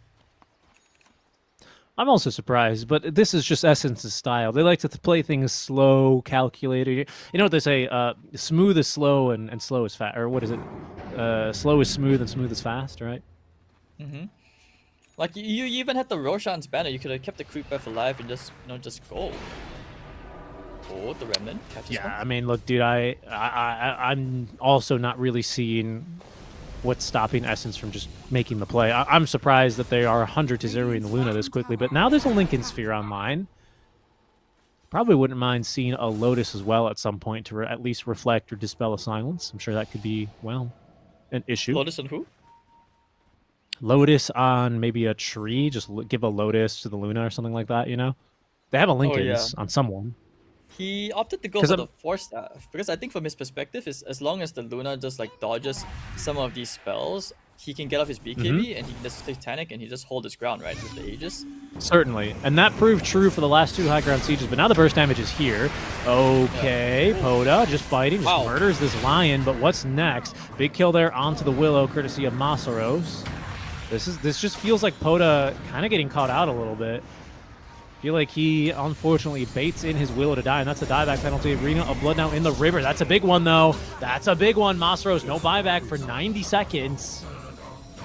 880 gold shy.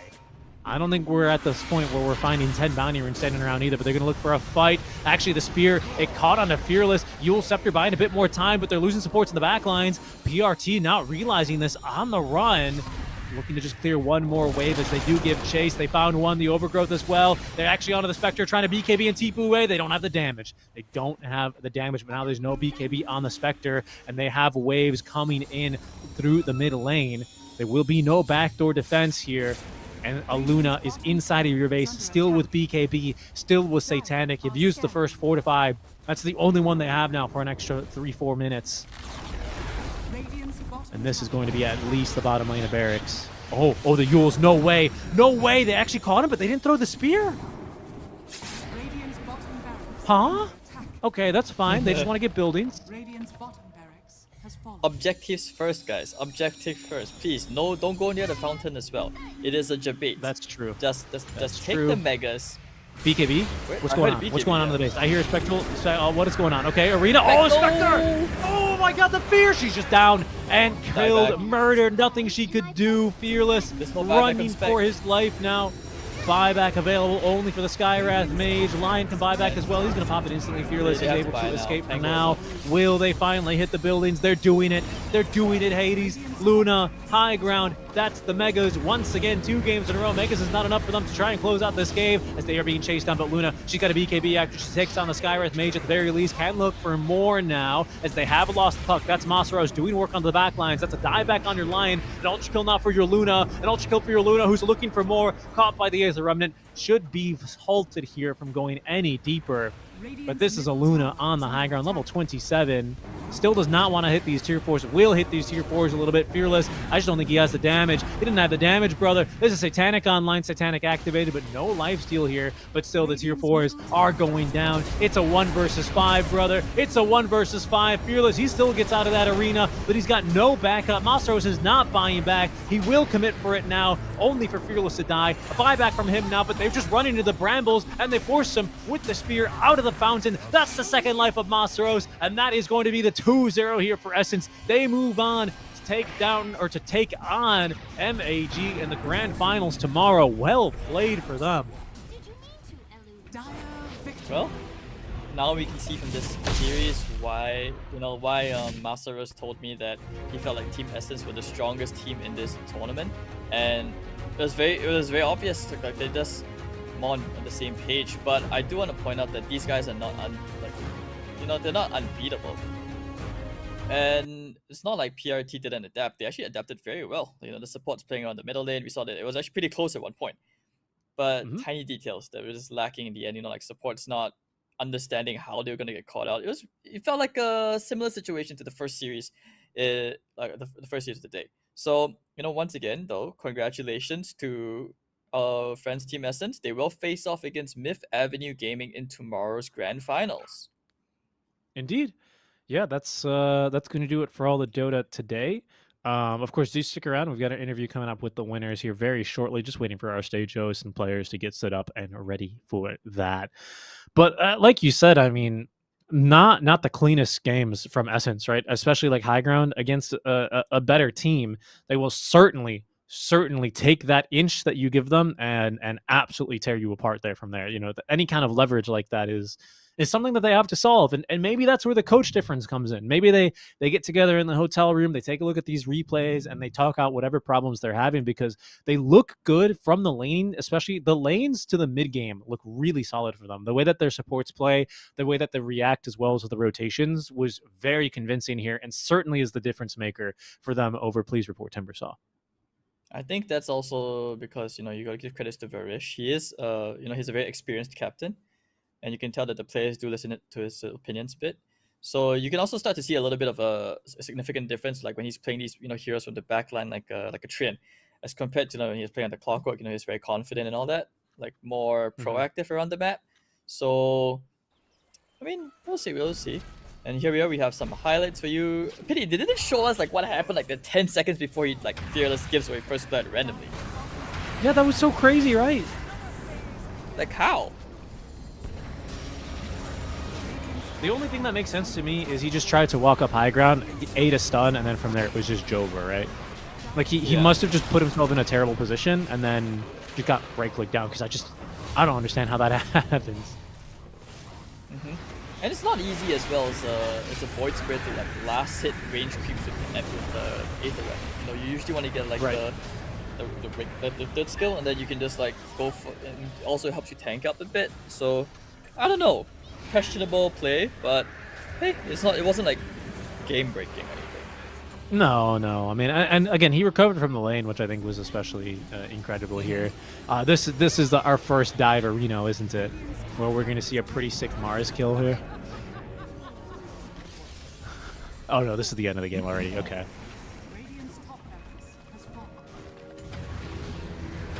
Yeah, but again, I mean, like we said for Essence, I think they did play very well. I just think obviously this team, they just have to clean up a few things about going high ground, and that's that. And then I think they are actually quite a formidable team here. Certainly, I think you know, we might actually get a game 3 tomorrow, depending on how things actually play out. I think these two teams pretty closely contested here as far as skill. It'll come down a lot to strategy. Who bans the SF, right? I would be quite happy to see that hero gone tomorrow as well. Yeah, because then we start to see like more variety to the games that we're casting. I mean, one thing to note as well, that all the teams that have, you know, like the top, all these 4 teams, right? These are the teams that have been actively scrimming compared to like most of the qualifier teams, and you can see some semblance of like coordination, chemistry, even the way like they think about the game. You can see it like from game 1 to game 2. Sure, they're all 2-0s, but I don't think this is about like a laning issue. It's just all the other details, you know, that certainly. you can only get through scrims. So, all right, I'm looking forward to tomorrow already. It should be an interesting thing. I also do hope that we get to see that game 3, because it'd be such a waste to get a 2-0, honestly. For sure. We'll see what tomorrow has in store for us. But first, Sean, we're going to go ahead and throw it over to our host over in Bangkok for a winner's interview. We both also cheering for both teams, but please report Team Bosor. You did a good job in the first half, but then in the second half of the match is like a little bit like we cannot cheering, Bob. โอเคค่ะก็เมื่อกี้ก็อธิบายอย่างที่คุณบอกแหละค่ะครับผมเชิญทีมไทยครับผมด้านหน้าเลยฮะเชิญเลยครับ We would like to welcome please report Team Bosor ค่ะ in front of the stage เดี๋ยวให้ทีมPlease report Timbersaw นะครับอยู่ด้านหน้าตามมาได้เลยนะครับ Please report Timbersaw. All the teams are on the stage right now in front of the stage. So 5 players are report in front of the stage, and then now they are going to bow.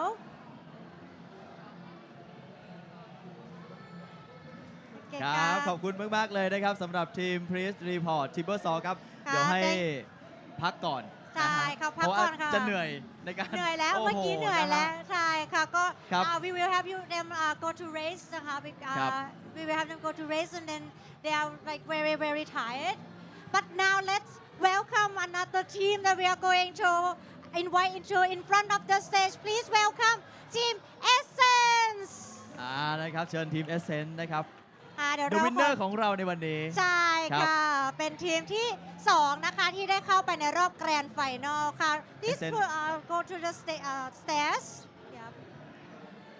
Go to the stairs โอเคค่ะ and ถือ let's ว่า take a picture Okay 1 2 3 and 1 2 3 Okay who's going to do the interview with me You are going to do the interview with me, then you can come up on the stage, and Yep. then the rest of the team, you can go and have a race for now.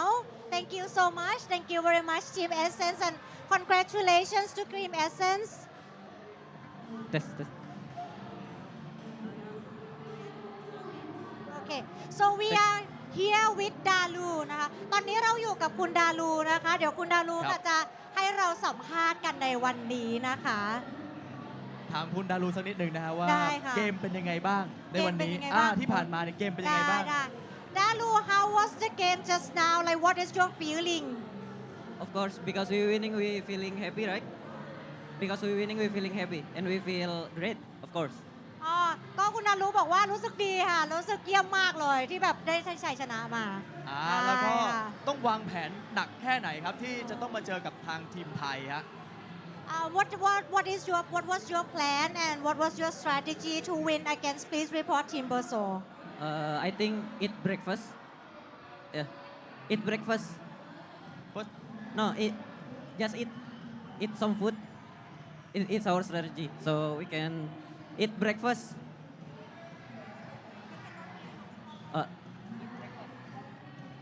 โอเค Yeah. โอเคเขาบอกว่ากลยุทธ์ที่เขาเตรียมมาเพื่อที่จะชนะทีมซีพอร์ตทีมเบอร์ซอคืออะไรรู้ไหมคะ อะไรฮะ ทานอาหารเช้าค่ะ ทานอาหารเช้าอ๋อ เขาบอก พ ให้ อ ทานอาหารเช้าก็ชนะได้แล้วค่ะ แค่ทานอาหารเช้าเท่านั้นเอง just eat breakfast and Yes. then you will win in any game Yes. really this is course. your strategy Yes. โอเค พอท้องอิ่มเราก็จะมี energy ใช่ไหมฮะ ใช่ อ่านะฮะ Thailand breakfast is really good. That's why we win. โอเค Yeah. เขาบอกว่าอาหารเช้าที่เขาทานมาแบบดีมาก เขาก็เลยทำให้เขาชนะในวันนี้ นี่เป็นกลยุทธ์ทุกคนเอาไปใช้ได้นะคะ อย่าลืมทานข้าวเช้ากันด้วยนะคะ ข้าวเช้านั้นสำคัญ ใช่ค่ะ โอเค ครับ นั้นถามอะไรต่อดีคะคุณกุล ครับแล้วคาดว่าทีมที่เราจะไปเจอในวันพรุ่งนี้ คิดว่าเป็นอุปสรรคสำหรับเราไหมครับ What would you think about your opponent for tomorrow for the team Mid Avenue Gaming Mid Avenue Gaming. I think my mom already said it's in the back. My mom already said it's in the back. Yeah, my mom is already said it's like.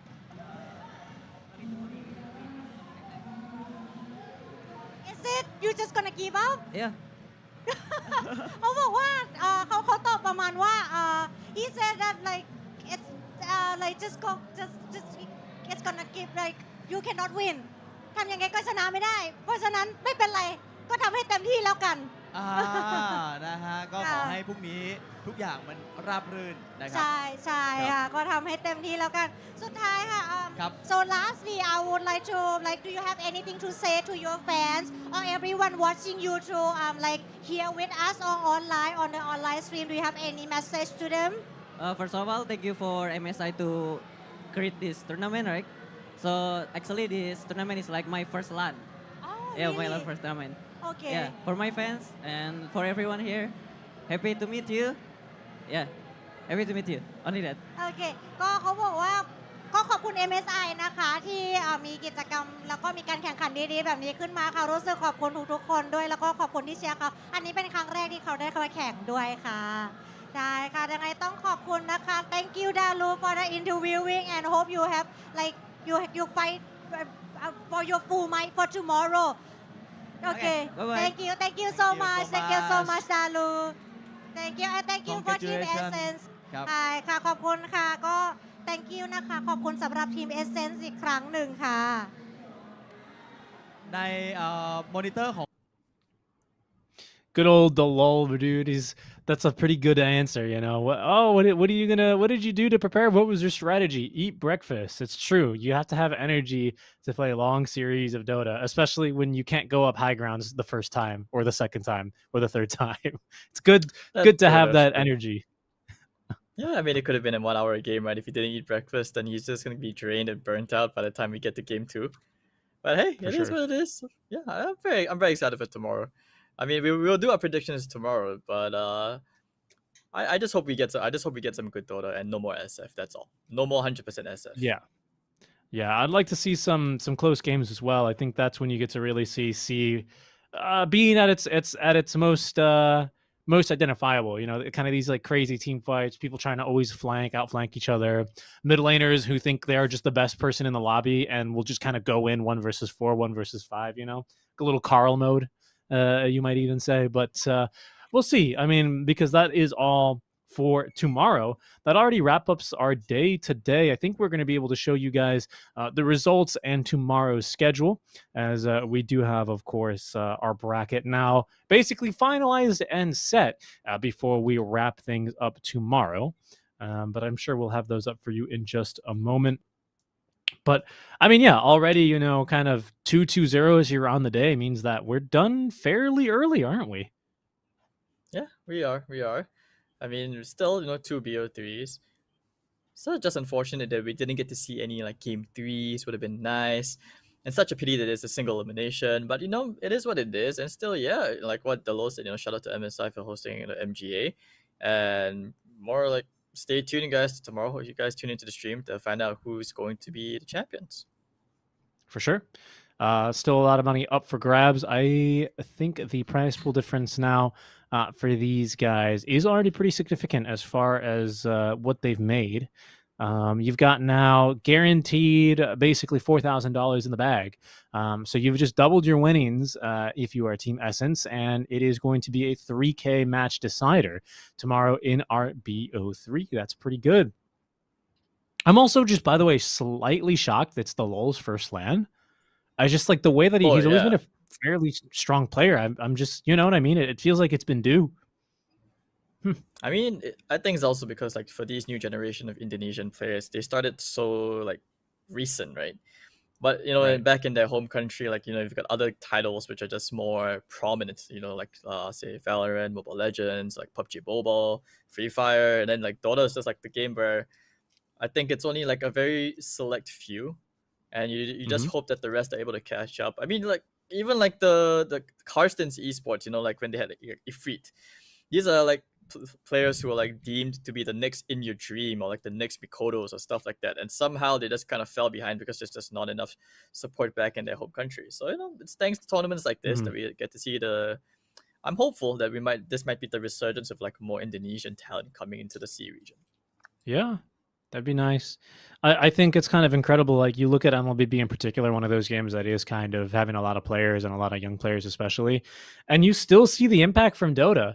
I think there's like 3 or 4 players that are MLBB pros in like the tier 1 circuit right now that have some iteration of TZ in their name based off of RTZ, you know, which is kind of just incredible.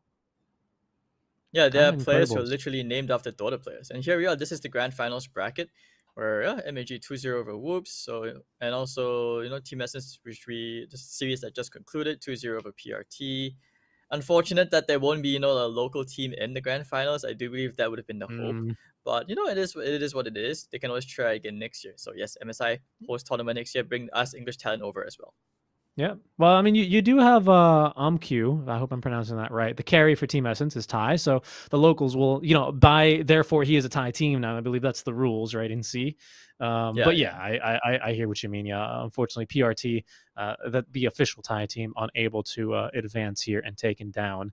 But yeah, I mean, we can take a look at our schedule, right, just to let you guys know when we will be going live tomorrow and resuming all the action here, so you guys don't miss a thing. We will be back tomorrow at local time, probably about 12 noon. But if you're just looking for that BO3 grand finals time, that's going to be at 1 p.m. local time. That is UTC+7 for Bangkok time. BO3 as well. So make sure you guys are marking your calendars and getting ready to go, because that should be quite a close match here between our two grand finalists. Hades, I mean, how would you even describe this match? Who are you giving the favorites to? What are your thoughts here, brother? What's going on? I mean, it's I would like to say that it's gonna be close, but the fact of the day is both these two teams, these are the handful of teams in the region that have been actively scrimming. I see them looking for scrims all the time. But I don't know. It's gonna be a really tough. It's gonna be a really, really tough one, because you look at Myth Avenue Gaming. Will this be like the D2 players that never made it to D1 that are finally gonna upset the Team Essence players, or will Varisha's experience be the big factor to carry his young blood across the finish line? I think for Delo to make it to his first LAN and to actually win his first LAN, I think that's going to be an experience that will probably be something to accompany him during his entire career as a pro player. So we'll see. What about you? Yeah, I mean, agreed. Very well put. I mean, I think for me, you've got a very historic tag, the Smith Avenue Gaming. I don't know. It's weird to say historic, but like in recent history, like post-COVID era, I would say pretty significant, with a lot of up-and-comers having, had a stint on this team. Some make it, some don't. The stack, the org itself, constantly giving support and allowing teams to get to places like this. I mean, I'm not sure who my favorite would be. I think, like you say, I think it'd be nice to see MAG win a LAN. Even a kind of a smaller local one like this, I think would be pretty special for this organization and what it represents as far as like being that path to pro pipeline, right? And that would be really nice. On the other hand, I think the storyline you highlight for Essence is certainly one that also sounds good, right? So it's hard for me to choose a favorite, but I'm going to go for that MAG side. Malaysia Bole. Yeah.